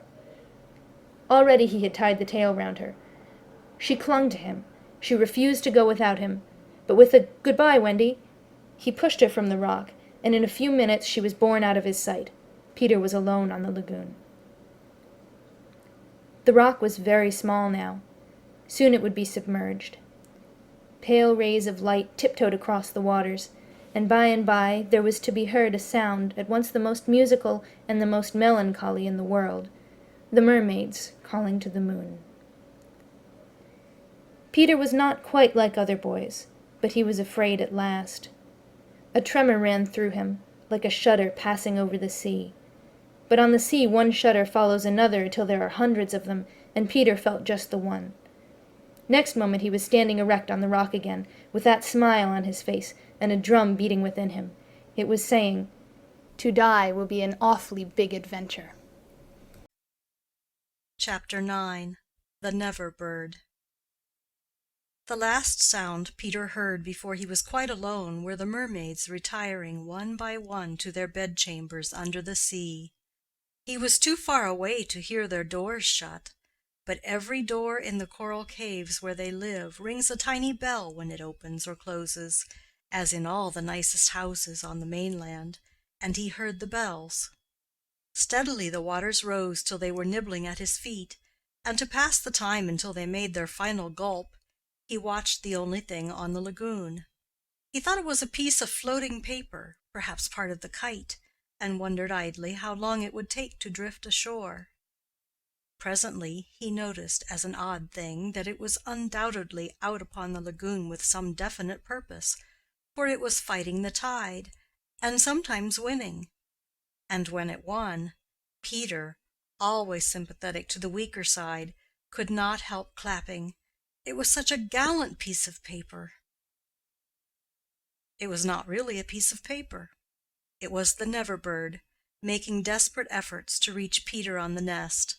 By working her wings in a way she had learned since the nest fell into the water, she was able to some extent to guide her strange craft. But by the time Peter recognized her, she was very exhausted. She had come to save him, to give him her nest, though there were eggs in it. I rather wonder at the bird, for though he had been nice to her, he had also sometimes tormented her. I can suppose only that, like Mrs. Darling and the rest of them, she was melted because he had all his first teeth. She called out to him what she had come for, and he called out to her what she was doing there. But of course neither of them understood the other's language. In fanciful stories people can talk to the birds freely, and I wish for the moment I could pretend that this were such a story, and say that Peter replied intelligently to the Neverbird. But truth is best, and I want to tell you only what really happened. Well, not only could they not understand each other, but they forgot their manners.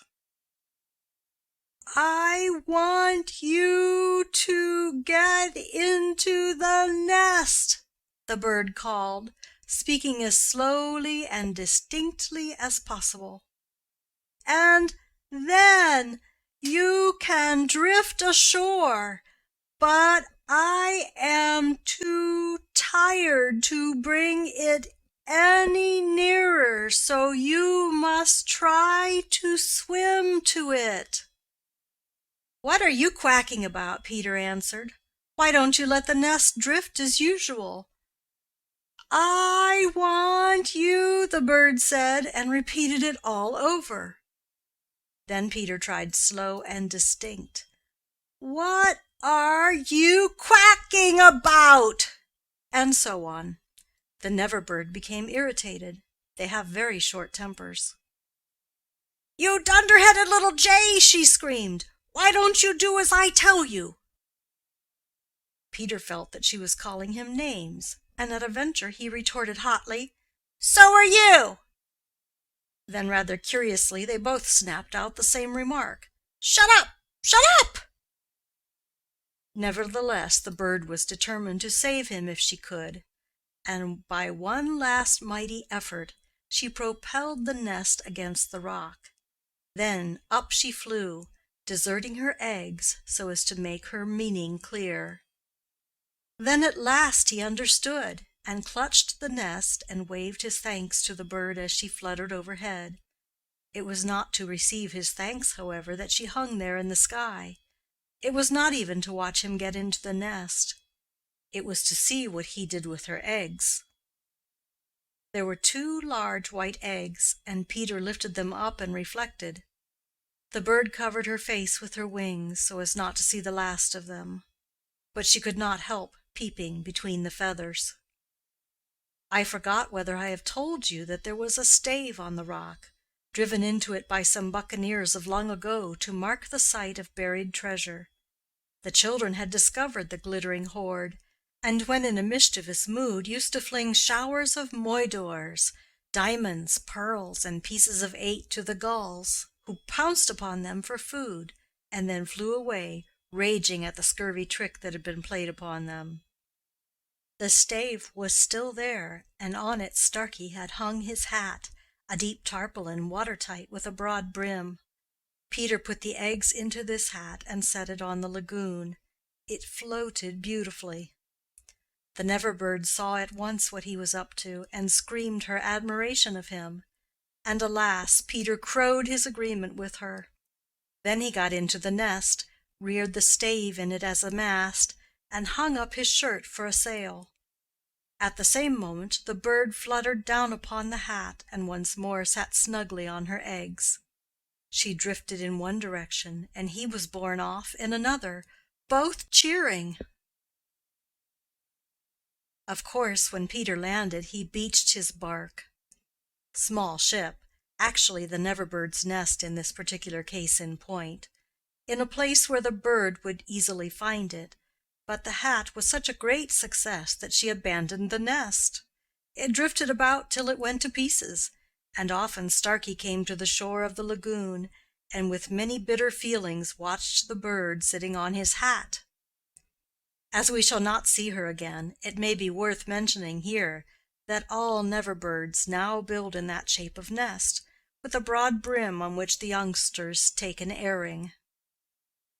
Great were the rejoicings when Peter reached the home under the ground almost as soon as Wendy, who had been carried hither and thither by the kite.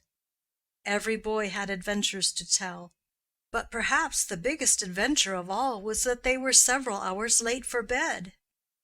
This so inflated them that they did various dodgy things to get staying up still longer, such as demanding bandages. But Wendy, though glorifying in having them all home again safe and sound, was scandalized by the lateness of the hour, and cried, "To bed, to bed!" in a voice that had to be obeyed. Next day, however, she was awfully tender, and gave out bandages to every one, and they played till bedtime at limping about and carrying their arms in slings. Chapter 10. The Happy Home. One important result of the brush on the lagoon was that it made the Redskins their friends. Peter had saved Tiger Lily from a dreadful fate, and now there was nothing she and her braves would not do for him. All night they sat above, keeping watch over the home under the ground and awaiting the big attack by the pirates, which obviously could not be much longer delayed. Even by day they hung about, smoking the pipe of peace and looking almost as if they wanted tidbits to eat. They called Peter the Great White Father, prostrating themselves before him, and he liked this tremendously, so that it was not really good for him. "The Great White Father," he would say to them in a very lordly manner as they grovelled at his feet, "is glad to see the Pickaninny warriors protecting his wigwam from the pirates." "Me Tiger Lily," that lovely creature would reply. "Peter Pan save me, me his very nice friend. Me no let pirates hurt him." She was far too pretty to cringe in this way, but Peter thought it his due, and he would answer condescendingly, "It is good. Peter Pan has spoken." Always when he said, "Peter Pan has spoken," it meant that they must now shut up, and they accepted it humbly in that spirit. But they were by no means so respectful to the other boys, whom they looked upon as just ordinary braves. They said, "How do?" to them, and things like that. And what annoyed the boys was that Peter seemed to think this all right. Secretly Wendy sympathized with them a little, but she was far too loyal a housewife to listen to any complaints against Father. "Father knows best," she always said, whatever her private opinion must be. Her private opinion was that the Redskins should not call her a squaw. We have now reached the evening that was to be known among them as the Night of Nights, because of its adventures and their upshot. The day, as if quietly gathering its forces, had been almost uneventful, and now the Redskins in their blankets were at their posts above, while, below, the children were having their evening meal, all except Peter, who had gone out to get the time. The way you got the time on the island was to find the crocodile, and then stay near him till the clock struck. The meal happened to be a make-believe tea, and they sat around the board, guzzling in their greed. And really, what with their chatter and recriminations, the noise, as Wendy said, was positively deafening. To be sure, she did not mind noise, but she simply would not have them grabbing things and then excusing themselves by saying that Toodles had pushed their elbow. There was a fixed rule that they must never hit back at meals, but should refer the matter of dispute to Wendy by raising the right arm politely and saying, "I complain of so-and-so." But what usually happened was that they forgot to do this, or did it too much. "Silence!" cried Wendy, when for the 20th time she had told them that they were not all to speak at once. "Is your mug empty, Slightly darling?" "Not quite empty, Mummy," Slightly said, after looking into an imaginary mug. "He hasn't even begun to drink his milk," Nibs interposed. This was telling, and Slightly seized his chance. "I complain of Nibs," he cried promptly. John, however, had held up his hand first. "Well, John?" "May I sit in Peter's chair, as he is not here?" "Sit in Father's chair, John?" Wendy was scandalized. "Certainly not." "He is not really our father," John answered. "He didn't even know how a father does till I showed him." This was grumbling. "We complain of John," cried the twins. Toodles held up his hand. He was so much the humblest of them, indeed, he was the only humble one, that Wendy was specially gentle with him.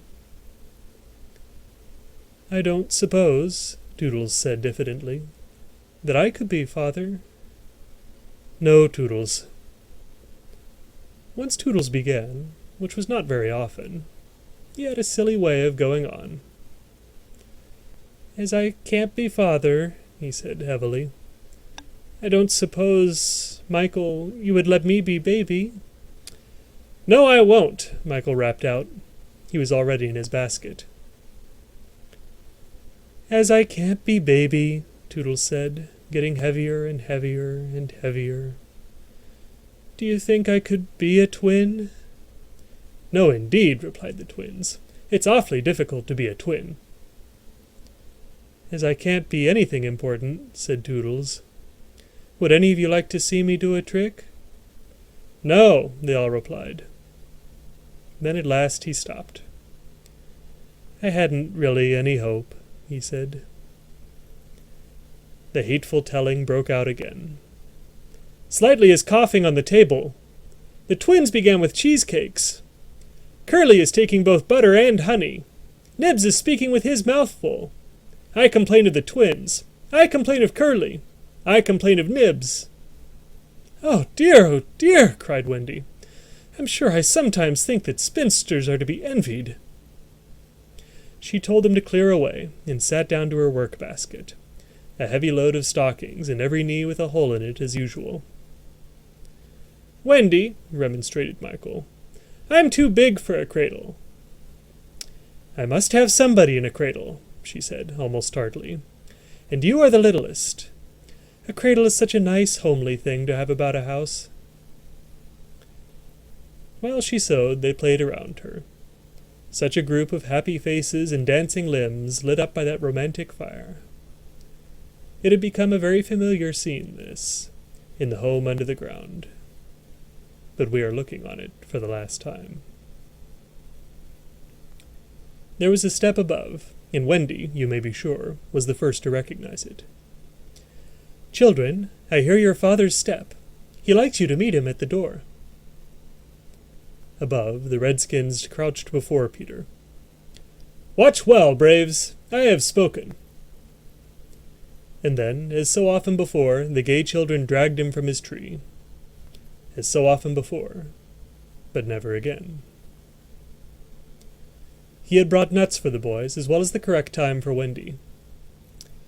"Peter, you just spoil them, you know," Wendy simpered. "Ah, old lady," said Peter, hanging up his gun. "It was me told him mothers are called old lady," Michael whispered to Curly. "I complain of Michael," said Curly instantly. The first twin came to Peter. "Father, we want to dance." "Dance away, my little man," said Peter, who was in high good humor. "But we want you to dance." Peter was really the best dancer among them, but he pretended to be scandalized. "Me? My old bones would rattle. And Mummy, too." "What?" cried Wendy. "The mother of such an armful dance?" "But on a Saturday night," slightly insinuated. It was not really Saturday night. At least, it may have been, for they had long lost count of the days. But always if they wanted to do anything special, they said this was Saturday night, and then they did it. "Of course it is Saturday night, Peter," Wendy said, relenting. "People of our figure, Wendy."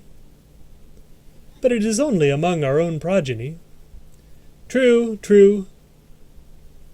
So they were told they could dance, but they must put on their nighties first. "Ah, old lady," Peter said aside to Wendy, warming himself by the fire and looking down at her as she sat turning a heel.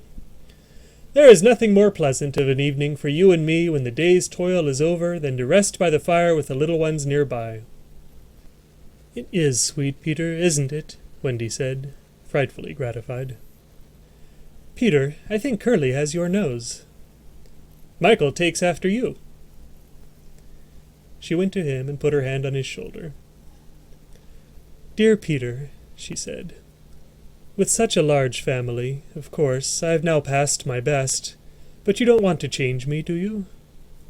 "No, Wendy." Certainly he did not want to change, but he looked at her uncomfortably, blinking, you know, like one not sure whether he was awake or asleep. "Peter, what is it?" "I was just thinking," he said, a little scared. "It is only make-believe, isn't it, that I am their father?" "Oh, yes," Wendy said primly.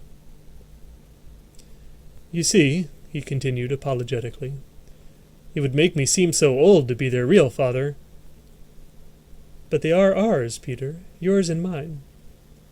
"But not really, Wendy?" he asked anxiously. "Not if you don't wish it," she replied, and she distinctly heard his sigh of relief. "Peter," she asked, trying to speak firmly, "what are your exact feelings to me?" "Those of a devoted son, Wendy." "I thought so," she said, and went and sat by herself at the extreme end of the room. "You are so queer," he said, frankly puzzled. "And Tiger Lily is just the same. There is something she wants to be to me, but she says it is not my mother." "No, indeed it is not," Wendy replied with frightful emphasis. Now we know why she was prejudiced against the Redskins. "Then what is it?" "It isn't for a lady to tell." "Oh, very well," Peter said, a little nettled. "Perhaps Tinker Bell will tell me." "Oh, yes, Tinker Bell will tell you," Wendy retorted scornfully. "She is an abandoned little creature." Here Tink, who was in her bedroom, eavesdropping, squeaked out something impudent. "She says she glories in being abandoned," Peter interpreted. He had a sudden idea. "Perhaps Tink wants to be my mother." "You silly ass!" cried Tinker Bell in a passion. She had said it so often that Wendy needed no translation. "I almost agree with her," Wendy snapped. Fancy Wendy snapping. But she had been much tried, and she little knew what was to happen before the night was out. If she had known, she would not have snapped. None of them knew. Perhaps it was best not to know. Their ignorance gave them one more glad hour, and as it was to be their last hour on the island, let us rejoice that there were 60 glad minutes in it. They sang and danced in their nightgowns. Such a deliciously creepy song it was, in which they pretended to be frightened at their own shadows, little witting that so soon shadows would close in upon them, from whom they would shrink in real fear. So uproariously gay was the dance, and how they buffeted each other on the bed and out of it. It was a pillow fight rather than a dance, and when it was finished the pillows insisted on one bout more, like partners who know that they may never meet again. The stories they told, before it was time for Wendy's good-night story. Even Slightly tried to tell a story that night, but the beginning was so fearfully dull that it appalled not only the others but himself. And he said happily, "Yes, it is a dull beginning. I say, let us pretend that it is the end." And then at last they all got into bed for Wendy's story, the story they loved best, the story Peter hated. Usually when she began to tell this story, he left the room, or put his hands over his ears. And possibly, if he had done either of those things this time, they might all still be on the island. But tonight he remained on his stool, and we shall see what happened. Chapter 11. Wendy's Story.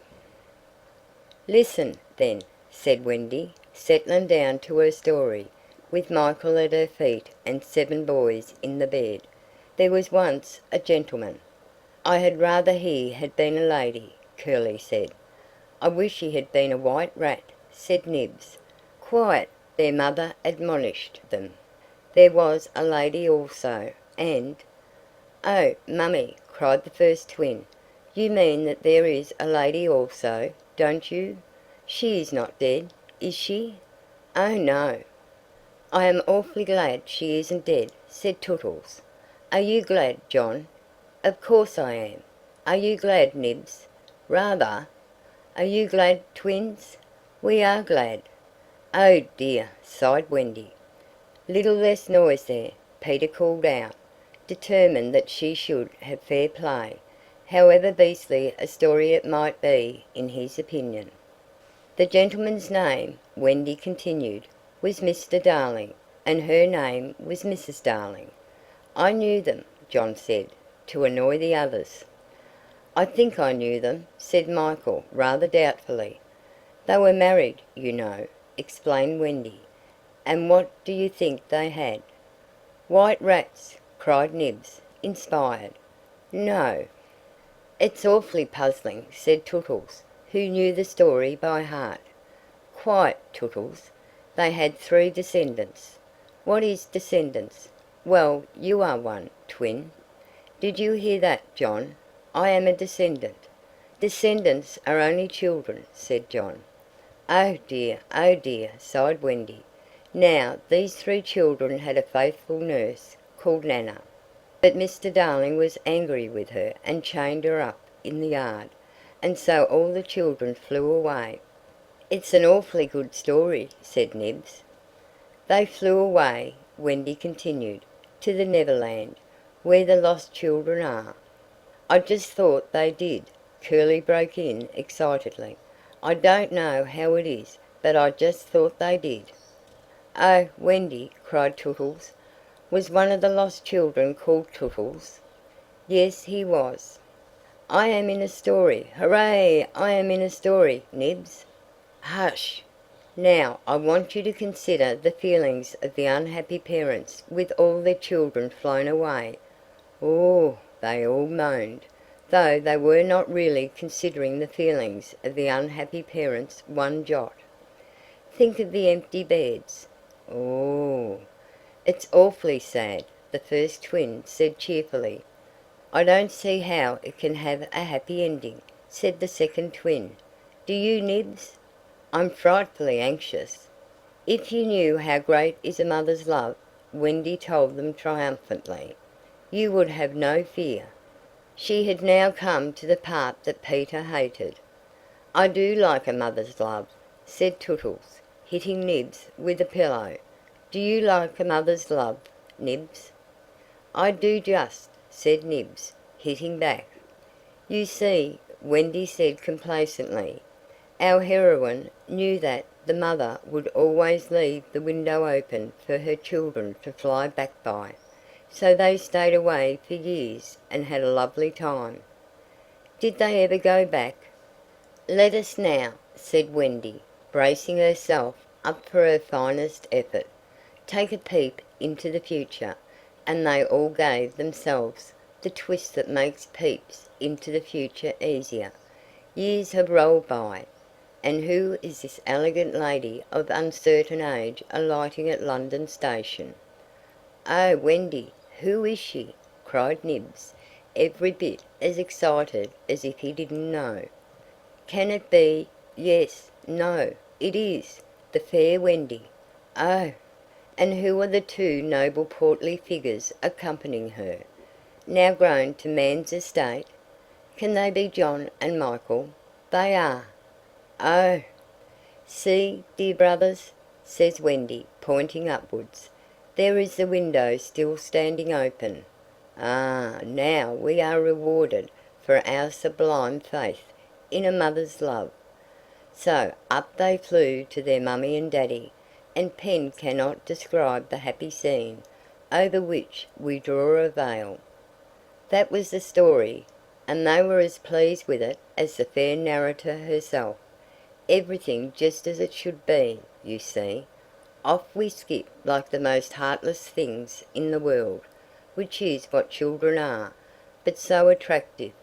And we have an entirely selfish time, and then when we have need of special attention we nobly return for it, confident that we shall be rewarded instead of smacked.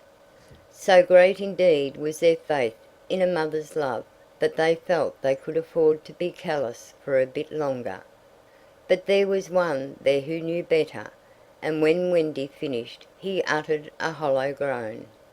"What is it, Peter?" she cried, running to him, thinking he was ill. She felt him solicitously, lower down than his chest. "Where is it, Peter?" "It isn't that kind of pain," Peter replied darkly. "Then what kind is it?" "Wendy, you are wrong about mothers." They all gathered round him in a fright, so alarming was his agitation, and with a fine candour he told them what he had hitherto concealed. "Long ago," he said, "I thought like you that my mother would always keep the window open for me. So I stayed away for moons and moons and moons, and then flew back, but the window was barred, for mother had forgotten all about me, and there was another little boy sleeping in my bed." I am not sure that this was true, but Peter thought it was true, and it scared them. "Are you sure mothers are like that?" "Yes." So this was the truth about mothers. The toads! Still it is best to be careful, and no one knows so quickly as a child when he should give in. "Wendy, let us go home," cried Michael and John together. "Yes," she said, clutching them. "Not tonight?" asked the lost boys, bewildered. They knew in what they called their hearts that one can get on quite well without a mother, and that it is only the mothers who think you can't. At once Wendy replied resolutely, for the horrible thought had come to her. Perhaps mother is in half mourning by this time. This dread made her forgetful of what must be Peter's feelings, and she said to him rather sharply, "Peter, will you make the necessary arrangements?" "If you wish it," he replied, as coolly as if she had asked him to pass the nuts. Not so much as a sorry to lose you between them. If she did not mind the parting, he was going to show her, was Peter, that neither did he.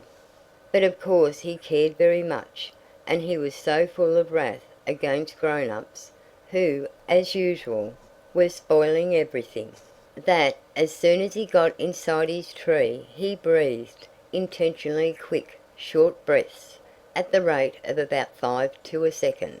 He did this because there is a saying in the Neverland that every time you breathe, a grown-up dies, and Peter was killing them off vindictively as fast as possible. Then, having given the necessary instructions to the redskins, he returned to the home, where an unworthy scene had been enacted in his absence. Panic-stricken at the thought of losing Wendy, the lost boys had advanced upon her threateningly. "It will be worse than before she came," they cried. "We shan't let her go. Let's keep her prisoner. Aye, chain her up." In her extremity an instinct told her to which of them to turn, "Tootles," she cried, "I appeal to you." Was it not strange? She appealed to Tootles, quite the silliest one. Grandly, however, did Tootles respond. For that one moment he dropped his silliness and spoke with dignity. "I am just Tootles," he said, "and nobody minds me. But the first who does not behave to Wendy like an English gentleman, I will blood him severely." He drew back his hanger, and for that instant his sun was at noon. The others held back uneasily. Then Peter returned, and they saw at once that they would get no support from him. He would keep no girl in the Neverland against her will. "Wendy," he said, striding up and down, "I have asked the redskins to guide you through the wood, as flying tires you so." "Thank you, Peter." Then he continued, in the short sharp voice of one accustomed to be obeyed, "Tinker Bell will take you across the sea. Wake her, Nibs." Nibs had to knock twice before he got an answer, though Tink had really been sitting up in bed, listening for some time. "Who are you? How dare you? Go away!" she cried. "You are to get up, Tink," Nibs called, "and take Wendy on a journey." Of course, Tink had been delighted to hear that Wendy was going, but she was jolly well determined not to be her courier, and she said so in still more offensive language. Then she pretended to be asleep again. "She says she won't!" Nibs exclaimed, aghast at such insubordination, whereupon Peter went sternly toward the young lady's chamber. "Tink," he rapped out, "if you don't get up and dress at once I will open the curtains, and then we shall all see you in your negligee." This made her leap to the floor. "Who said I wasn't getting up?" she cried. In the meantime the boys were gazing very forlornly at Wendy, now equipped with John and Michael for the journey. By this time they were dejected, not merely because they were about to lose her, but also because they felt that she was going off to something nice to which they had not been invited. Novelty was beckoning to them as usual. Crediting them with a nobler feeling, Wendy melted. "Dear ones," she said, "if you will all come with me, I feel almost sure I can get my father and mother to adopt you." The invitation was meant specially for Peter, but each of the boys was thinking exclusively of himself, and at once they jumped with joy. "But won't they think us rather a handful?" Nibs asked in the middle of his jump. "Oh, no," said Wendy, rapidly thinking it out.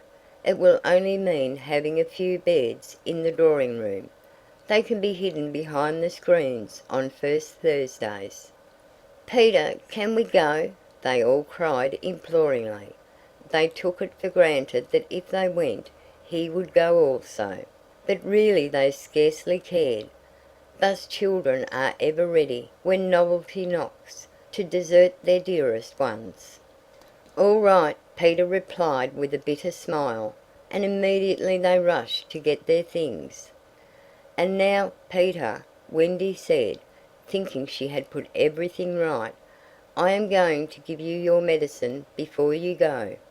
She loved to give them medicine, and undoubtedly gave them too much. Of course it was only water, but it was out of a bottle, and she always shook the bottle and counted the drops, which gave it a certain medicinal quality. On this occasion, however, she did not give Peter his draught, for just as she had prepared it she saw a look on his face that made her heart sink. "Get your things, Peter," she cried, shaking. "No," he answered, pretending indifference. "I am not going with you, Wendy." "Yes, Peter." "No." To show that her departure would leave him unmoved, he skipped up and down the room, playing gaily on his heartless pipes.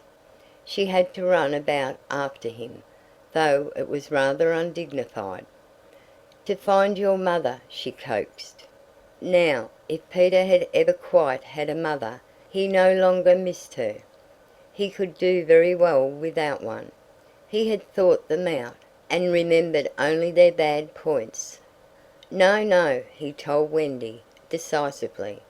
"Perhaps she would say I was old, and I just want always to be a little boy and to have fun. But Peter—" No, and so the others had to be told.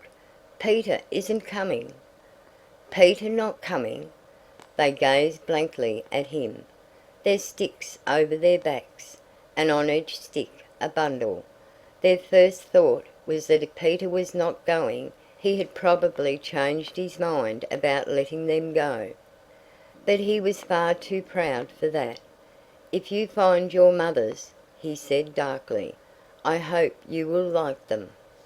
The awful cynicism of this made an uncomfortable impression, and most of them began to look rather doubtful. After all, their faces said, were they not noodles to want to go? "Now then," cried Peter, "no fuss, no blubbering. Good-bye, Wendy." And he held out his hand cheeringly, quite as if they must really go now, for he had something important to do. She had to take his hand, and there was no indication that he would prefer a thimble. "You will remember about changing your flannels, Peter," she said, lingering over him. She was always so particular about their flannels. "Yes." "And you will take your medicine?" "Yes." That seemed to be everything, and an awkward pause followed. Peter, however, was not the kind that breaks down before other people. "Are you ready, Tinker Bell?" he called out. "Aye, aye." "Then lead the way." Tink darted up the nearest tree, but no one followed her, for it was at this moment that the pirates made their dreadful attack upon the Redskins. Above, where all had been so still, the air was rent with shrieks and the clash of steel. Below there was dead silence. Mouths opened and remained open. Wendy fell on her knees, but her arms were extended toward Peter. All arms were extended to him, as if suddenly blown in his direction. They were beseeching him mutely not to desert them. As for Peter, he seized his sword, the same he thought he had slain Barbecue with, and the lust of battle was in his eye. Chapter 12. The children are carried off. The pirate attack had been a complete surprise, a sure proof that the unscrupulous Hook had conducted it improperly, for to surprise Redskins fairly is beyond the wit of the white man. By all the unwritten laws of savage warfare, it is always the Redskin who attacks, and with the wiliness of his race, he does it just before the dawn, at which time he knows the courage of the whites to be at its lowest ebb. The white men have in the meantime made a rude stockade on the summit of yonder undulating ground, at the foot of which a stream runs, for it is destruction to be too far from water. There they await the onslaught, the inexperienced ones clutching their revolvers and treading on twigs, but the old hands sleeping tranquilly until just before the dawn. Through the long black night the savage scouts wriggle, snake-like, among the grass, without stirring a blade. The brushwood closes behind them as silently as sand into which a mole has dived. Not a sound is to be heard, save when they give vent to a wonderful imitation of the lonely call of the coyote. The cry is answered by other braves, and some of them do it even better than the coyotes, who are not very good at it. So the chill hours wear on, and the long suspense is horribly trying to the pale-face who has to live through it for the first time. But to the trained hand, those ghastly calls and still ghastlier silences are but an intimation of how the night is marching. That this was the usual procedure was so well known to Hook that in disregarding it he cannot be excused on the plea of ignorance. The pickaninnies, on their part, trusted implicitly to his honor, and their whole election of the night stands out in marked contrast to his. They left nothing undone that was consistent with the reputation of their tribe. With that alertness of the senses which is at once the marvel and despair of civilized peoples, they knew that the pirates were on the island from the moment one of them trod on a dry stick, and in an incredibly short space of time the coyote cries began.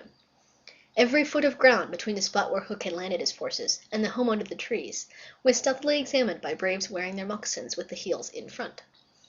They found only one hillock with a stream at its base, so that Hook had no choice. Here he must establish himself and wait for just before the dawn. Everything being thus mapped out, with almost diabolical cunning, the main body of the Redskins folded their blankets around them, and in the phlegmatic manner that is to them, the pearl of manhood squatted above the children's home, awaiting the cold moment when they should deal pale death. Here, dreaming though wide awake of the exquisite tortures to which they were to put him at break of day, those confiding savages were found by the treacherous Hook. From the accounts afterwards supplied by such of the scouts as escaped the carnage, he does not seem even to have paused at the rising ground, though it is certain that in the grey light he must have seen it. No thought of waiting to be attacked appears from first to last to have visited his subtle mind. He would not even hold off till the night was nearly spent. On he pounded, with no policy but to fall to. What could the bewildered scouts do? Masters as they were of every warlike artifice save this one, but trod helplessly after him, exposing themselves fatally to view, while they gave pathetic utterance to the coyote cry. Around the brave Tiger Lily were a dozen of her stoutest warriors, and they suddenly saw the perfidious pirates bearing down upon them. Fell from their eyes, then, the film through which they had looked at victory. No more would they torture at the stake. For them the happy hunting grounds was now. They knew it, but as their father's sons they acquitted themselves. Even then they had time to gather in a phalanx that would have been far hard to break had they risen quickly, but this they were forbidden to do by the traditions of their race. It is written that the noble savage must never express surprise in the presence of the white. Thus, terrible as the sudden appearance of the pirates must have been to them, they remained stationary for a moment, not a muscle moving, as if the foe had come by invitation. Then, indeed, the tradition gallantly upheld, they seized their weapons, and the air was torn with the war cry. But it was now too late. It is no part of ours to describe what was a massacre rather than a fight. Thus perished many of the flower of the Pickaninny tribe. Not all unavenged did they die, for with Lean Wolf fell Alf Mason, to disturb the Spanish Main no more, and among others who bit the dust were George Scory, Charles Turley, and the Alsatian Fogarty. Turley fell to the tomahawk of the terrible Panther, who ultimately cut a way through the pirates with Tiger Lily and a small remnant of the tribe. To what extent Hook is to blame for his tactics on this occasion is for the historian to decide. Had he waited on the rising ground till the proper hour, he and his men would probably have been butchered, and in judging him it is only fair to take this into account. What he should perhaps have done was to acquaint his opponents that he proposed to follow a new method. On the other hand, this, as destroying the element of surprise, would have made his strategy of no avail, so that the whole question is beset with difficulties. One cannot at least withhold a reluctant admiration for the wit that had conceived so bold a scheme, and the fell genius with which it was carried out. What were his own feelings about himself at that triumphant moment? Fain would his dogs have known, as breathing heavily and wiping their cutlasses they gathered at a discreet distance from his Hook, and squinted through their ferret eyes at this extraordinary man. Elation must have been in his heart, but his face did not reflect it. Ever a dark and solitary enigma, he stood aloof from his followers in spirit as in substance. The night's work was not yet over, for it was not the Redskins he had come out to destroy. They were but the bees to be smoked, so that he should get at the honey. It was Pan he wanted, Pan and Wendy and their band, but chiefly Pan. Peter was such a small boy that one tends to wonder at the man's hatred of him. True, he had flung Hook's arm to the crocodile, but even this and the increased insecurity of life to which it led, owing to the crocodile's pertinacity, hardly account for a vindictiveness so relentless and malignant. The truth is that there was something about Peter which goaded the pirate captain to frenzy. It was not his courage, it was not his engaging appearance, there was no beating about the bush, for we know quite well what it was, and had got to tell. It was Peter's cockiness. This had got on Hook's nerves. It made his iron claw twitch, and at night it disturbed him like an insect. While Peter lived, the tortured man felt that he was a lion in a cage into which a sparrow had come. The question now was how to get down the trees, or how to get his dogs down. He ran his greedy eyes over them, searching for the thinnest ones. They wriggled uncomfortably, for they knew he would not scruple to ram them down with poles. In the meantime, what of the boys? We have seen them at the first clang of the weapons, turned as it were into stone figures, open-mouthed, all appealing with outstretched arms to Peter, and we return to them as their mouths close and their arms fall to their sides.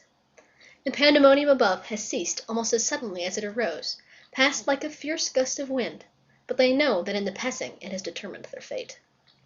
Which side had won? The pirates, listening avidly at the mouths of the trees, heard the question put by every boy, and alas, they also heard Peter's answer. "If the Redskins have won," he said, "they'll beat the tom-tom. It is always their sign of victory." Now Smee had found the tom-tom, and was at that moment sitting on it. "You will never hear the tom-tom again," he muttered, but inaudibly, of course, for strict silence had been enjoined. To his amazement, Hook signed him to beat the tom-tom, and slowly there came to Smee an understanding of the dreadful wickedness of the order. Never, probably, had this simple man admired Hook so much. Twice Smee beat upon the instrument, and then stopped to listen gleefully. "The tom-tom!" miscreants heard Peter cry. "An Indian victory!" The doomed children answered with a cheer that was music to the black hearts above, and almost immediately they repeated their goodbyes to Peter. This puzzled the pirates, but all their other feelings were swallowed by a base delight that the enemy were about to come up the trees. They smirked at each other and rubbed their hands. Rapidly and silently Hook gave his orders, one man to each tree, and the others to arrange themselves in a line 2 yards apart. Chapter 13. Do you believe in fairies? The more quickly this horror is disposed of, the better. The first to emerge from his tree was Curly. He rose out of it into the arms of Secco, who flung him to Smee, who flung him to Starkey, who flung him to Bill Jukes, who flung him to Noodler, and so he was tossed from one to another till he fell at the feet of the black pirate. All the boys were plucked from their trees in this ruthless manner, and several of them were in the air at a time, like bales of goods flung from hand to hand. A different treatment was accorded to Wendy, who came last. With ironical politeness, Hook raised his hat to her, and, offering her his arm, escorted her to the spot where the others were being gagged. He did it with such an air, he was so frightfully distingué, that she was too fascinated to cry out. She was only a little girl.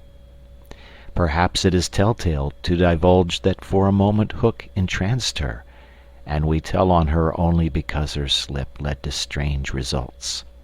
Had she haughtily unhanded him, and we should have loved to write it of her, she would have been hurled through the air like the others, and then Hook would probably not have been present at the tying of the children, and had he not been at the tying, he would not have discovered Slightly's secret, and without the secret he could not presently have made his foul attempt on Peter's life.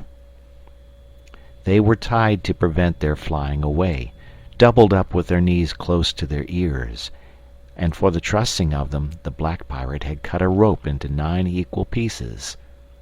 All went well until Slightly's turn came, when he was found to be like those irritating parcels that use up all the string in going round and leave no tags with which to tie a knot.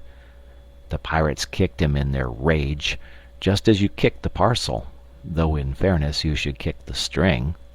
And strange to say, it was Hook who told them to belay their violence. His lip was curled with malicious triumph, while his dogs were merely sweating because every time they tried to pack the unhappy lad tight in one part he bulged out in another. Hook's mastermind had gone far beneath Slightly's surface, probing not for effects but for causes, and his exultation showed that he had found them. Slightly, white to the gills, knew that Hook had surprised his secret, which was this, that no boy so blown out could use a tree wherein an average man needs stick.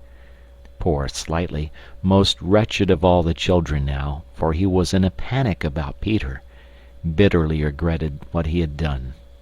Madly addicted to the drinking of water when he was hot, he had swelled in consequence to his present girth, and instead of reducing himself to fit his tree, he had, unknown to the others, whittled his tree to make it fit him. Sufficient of this, Hook guessed to persuade him that Peter at last lay at his mercy, but no word of the dark design that now formed in these subterranean caverns of his mind crossed his lips. He merely signed that the captives were to be conveyed to the ship, and that he would be alone. how to convey them. Hunched up in their ropes, they might indeed be rolled downhill like barrels, but most of the way lay through a morass. Again Hook's genius surmounted difficulties. He indicated that the little house must be used as a conveyance. The children were flung into it. 4 stout pirates raised it on their shoulders. The others fell in behind, and singing the hateful pirate chorus, the strange procession set off through the wood. I don't know whether any of the children were crying. If so, the singing drowned the sound, but as the little house disappeared in the forest, a brave though tiny jet of smoke issued from its chimney, as if defying Hook. Hook saw it, and it did Peter a bad service. It dried up any trickle of pity for him that may have remained in the pirate's infuriated breast. The first thing he did on finding himself alone in the fast-falling night was to tiptoe to Slightly's tree and make sure that it provided him with a passage. Then for long he remained brooding, his hat of ill omen on the sward, so that any gentle breeze which had arisen might play refreshingly through his hair. Dark as were his thoughts, his blue eyes were as soft as the periwinkle. Intently he listened for any sound from the nether world, but all was as silent below as above. The house under the ground seemed to be but one more empty tenement in the void. Was that boy asleep, or did he stand waiting at the foot of Slightly's tree with his dagger in his hand? There was no way of knowing save by going down.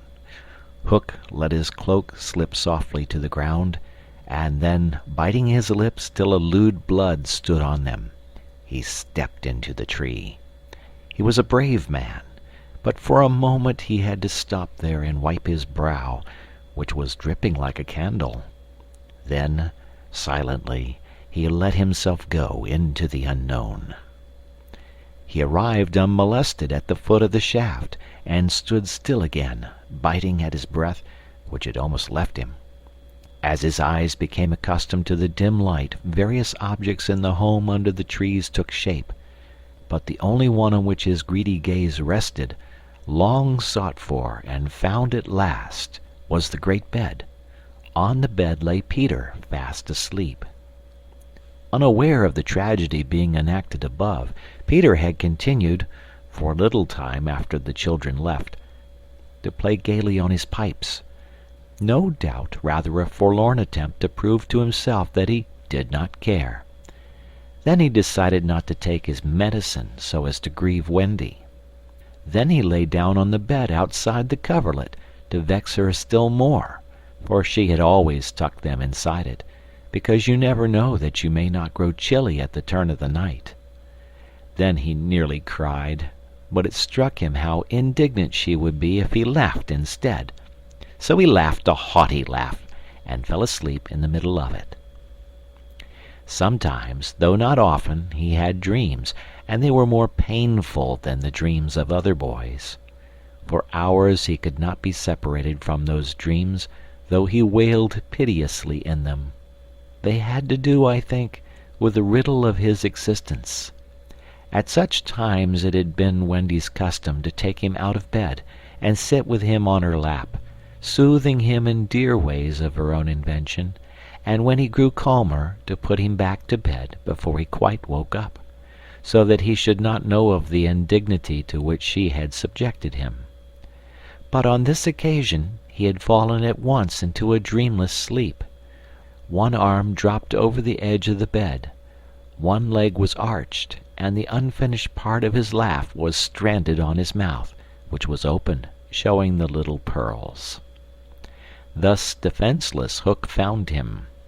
He stood silent at the foot of the tree, looking across the chamber at his enemy. Did no feeling of compassion disturb his somber breast? The man was not wholly evil. He loved flowers, I have been told, and sweet music. He was himself no mean performer on the harpsichord. And, let it be frankly admitted, the idyllic nature of the scene stirred him profoundly. Mastered by his better self, he would have returned reluctantly up the tree but for one thing. What stayed him was Peter's impertinent appearance as he slept. The open mouth, the drooping arm, the arched knee, they were such a personification of cockiness as, taken together, will never again, one may hope, be presented to eyes so sensitive to their offensiveness. They steeled Hook's heart. If his rage had broken him into 100 pieces, every one of them would have disregarded the incident and leaped at the sleeper. Though a light from the one lamp shone dimly on the bed, Hook stood in darkness himself, and at the first stealthy step forward he discovered an obstacle, the door of Slightly's tree. It did not entirely fill the aperture, and he had been looking over it. Feeling for the catch, he found to his fury that it was low down, beyond his reach. To his disordered brain it seemed then that the irritating quality in Peter's face and figure visibly increased, and he rattled the door and flung himself against it. Was his enemy to escape him after all? But what was that? The red in his eye had caught sight of Peter's medicine, standing on a ledge within easy reach. He fathomed what it was straight away, and immediately knew that the sleeper was in his power. Lest he should be taken alive, Hook always carried about his person a dreadful drug, blended by himself of all the death-dealing rings that had come into his possession. These he had boiled down into a yellow liquid quite unknown to science, which was probably the most virulent poison in existence. 5 drops of this he now added to Peter's cup. His hand shook, but it was in exultation rather than in shame. As he did it, he avoided glancing at the sleeper, but not lest pity should unnerve him, merely to avoid spilling. Then one long, gloating look he cast upon his victim, and turning, wormed his way with difficulty up the tree. As he emerged at the top, he looked the very spirit of evil breaking from its hole. Donning his hat at its most rakish angle, he wound his cloak around him, holding one end in front as if to conceal his person from the night, of which it was the blackest part, and, muttering strangely to himself, stole away through the trees. Peter slept on. The light guttered and went out, leaving the tenement in darkness, but still he slept. It must have been not less than 10 o'clock by the crocodile, when he suddenly sat up in his bed, wakened by he knew not what. It was a soft, cautious tapping on the door of his tree. Soft and cautious, but in that stillness it was sinister. Peter felt for his dagger till his hand gripped it. Then he spoke. "Who is that?" For long there was no answer. Then again the knock. "Who are you?"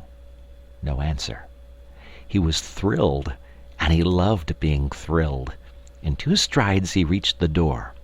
Unlike Slightly's door, it filled the aperture so that he could not see beyond it, nor could the one knocking see him. "I won't open unless you speak," Peter cried. Then at last the visitor spoke, in a lovely bell-like voice. "Let me in, Peter." It was Tink, and quickly he unbarred to her. She flew in excitedly, her face flushed, and her dress stained with mud. "What is it?" "Oh, you can never guess," she cried, and offered him 3 guesses. "Out with it!" he shouted, and in one ungrammatical sentence, as long as the ribbons that conjurers pull from their mouths, she told of the capture of Wendy and the boys. Peter's heart bobbed up and down as he listened. Wendy bound, and on the pirate ship, she who loved everything to be just so. "I'll rescue her!" he cried, leaping at his weapons. As he leaped, he thought of something he could do to please her. He could take his medicine. His hand closed on the fatal draught. "No!" shrieked Tinker Bell, who had heard Hook mutter about his deed as he sped through the forest. "Why not?" "It is poisoned." "Poisoned? Who could have poisoned it?" "Hook." "Don't be silly. How could Hook have got down here? Alas, Tinker Bell could not explain this, for even she did not know the dark secret of Slightly's tree. Nevertheless, Hook's words had left no room for doubt. The cup was poisoned.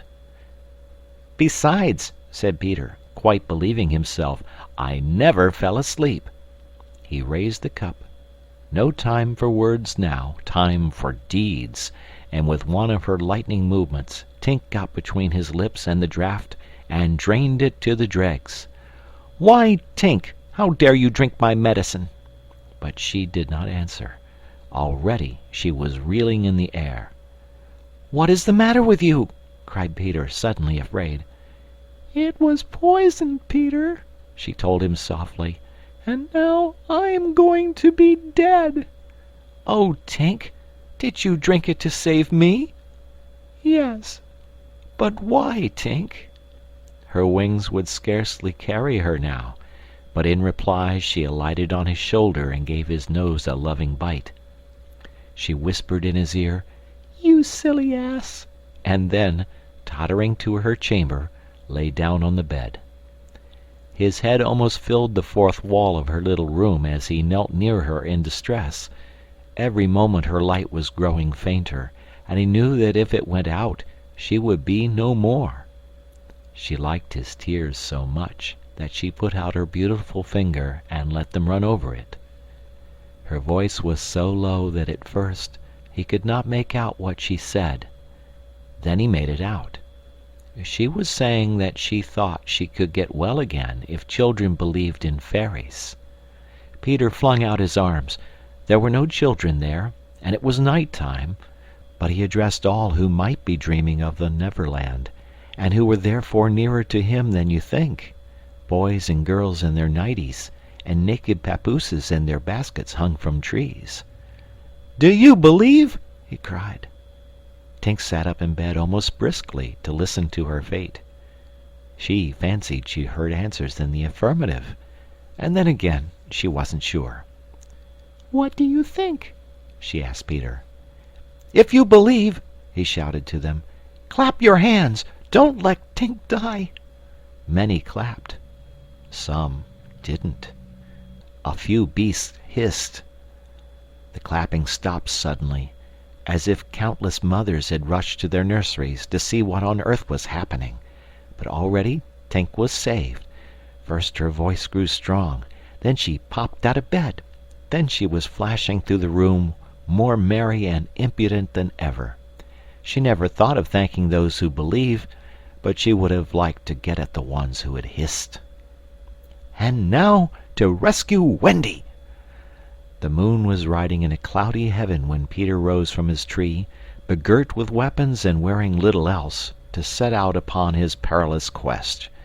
It was not such a night as he would have chosen. He had hoped to fly, keeping not far from the ground so that nothing unwonted should escape his eyes, but in that fitful light to have flown low would have meant trailing his shadow through the trees, thus disturbing birds and acquainting a watchful foe that he was astir. He regretted now that he had given the birds of the island such strange names that they are very wild and difficult of approach. There was no other course but to press forward in redskin fashion, at which happily he was an adept.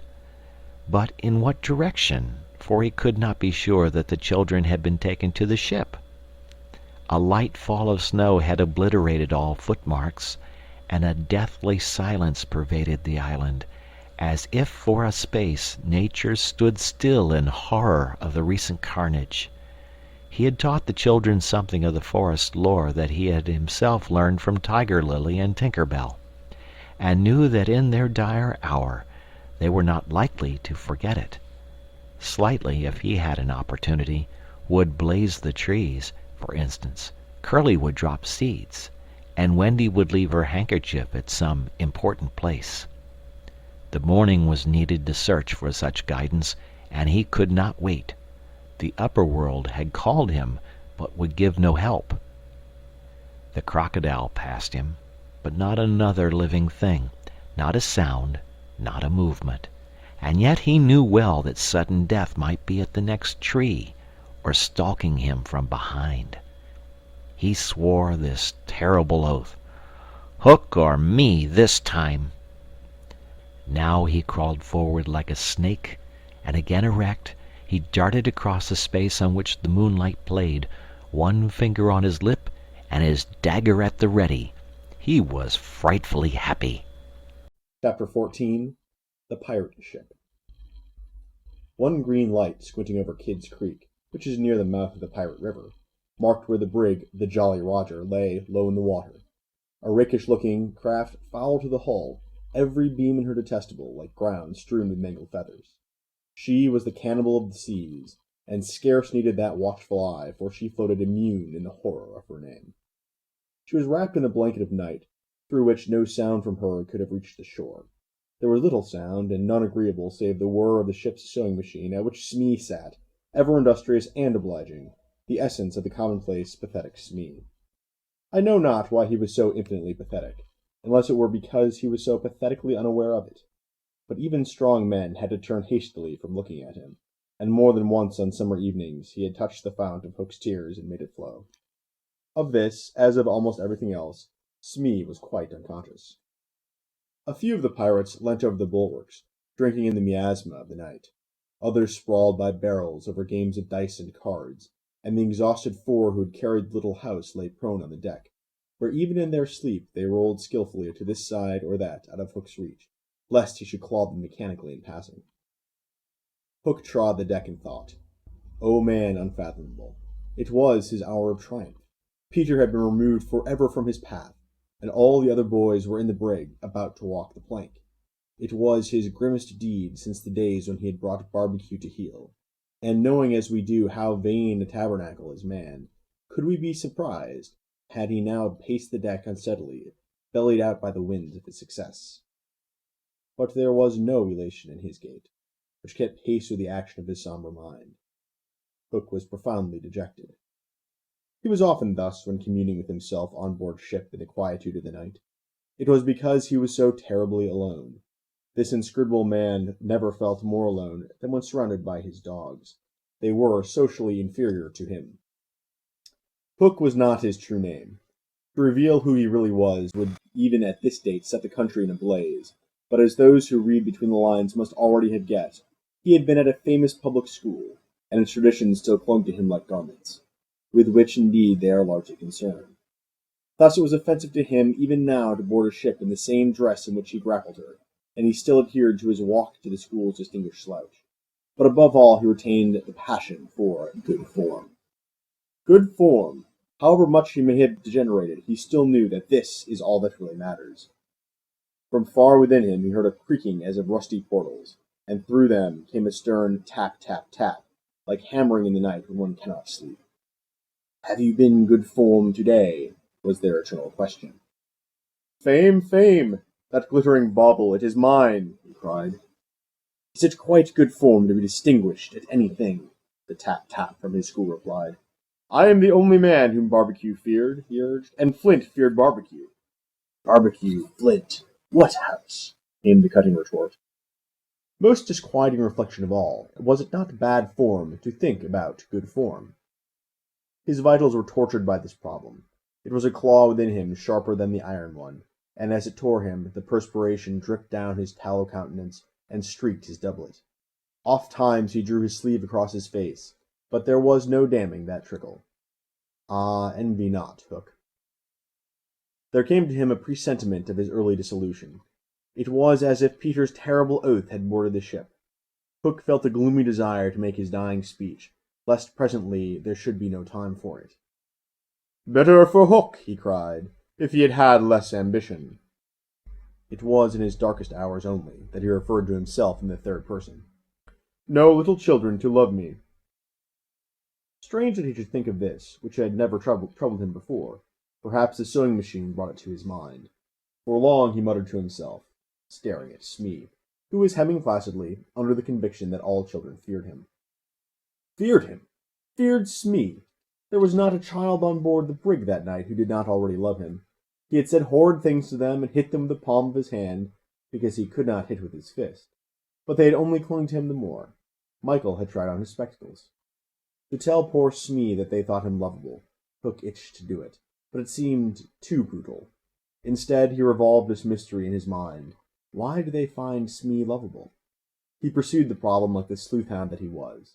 If Smee was lovable, what was it that made him so? A terrible answer suddenly presented itself. Good form? Had the boatswain good form without knowing it, which is the best form of all? He remembered that you have to prove you don't know you have it before you are eligible for pop.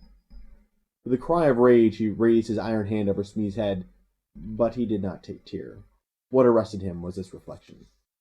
To claw a man because he has good form, what would that be? Bad form. The unhappy Hook was as impotent as he was damp, and he fell forward like a cut flower. His dogs thinking him out of the way for a time, discipline instantly relaxed, and they broke into a bacchanalian dance, which brought him to his feet at once, all traces of human weakness gone, as if a bucket of water had passed over him. Quiet, you scugs, he cried, or I'll cast anchor in you. And at once the din was hushed. Are all the children chained so that they cannot fly away? Aye, aye. Then hoist them up. The wretched prisoners were dragged from the hold, all except Wendy, and ranged in line in front of him. For a time he seemed unconscious of their presence. He lolled at his ease, humming not unmelodiously, snatches of a rude song, and fingering a pack of cards. Ever and anon the light from his cigar gave a touch of color to his face. Now then, bullies, he said briskly, 6 of you will walk the plank tonight, but I have room for 2 cabin boys. Which of you is it to be? Don't irritate him unnecessarily, had been Wendy's instructions in the hold, so Toodles stepped forward politely. Toodles hated the idea of signing under such a man, but an instinct told him that it would be prudent to lay the responsibility on an absent person, and though a somewhat silly boy, he knew that mothers alone are always willing to be the buffer. All children know this about mothers, and despise them for it, but make constant use of it. So Toodles explained prudently, You see, sir, I don't think my mother would like me to be a pirate. Would your mother like you to be a pirate, Slightly? He winked at Slightly, who said mournfully, I don't think so, as if he wished things had been otherwise. Would your mother like you to be a pirate, Twin? I don't think so, said the first twin, as clever as the others. Nibs would... Stow this gab, roared Hook, and the spokesmen were dragged back. You, boy, he said, addressing John, you look as if you had a little pluck in you. Didst never want to be a pirate, my hearty? Now John had sometimes experienced this hankering at maths prep, and he was stuck by Hook picking him out. I once thought of calling myself Red-Handed Jack, he said diffidently. And a good name, too. We'll call you that here, bully, if you join. What do you think, Michael? Asked John. What would you call me if I joined? Michael demanded. Blackbeard Joe. Michael was naturally impressed. What do you think, John? He wanted John to decide, and John wanted him to decide. Shall we still be respectful subjects of the king? John inquired. Through Hook's teeth came the answer. You would have to swear down with the king. Perhaps John had not behaved very well so far, but he shone out now. Then I refuse, he cried, banging the barrel in front of Hook.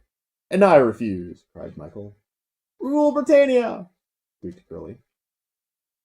The infuriated pirates buffeted them in the mouth, and Hook roared out, That seals your doom. Bring up their mother. Get the plank ready. They were only boys, and they went white as they saw Jukes and Checo preparing the fatal plank. But they tried to look brave when Wendy was brought up. No words of mine can tell you how Wendy despised these pirates. To the boys there was at least some glamour in the pirate calling, but all that she saw was that the ship had not been tidied for years. There was not a porthole in the grimy glass of which you might not have written with your finger, Dirty Pig, and she had already written it on several. But as the boys gathered round her, she had no thought, of course, save for them. So, my beauty, said Hook, as if he spoke in syrup, you are to see your children walk the plank. Fine gentleman though he was, the intensity of his communings had soiled his ruff, and suddenly he knew that she was gazing at it. With a hasty gesture he tried to hide it, but he was too late. Are they to die? Asked Wendy, with a look of such frightful contempt that he nearly fainted. They are, he snarled. Silence all, he cried gloatingly, for a mother's last words to her children. At this moment Wendy was grand. These are my last words, dear boys, she said, firmly. I feel that I have a message to you from your real mothers, and it is this. We hope our sons will die like English gentlemen." Even the pirates were awed, and Toodles cried out hysterically, "I am going to do what my mother hopes." "What are you to do, Nibs?" "What my mother hopes." "What are you to do, Twin?" "What my mother hopes." "John, what are—" But Hook had found his voice again. "Tie her up!" he shouted. It was Smee who tied her to the mast. "See here, honey," he whispered, "I'll save you if you promise to be my mother." But not even for Smee would she make such a promise. "I would almost rather have no children at all," she said disdainfully. It is sad to know that not a boy was looking at her as Smee tied her to the mast. The eyes of all were on the plank, that last little walk they were about to take. They were no longer able to hope that they would walk it manfully, for the capacity to think had gone from them. They could stare and shiver only. Hook smiled on them with his teeth closed, and took a step toward Wendy. His intention was to turn her face so that she should see the boys walking the plank one by one, but he never reached her. He never heard the cry of anguish he hoped to wring from her. He heard something else instead. It was the terrible tick-tick of the crocodile. They all heard it, pirates, boys, Wendy, and immediately every head was blown in one direction, not to the water whence the sound proceeded, but toward Hook. All knew that what was about to happen concerned him alone, and that from being actors they were suddenly become spectators. Very frightful was it to see the change that came over him. It was as if he had been clipped at every joint. He fell in a little heap. The sound came steadily nearer, and in advance of it came this ghastly thought: the crocodile is about to board the ship. Even the iron claw hung inactive, as if knowing that it was no intrinsic part of the attacking force wanted. Left so fearfully alone, any other man would have lain with his eyes shut where he fell, but the gigantic brain of Hook was still working, and under its guidance he crawled on the knees along the deck, as far from the sound as he could go.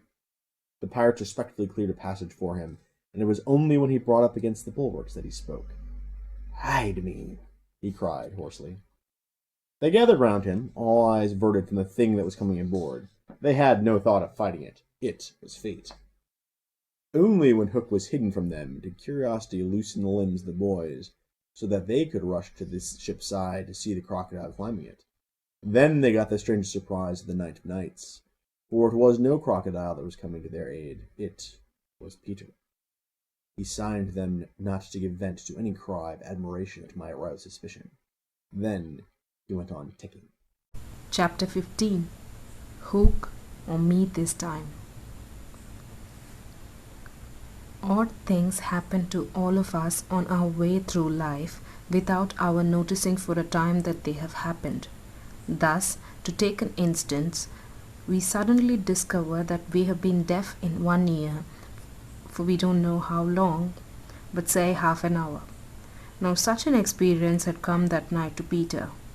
When last we saw him, he was stealing across the island with one finger to his lips and his dagger at the ready. He had seen the crocodile pass by without noticing anything peculiar about it, but by and by he remembered that it had not been ticking. At first he thought this eerie, but soon concluded rightly that the clock had run down. Without giving a thought to what might be the feelings of a fellow creature thus abruptly deprived of its closest companion, Peter began to consider how he could turn the catastrophe to his own use, and he decided to tick so that wild beasts should believe he was the crocodile and let him pass unmolested. He ticked superbly, but with one unforeseen result. The crocodile was among those who heard the sound, and it followed him, though whether with the purpose of regaining what it had lost, or merely as a friend under the belief that it was again ticking itself, will never be certainly known, for, like slaves to a fixed idea, it was a stupid beast. Peter reached the shore without mishap, and went straight on, his legs encountering the water as if quite unaware that they had entered a new element. Thus many animals pass from land to water, but no other human of whom I know. As he swam, he had but one thought: Hook or me this time. He had ticked so long that he now went on ticking without knowing that he was doing it. Had he known, he would have stopped, for to board the brick by help of the tick, though an ingenious idea, had not occurred to him. On the contrary, he thought he had scaled her side as noiseless as a mouse, and he was amazed to see the pirates covering from him, with Hook in their midst, as abject as if he had heard the crocodile. The crocodile! No sooner did Peter remember it than he heard the ticking. At first he thought the sound did come from the crocodile, and he looked behind him swiftly. Then he realized that he was doing it himself, and in a flash he understood the situation. How clever of me, he thought at once, and signed to the boys not to burst into applause. It was at this moment that Ed Taint, the quartermaster, emerged from the forecastle and came along the deck. Now, reader, time what happened by your watch. Peter struck true and deep. John clapped his hands on the ill-fated pirate's mouth to stifle the dying groan. He fell forward. 4 boys caught him to prevent the thud. Peter gave the signal, and the carrion was cast overboard. There was a splash, and then silence. How long has it taken? 1. Slightly had begun to count. None too soon, Peter, every inch of him on tiptoe, vanished into the cabin. For more than one pirate was screwing up his courage to look round. They could hear each other's distressed breathing now, which showed them that the more terrible sound had passed. "It's gone, Captain," Smee said, wiping off his spectacles. "All still again." Slowly, Hook let his head emerge from his ruff and listened so intently that he could have caught the echo of the tick. There was not a sound, and he drew himself up firmly to his full height. "Then here's to Johnny Plank," he cried brazenly, hating the boys more than ever because they had seen him unbend. He broke into the villainous ditty. Yo ho, the frisky Plank. You walks along it so, till it goes down, and you goes down to Davy Jones below. To terrorize the prisoners the more, though with a certain loss of dignity, he danced along an imaginary plank, grimacing at them as he sang. And when he finished, he cried, "Do you want a touch of the cat on 9 tails before you walk the plank?" At that, they fell on their knees. "No, no," they cried so piteously that every pirate smiled. "Fetch the cat, Jukes," said Hook. "It's in the cabin." The cabin! Peter was in the cabin. The children gazed at each other. "Aye, aye," said Jukes blithely, and he strode into the cabin. They followed him with their eyes. They scarce knew that Hook had resumed his song, his dogs joining in with him. Yo ho, the scratching cat. Its tails are 9, you know, and when they are writ upon your back. What was the last line will never be known, for of a sudden the song was stayed by a dreadful screech from the cabin. It wailed through the ship and died away. Then was heard a crowing sound, which was well understood by the boys, but to the pirates was almost more eerie than the screech. "What was that?" cried Hook. "2," said Slightly solemnly. The Italian Cecco hesitated for a moment, and then swung into the cabin. He tottered out, haggard. "What's the matter with Bill Jukes, you dog?" hissed Hook, towering over him. "The matter with him is he's dead, stab," replied Cecco in a hollow voice. "Bill Jukes dead?" cried the startled pirates. "The cabin's as black as a pit," Cecco said, almost gibbering. "But there is something terrible in there, the thing you heard crowing." The exultation of the boys, the lowering looks of the pirates, both were seen by Hook. "Cecco," he said in his most steely voice, "go back and fetch me out that doodle-doo." Cecco, bravest of the brave, cowered before his captain, crying, "No, no!" But Hook was purring to his claw. "Did you say you would go, Jacko?" he said musingly. Jacko went, first flinging his arms despairingly. There was no more singing, all listened now, and again came a dead screech, and again a crow. No one spoke except slightly. "3," he said. Hook rallied his dogs with a gesture. "Is death the North's fish?" he thundered. "Who is to bring me that doodle-doo?" "Wait till Jacko comes out," growled Starkey, and the others took up the cry. "I think I heard you volunteer, Starkey," said Hook, purring again. "No, by thunder!" Starkey cried. "My Hook thinks you did," said Hook, crossing to him. "I wonder if it would not be advisable, Starkey, to humour the Hook?" "I'll swing before I go in there," replied Starkey doggedly, and again he had the support of the crew. "Is this mutiny?" asked Hook more pleasantly than ever. "Starkey is ringleader."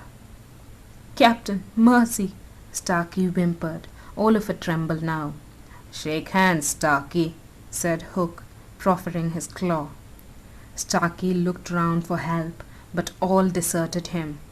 As he backed up, Hook advanced, and now the red spark was in his eye. With a despairing scream, the pirate leapt upon Long Tom and precipitated himself into the sea. "4," said Slightly. "And now," said Hook courteously, "did any other gentleman say mutiny?" Seizing a lantern and raising his claw with a menacing gesture, "I'll bring out that doodle-doo myself," he said, and sped into the cabin. 5. How Slightly longed to say it. He wetted his lips to be ready, but Hook came staggering out without his lantern. "Something blew out the light," he said a little unsteadily. "Something," echoed Mullins. "What of Jacko?" demanded Noodler. "He's as dead as Jukes," said Hook shortly. His reluctance to return to the cabin impressed them all unfavorably, and the mutinous sounds again broke forth. "All pirates are superstitious," and Cookson cried, "They do say the surest sign a ship's accursed is when there's one on board more than can be accounted for." "I've heard," muttered Mullins. "He always boards the pirate craft last. Had he a tail, Captain?" "They say," said another, looking viciously at Hook, "that when he comes it's in the likeness of the wickedest man aboard." "Had he a hook, Captain?" asked Cookson insolently, and one after another took up the cry. "The ship's doomed." At this the children could not resist raising a cheer. Hook had well nigh forgotten his prisoners, but as he swung round on them now, his face lit up again. "Lads," he cried to his crew, "now here's a notion. Open the cabin door and drive them in. Let them fight the doodle-doo for their lives. If they kill him, we're so much the better. If he kills them, we're none the worse." For the last time his dogs admired Hook, and devotedly they did his bidding.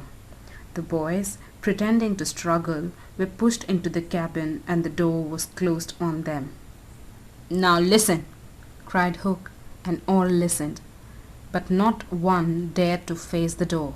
Yes, one Wendy, who all this time had been bound to the mast.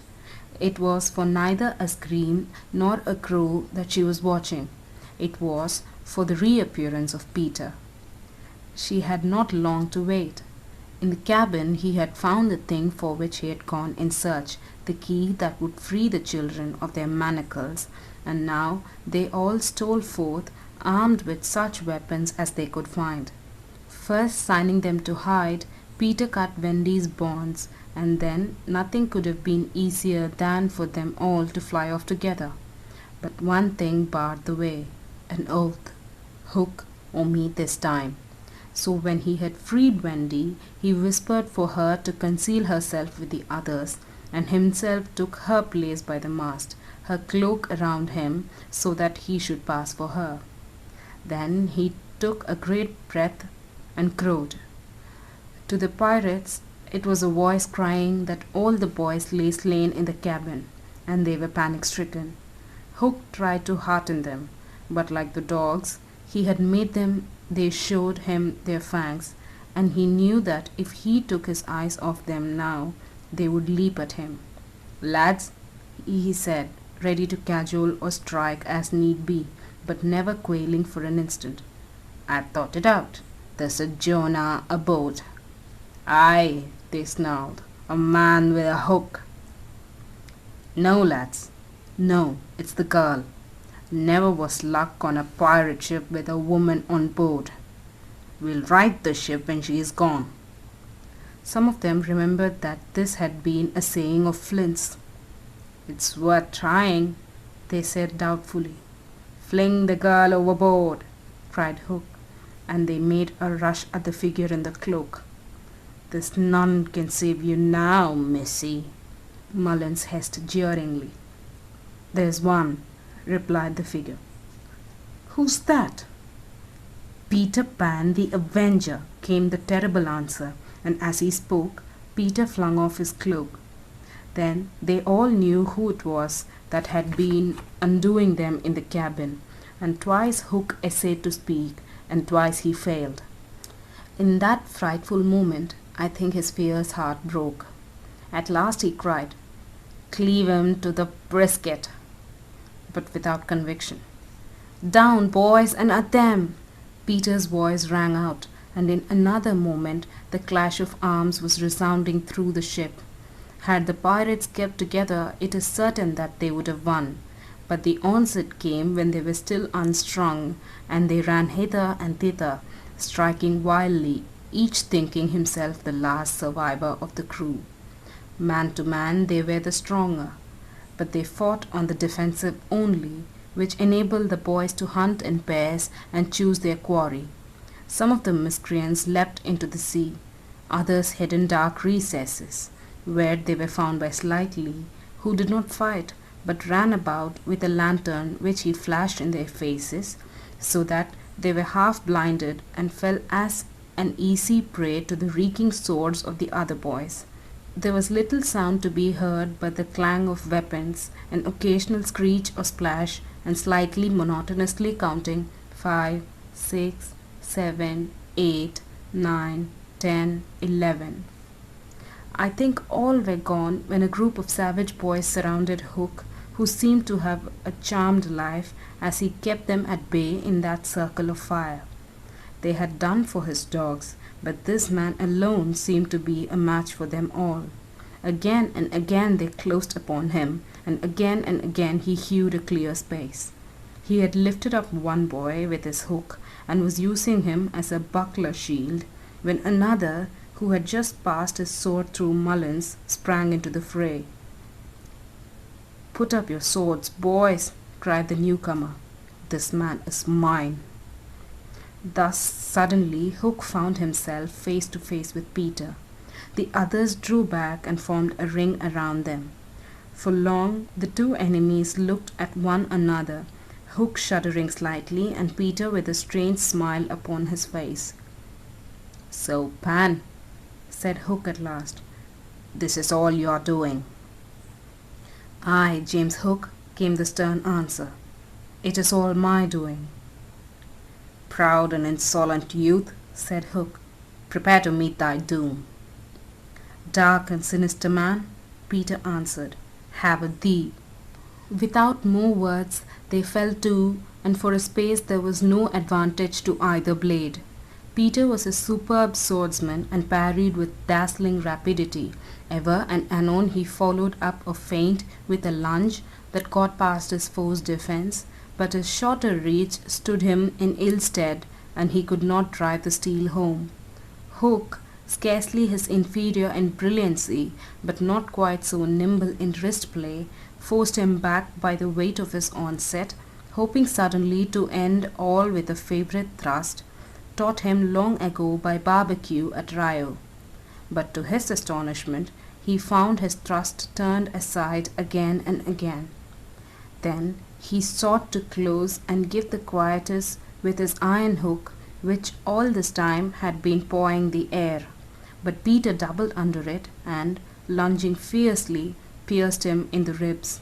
At the sight of his own blood, whose peculiar colour, you remember, was offensive to him, the sword fell from Hook's hand, and he was at Peter's mercy. "Now!" cried all the boys, but with a magnificent gesture Peter invited his opponent to pick up his sword. Hook did so instantly, but with a tragic feeling that Peter was showing good form. Hitherto he had thought it was some fiend fighting him, but darker suspicions assailed him now. "Pan, who and what art thou?" he cried huskily. "I am youth, I'm joy," Peter answered at a venture. "I'm a little bird that has broken out of the egg." This, of course, was nonsense, but it was proof to the unhappy Hook that Peter did not know in the least who or what he was, which is the very pinnacle of good form. "Tot again!" he cried despairingly. He fought now like a human flail, and every sweep of that terrible sword would have severed in twain any man or boy who obstructed it. But Peter fluttered round him as if the very wind it made blew him out of the danger zone, and again he darted in and pricked. Hook was fighting now without hope. That passionate breast no longer asked for life, but for one boon it craved: to see Peter show bad form before it was cold forever. Abandoning the fight, he rushed into the powder magazine and fired it. "In 2 minutes," he cried, "the ship will be blown to pieces." Now, he thought, true form will show. But Peter issued from the powder magazine with a shell in his hands and calmly flung it overboard. What sort of form was Hook himself showing? Misguided man though he was, we may be glad, without sympathizing with him, that in the end he was true to the traditions of his race. The other boys were flying round him now, flouting, scornful, and he staggered about the deck, striking up at them impotently. His mind was no longer with them. It was slouching in the playing fields of long ago, or being sent up to the headmaster for good, or watching the wall game from a famous wall. And his shoes were right, and his waistcoat was right, and his tie was right, and his socks were right. James Hook, thou not wholly unheroic figure, farewell, for we have come to his last moment. Seeing Peter slowly advancing upon him through the air with dagger poised, he sprang upon the bulwarks to cast himself into the sea. He did not know that the crocodile was waiting for him, for we purposely stopped the clock that this knowledge might be spared him, a little mark of respect from us at the end. He had one last triumph, which I think we need not grudge him. As he stood on the bulwark looking over his shoulder at Peter gliding through the air, he invited him with a gesture to use his foot. It made Peter kick instead of stab. At last Hook had got the boon for which he craved. "Bad form!" he cried jeeringly, and went content to the crocodile. Thus perished James Hook. 17 slightly sang out, but he was not quite correct in his figures. 15 paid the penalty for their crimes that night, but 2 reached the shore. Starkey to be captured by the redskins, who made him nurse for all their papooses, a melancholy come down for a pirate, and Smee, who henceforth wandered about the world in his spectacles, making a precarious living by saying he was the only man that James Hook had feared. Wendy, of course, had stood by, taking no part in the fight, though watching Peter with glistening eyes. But now that all was over, she became prominent again. She praised them equally and shuddered delightfully when Michael showed her the place where he had killed one. And then she took them into Hook's cabin and pointed to his watch, which was hanging on a nail.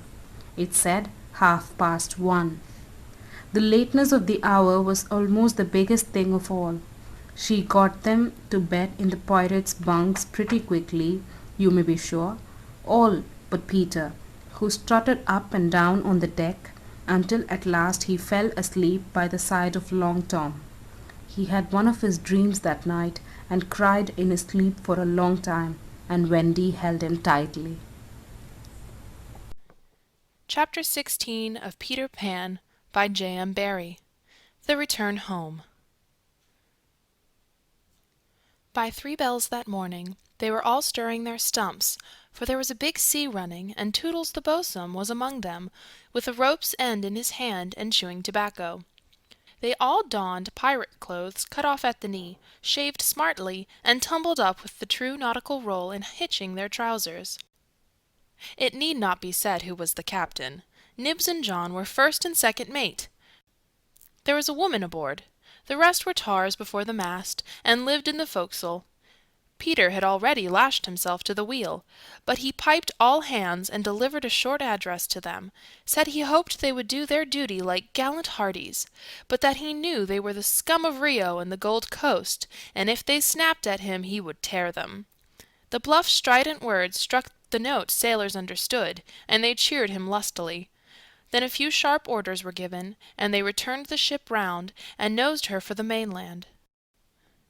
Captain Pan calculated, after consulting the ship's chart, that if this weather lasted, they should strike the Azores about the 21st of June, after which it would save time to fly. Some of them wanted it to be an honest ship, and others were in favor of keeping it a pirate. But the captain treated them as dogs, and they dared not express their wishes to him, even in a round robin, one person after another, as they had to Captain Hook. Instant obedience was the only safe thing. Slightly got a dozen for looking perplexed when told to take soundings. The general feeling was that Peter was honest just now to lull Wendy's suspicions, but that there might be a change when the new suit was ready, which, against her will, she was making for him out of some of Hook's wickedest garments. It was afterwards whispered among them that on the first night he wore this suit he sat long in the cabin with Hook's cigar-holder in his mouth, and one hand clenched, all but for the forefinger, which he bent and held threateningly aloft like a hook. Instead of watching the ship, however, we must now return to that desolate home from which 3 of our characters had taken heartless flight so long ago. It seems a shame to have neglected number 14 all this time, and yet we may be sure that Mrs. Darling does not blame us. If we had returned sooner to look with sorrowful sympathy at her, she would probably have cried, "Don't be silly, what do I matter? Do go back and keep an eye on the children." So long as mothers are like this, their children will take advantage of them, and they may lay to bet on that.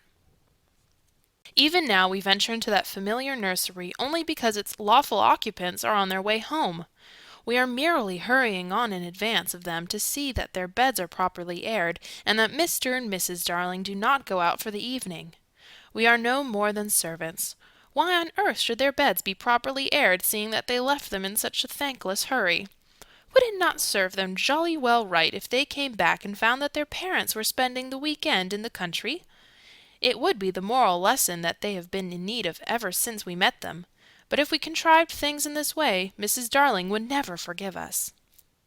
One thing I should like to do immensely, and that is to tell her, in the way authors have, that the children are coming back, that indeed they will be here on Thursday week. This would spoil so completely the surprise to which Wendy and John and Michael are looking forward. They have been planning it out on the ship. Mother's rapture, father's shout of joy, Nana's leap through the air to embrace them first, when what they ought to be prepared for is a good hiding. How delicious to spoil it all by breaking the news in advance, so that when they enter grandly, Mrs. Darling may not even offer Wendy her mouth, and Mr. Darling may exclaim pettishly, "Dash it all, here are those boys again." However, we should get no thanks even for this. We are beginning to know Mrs. Darling by this time, and may be sure that she would upbraid us for depriving the children of their little pleasure. "But, my dear madam, it is 10 days till Thursday week, so that by telling you what's what, we can save you 10 days of unhappiness." "Yes, but at what cost, by depriving the children of 10 minutes of delight?" "Oh, if you look at it that way." "What other way is there in which to look at it?" You see, the woman had no proper spirit. I had meant to say extraordinarily nice things about her, but I despise her, and not one of them will I say now. She does not really need to be told to have things ready, for they are ready. All the beds are aired, and she never leaves the house, and observe the window is open. For all the use we are to her, we might well go back to the ship. However, as we are here, we may as well stay and look on. That is all we are, lookers on. Nobody really wants us. So let us watch and say jaggy things in the hope that some of them will hurt.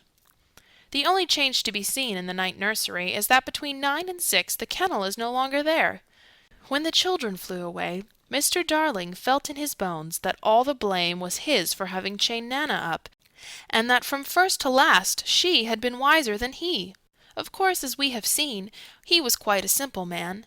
Indeed, he might have passed for a boy again if he had been able to take his baldness off. But he had also a noble sense of justice, and a lion's courage to do what seemed right to him.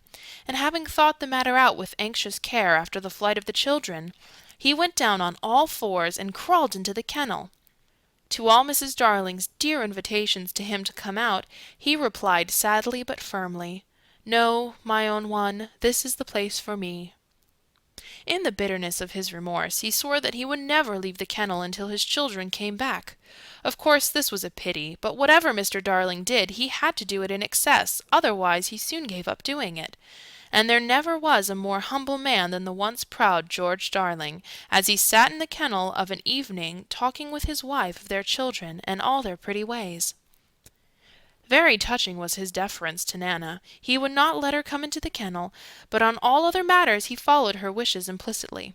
Every morning the kennel was carried with Mr. Darling in it to a cab, which conveyed him to his office, and he returned home in the same way at 6. Something of the strength of character of the man will be seen if we remember how sensitive he was to the opinion of neighbors. This man whose every movement now attracted surprised attention. Inwardly he must have suffered torture, but he preserved a calm exterior, even when the young criticized his little home, and he always lifted his hat courteously to any lady who looked inside. It may have been quixotic, but it was magnificent. Soon the inward meaning of it leaked out, and the great heart of the public was touched. Crowds followed the cab, cheering it lustily. Charming girls scaled it to get his autograph. Interviews appeared in the better class of papers, and society invited him to dinner and added, "Do come in the kennel." On that eventful Thursday week, Mrs. Darling was in the night nursery awaiting George's return home, a very sad-eyed woman. Now that we look at her closely, and remember the gaiety of her in the old days, all gone now just because she has lost her babes, I find I won't be able to say nasty things about her after all. If she was too fond of her rubbishy children, she couldn't help it. Look at her in her chair where she has fallen asleep. The corner of her mouth where one looks first is almost withered up. Her hand moves restlessly on her breast, as if she had had a pain there. Some like Peter best, and some like Wendy best, but I like her best. Suppose to make her happy we whisper to her in her sleep that her brats are coming back. They are really within 2 miles of the window now, and flying strong, but all we need whisper is that they are on their way. Let's. It is a pity we did it, for she has started up, calling their names, and there is no one in the room but Nana. Oh, Nana, I dreamt my dear ones had come back. Nana had filmy eyes, but all she could do was put her paw gently on her mistress's lap, and they were sitting together thus when the kennel was brought back. As Mr. Darling put his head out to kiss his wife, we see that his face is more worn than of yore, but has a softer expression. He gave his hat to Liza, who took it scornfully. She had no imagination, and was quite incapable of understanding the motives of such a man. Outside, the crowd who had accompanied the cab home were still cheering, and he was naturally not unmoved. "Listen to them," he said. "It is very gratifying." "Lots of little boys," sneered Liza. "There were several adults today," he assured her with a faint flush. But when she tossed her head, he had not a word of reproof for her. Social success had not spoilt him. It had made him sweeter. For some time he sat with his head out of the kennel, talking with Mrs. Darling of this success, and pressing her hand reassuringly when she said she hoped his head would not be turned by it. "But if I had been a weak man," he said. "Good heavens, if I had been a weak man!" "And George," she said timidly, "you are as full of remorse as ever, aren't you?" "Full of remorse as ever, dearest. See my punishment, living in a kennel." "But it is punishment, isn't it, George? You are sure you are not enjoying it?" "My love!" You may be sure she begged his pardon, and then, feeling drowsy, he curled round in the kennel. "Won't you play me to sleep," he asked, "on the nursery piano?" And as she was crossing to the day nursery, he added thoughtlessly, "And shut that window, I feel a draught." "Oh, George, never ask me to do that. The window must always be left open for them, always, always." Now it was his turn to beg her pardon, and she went into the day nursery and played, and soon he was asleep, and while he slept, Wendy and John and Michael flew into the room. Oh no, we have written it so because that was the charming arrangement planned by them before we left the ship. But something must have happened since then, for it is not they who have flown in, it is Peter and Tinker Bell. Peter's first words tell all. "Quick, Tink," he whispered, "close the window, bar it. That's right. Now you and I must get away by that door, and when Wendy comes she will think her mother has barred her out, and she will have to go back with me." Now I understand what had hitherto puzzled me, why when Peter had exterminated the pirates he did not return to the island and leave Tink to escort the children to the mainland. This trick had been in his head all the time. Instead of feeling that he was behaving badly, he danced with glee. Then he peeped into the day nursery to see who was playing. He whispered to Tink, "It's Wendy's mother. She is a pretty lady, but not so pretty as my mother. Her mouth is full of thimbles, but not so full as my mother's was." Of course he knew nothing whatever about his mother, but he sometimes bragged about her. He did not know the tune, which was Home, Sweet Home, but he knew what it was saying. "Come back, Wendy, Wendy, Wendy." And he cried exultantly, "You will never see Wendy again, lady, for the window is barred." He peeped in again to see why the music had stopped, and now he saw that Mrs. Darling had laid her head on the box, and that 2 tears were sitting on her eyes. "She wants me to unbar the window," thought Peter, "but I won't, not I." He peeped again, and the tears were still there, or another 2 had taken their place. "She's awfully fond of Wendy," he said to himself. He was angry with her now for not seeing why she could not have Wendy. The reason was so simple. "I'm fond of her too. We can't both have her, lady." But the lady would not make the best of it, and he was unhappy. He ceased to look at her, but even then she would not let go of him. He skipped about and made funny faces, but when he stopped, it was just as if she were inside him, knocking. "Oh, all right," he said at last, and gulped. Then he unbarred the window. "Come on, Tink," he cried, with a frightful sneer at the laws of nature. "We don't want any silly mothers." And he flew away. Thus Wendy and John and Michael found the window open for them after all, which of course was more than they deserved. They alighted on the floor, quite unashamed of themselves, and the youngest one had already forgotten his home. "John," he said, looking around him doubtfully, "I think I have been here before." "Of course you have, you silly. There is your old bed." "So it is," Michael said, but not with much conviction. "I say," cried John, "the kennel!" and he dashed across to look into it. "Perhaps Nana is inside it," Wendy said, but John whistled. "Hello," he said, "there's a man inside it." "It's Father!" exclaimed Wendy. "Let me see Father," Michael begged eagerly, and he took a good look. "He is not so big as the pirate I killed," he said, with such frank disappointment that I am glad Mr. Darling was asleep. It would have been sad if those had been the first words he heard his little Michael say. Wendy and John had been taken aback somewhat at finding their father in the kennel. "Surely," said John, like one who had lost faith in his memory, "he used not to sleep in this kennel." "John," Wendy said falteringly, "perhaps we don't remember the old life as well as we thought we did." A chill fell upon them, and served them right. "It is very careless of Mother," said the young scoundrel, John, "not to be here when we come back." It was then that Mrs. Darling began playing again. "It's Mother!" cried Wendy, peeping. "So it is," said John. "Then are you not really our mother, Wendy?" asked Michael, who was surely sleepy. "Oh, dear!" exclaimed Wendy, with her first real twinge of remorse for having gone. "It was quite time we came back." "Let us creep in," John suggested, "and put our hands over her eyes." But Wendy, who saw that they must break the joyous news more gently, had a better plan. "Let us all slip into our beds, and be there when she comes in, just as if we had never been away." And so, when Mrs. Darling went back to the night nursery to see if her husband was asleep, all the beds were occupied. The children waited for her cry of joy, but it did not come. She saw them, but she did not believe they were there. You see, she saw them in their beds so often in her dreams that she thought this was just the dream hanging around her still. She sat down in the chair by the fire, where in the old days she had nursed them. They could not understand this, and a cold fear fell upon all the three of them. "Mother!" Wendy cried. "That's Wendy," she said, but still she was sure it was the dream. "Mother!" "That's John," she said. "Mother!" cried Michael. He knew her now. "That's Michael," she said, and she stretched out her arms for the three little selfish children they would never envelop again. Yes, they did. They went round Wendy and John and Michael, who had slipped out of bed and run to her. "George! George!" she cried when she could speak, and Mr. Darling woke to share her bliss, and Nana came rushing in. There could not have been a lovelier sight, but there was none to see it except a little boy who was staring in at the window. He had had ecstasies innumerable that other children can never know, but he was looking through the window at the one joy from which he must be forever barred. Chapter 17.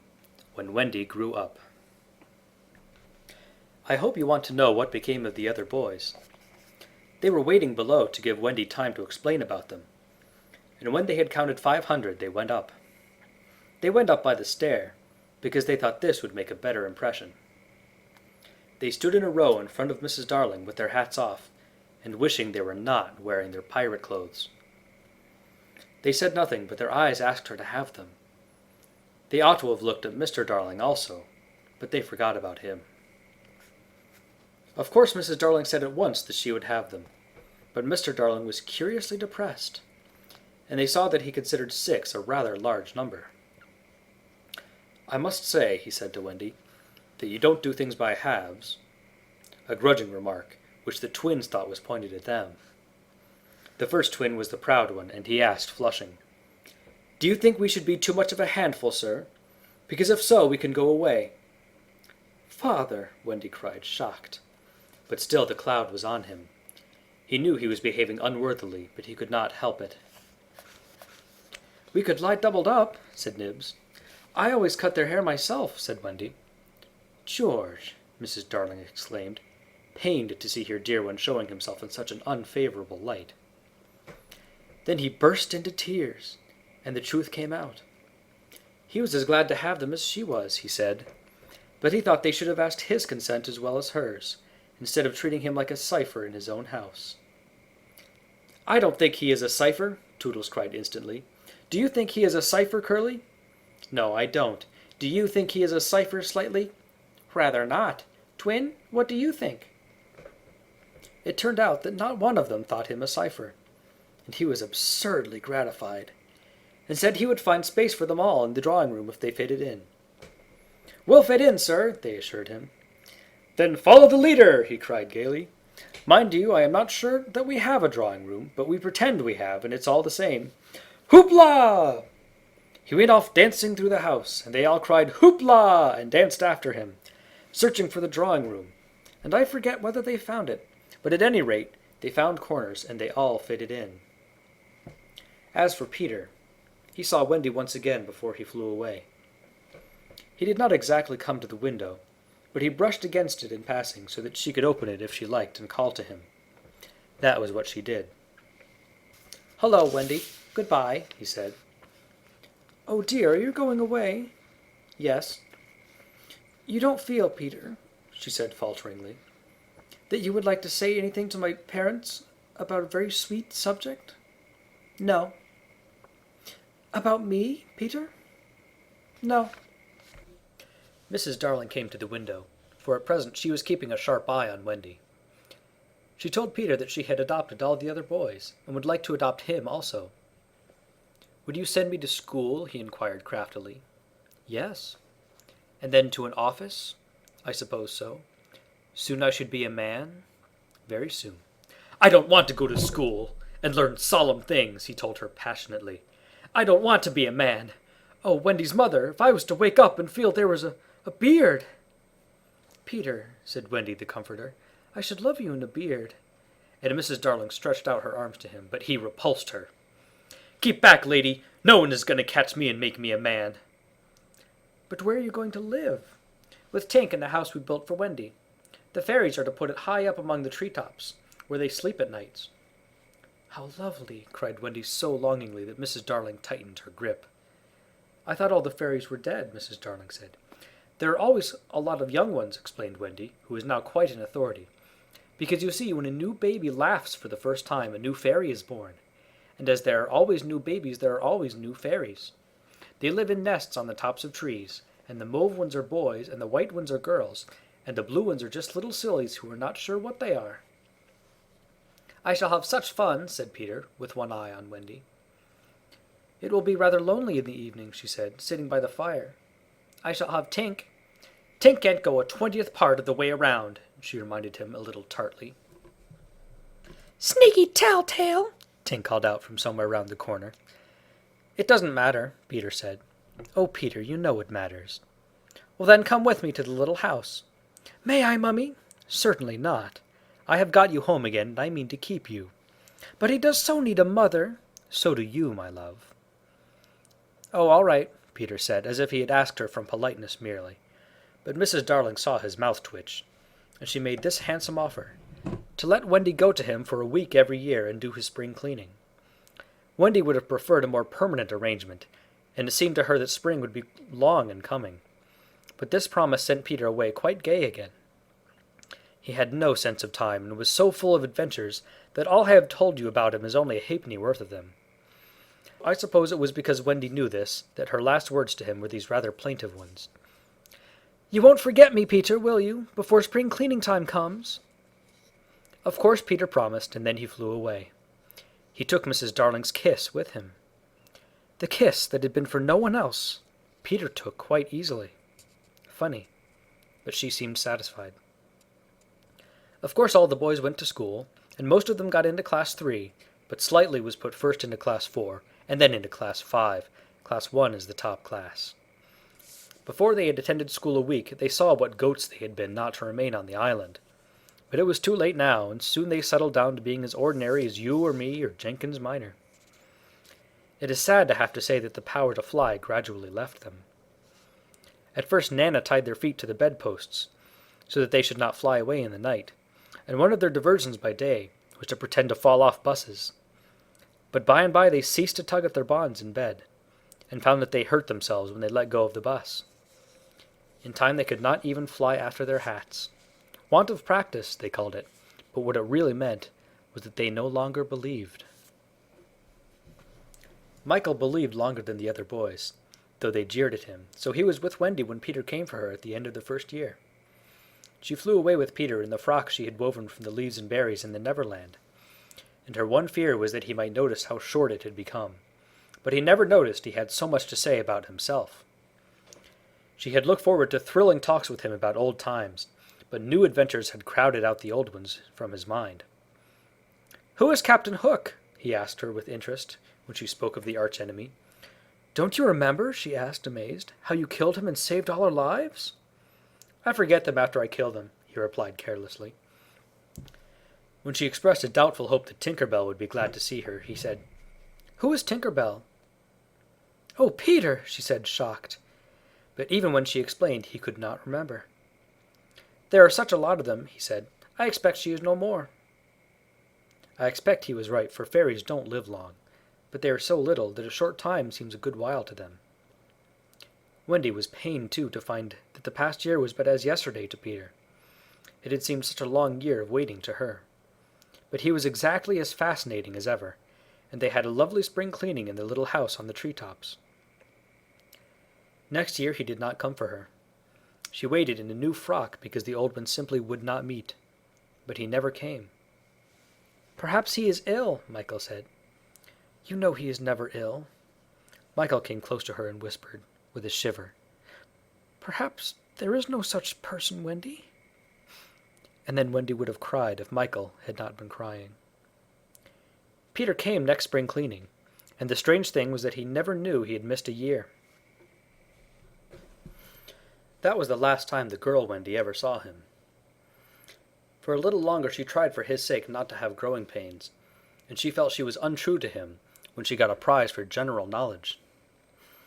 But the years came and went without bringing the careless boy, and when they met again, Wendy was a married woman, and Peter was no more to her than a little dust in the box in which she had kept her toys. Wendy was grown up. You need not be sorry for her. She was one of the kind that likes to grow up. In the end, she grew up of her own free will, a day quicker than other girls. All the boys were grown up and done for by this time, so it is scarcely worthwhile saying anything more about them. You may see the twins and Nibs and Curly any day going to an office, each carrying a little bag and an umbrella. Michael is an engine driver, slightly married a lady of title, and so he became a lord. You see that judge in a wig coming out at the iron door? That used to be Toodles. The bearded man who doesn't know any story to tell his children was once John. Wendy was married in white with a pink sash. It is strange to think Peter did not alight in the church and forbid the banns. Years rolled on again, and Wendy had a daughter. This ought not to be written in ink, but in a golden splash. She was called Jane, and always had an odd, inquiring look, as if from the moment she arrived on the mainland she wanted to ask questions. When she was old enough to ask them, they were mostly about Peter Pan. She loved to hear of Peter, and Wendy told her all she could remember in the very nursery from which the famous flight had taken place.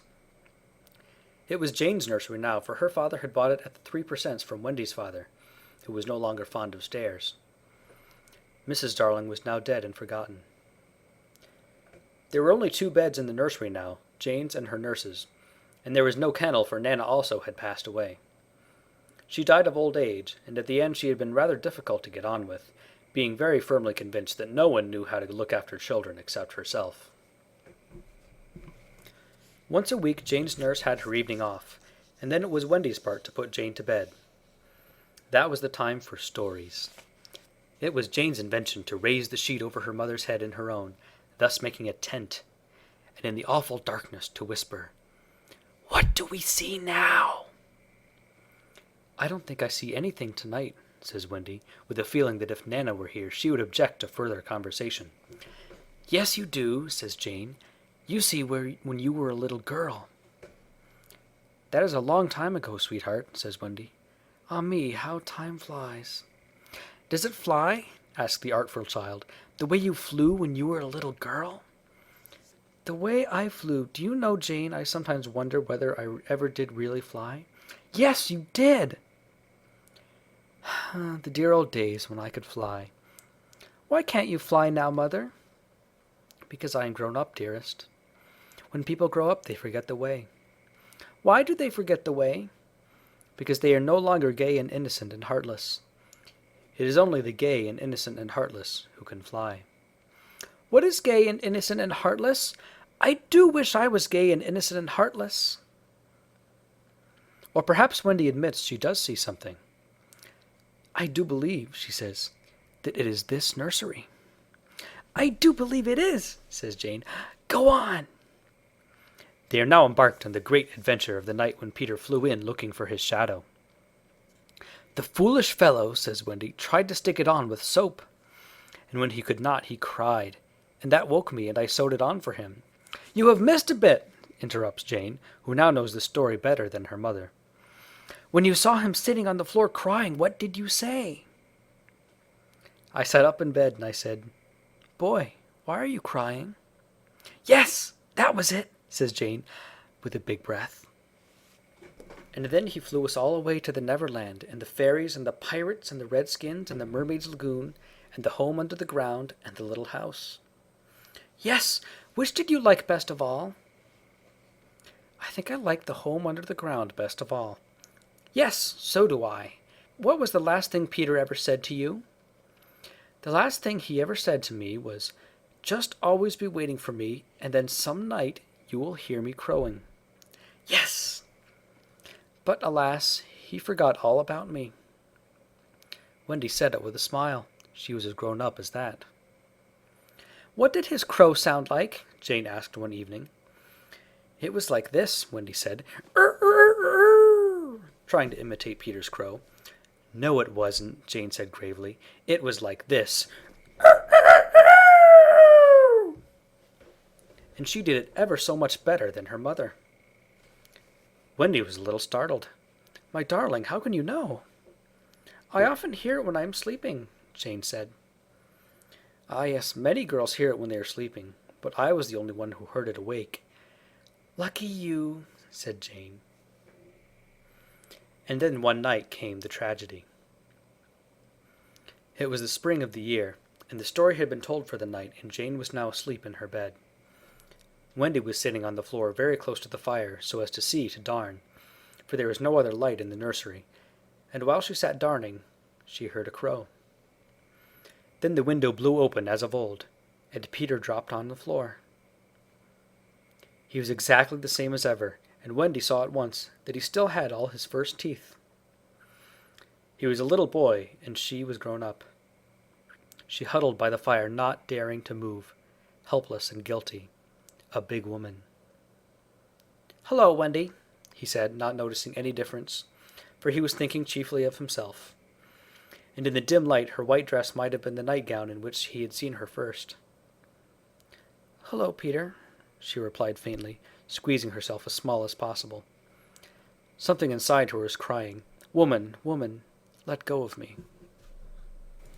"Hello, where is John?" he asked, suddenly missing the third bed. "John is not here now," she gasped. "Is Michael asleep?" he asked, with a careless glance at Jane. "Yes," she answered, and now she felt that she was untrue to Jane as well as to Peter. "That is not Michael," she said quickly, lest a judgment should fall on her. Peter looked. "Hello, is it a new one?" "Yes." "Boy or girl?" "Girl." Now surely he would understand, but not a bit of it. "Peter," she said, faltering, "are you expecting me to fly away with you?" "Of course. That is why I have come." He added a little sternly, "Have you forgotten that this is spring cleaning time?" She knew it was useless to say that he had let many spring cleaning times pass. "I can't come," she said apologetically. "I have forgotten how to fly." "I'll soon teach you again." "Oh, Peter, don't waste the fairy dust on me." She had risen, and now at last a fear assailed him. "What is it?" he cried, shrinking. "I will turn up the light," she said, "and then you can see for yourself." For almost the only time in his life that I know of, Peter was afraid. "Don't turn up the light," he cried. She let her hands play in the hair of the tragic boy. She was not a little girl heartbroken about him. She was a grown woman smiling at it all, but they were wet smiles. Then she turned up the light, and Peter saw. He gave a cry of pain, and when the tall, beautiful creature stooped to lift him in her arms, he drew back sharply. "What is it?" he cried again. She had to tell him. "I am old, Peter. I am ever so much more than 20. I grew up long ago." "You promised not to!" "I couldn't help it. I'm a married woman, Peter." "No, you're not." "Yes, and the little girl in the bed is my baby." "No, she's not." But he supposed she was, and he took a step toward the sleeping child with his fist upraised. Of course he did not strike her. He sat down on the floor and sobbed, and Wendy did not know how to comfort him, though she could have done it so easily once. She was only a woman now, and she ran out of the room to try to think. Peter continued to cry, and soon his sobs woke Jane. She sat up in bed and was interested at once. "Boy," she said, "why are you crying?" Peter rose and bowed to her, and she bowed to him from the bed. "Hello," he said. "Hello," said Jane. "My name is Peter Pan," he told her. "Yes, I know." "I came back from my mother," he explained, "to take you to the Neverland." "Yes, I know," Jane said. "I have been waiting for you." When Wendy returned diffidently, she found Peter sitting on the bedpost crowing gloriously, while Jane in her nightie was flying round the room in solemn ecstasy. "She's my mother," Peter explained, and Jane descended and stood by his side with a look on her face that he liked to see on ladies when they gazed at him. "He does so need a mother," Jane said. "Yes, I know," Wendy admitted rather forlornly. "No one knows it so well as I." "Goodbye," said Peter to Wendy, and he rose in the air, and the shameless Jane rose with him. It was already her easiest way of moving about. Wendy rushed to the window. "No, no!" she cried. "It is just for spring cleaning time," Jane said. "He wants me always to do his spring cleaning." "If only I could go with you," Wendy sighed. "You see you can't fly," said Jane. Of course, in the end, Wendy let them fly away together.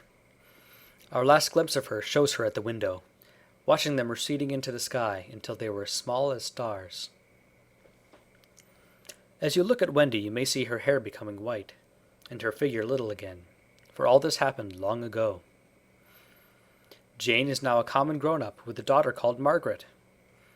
And every spring cleaning time, except when he forgets, Peter comes for Margaret and takes her to the Neverland, where she tells him stories about himself to which he listens eagerly. When Margaret grows up, she will have a daughter, who is to be Peter's mother in turn. And so it will go on, so long as children are gay and innocent and heartless.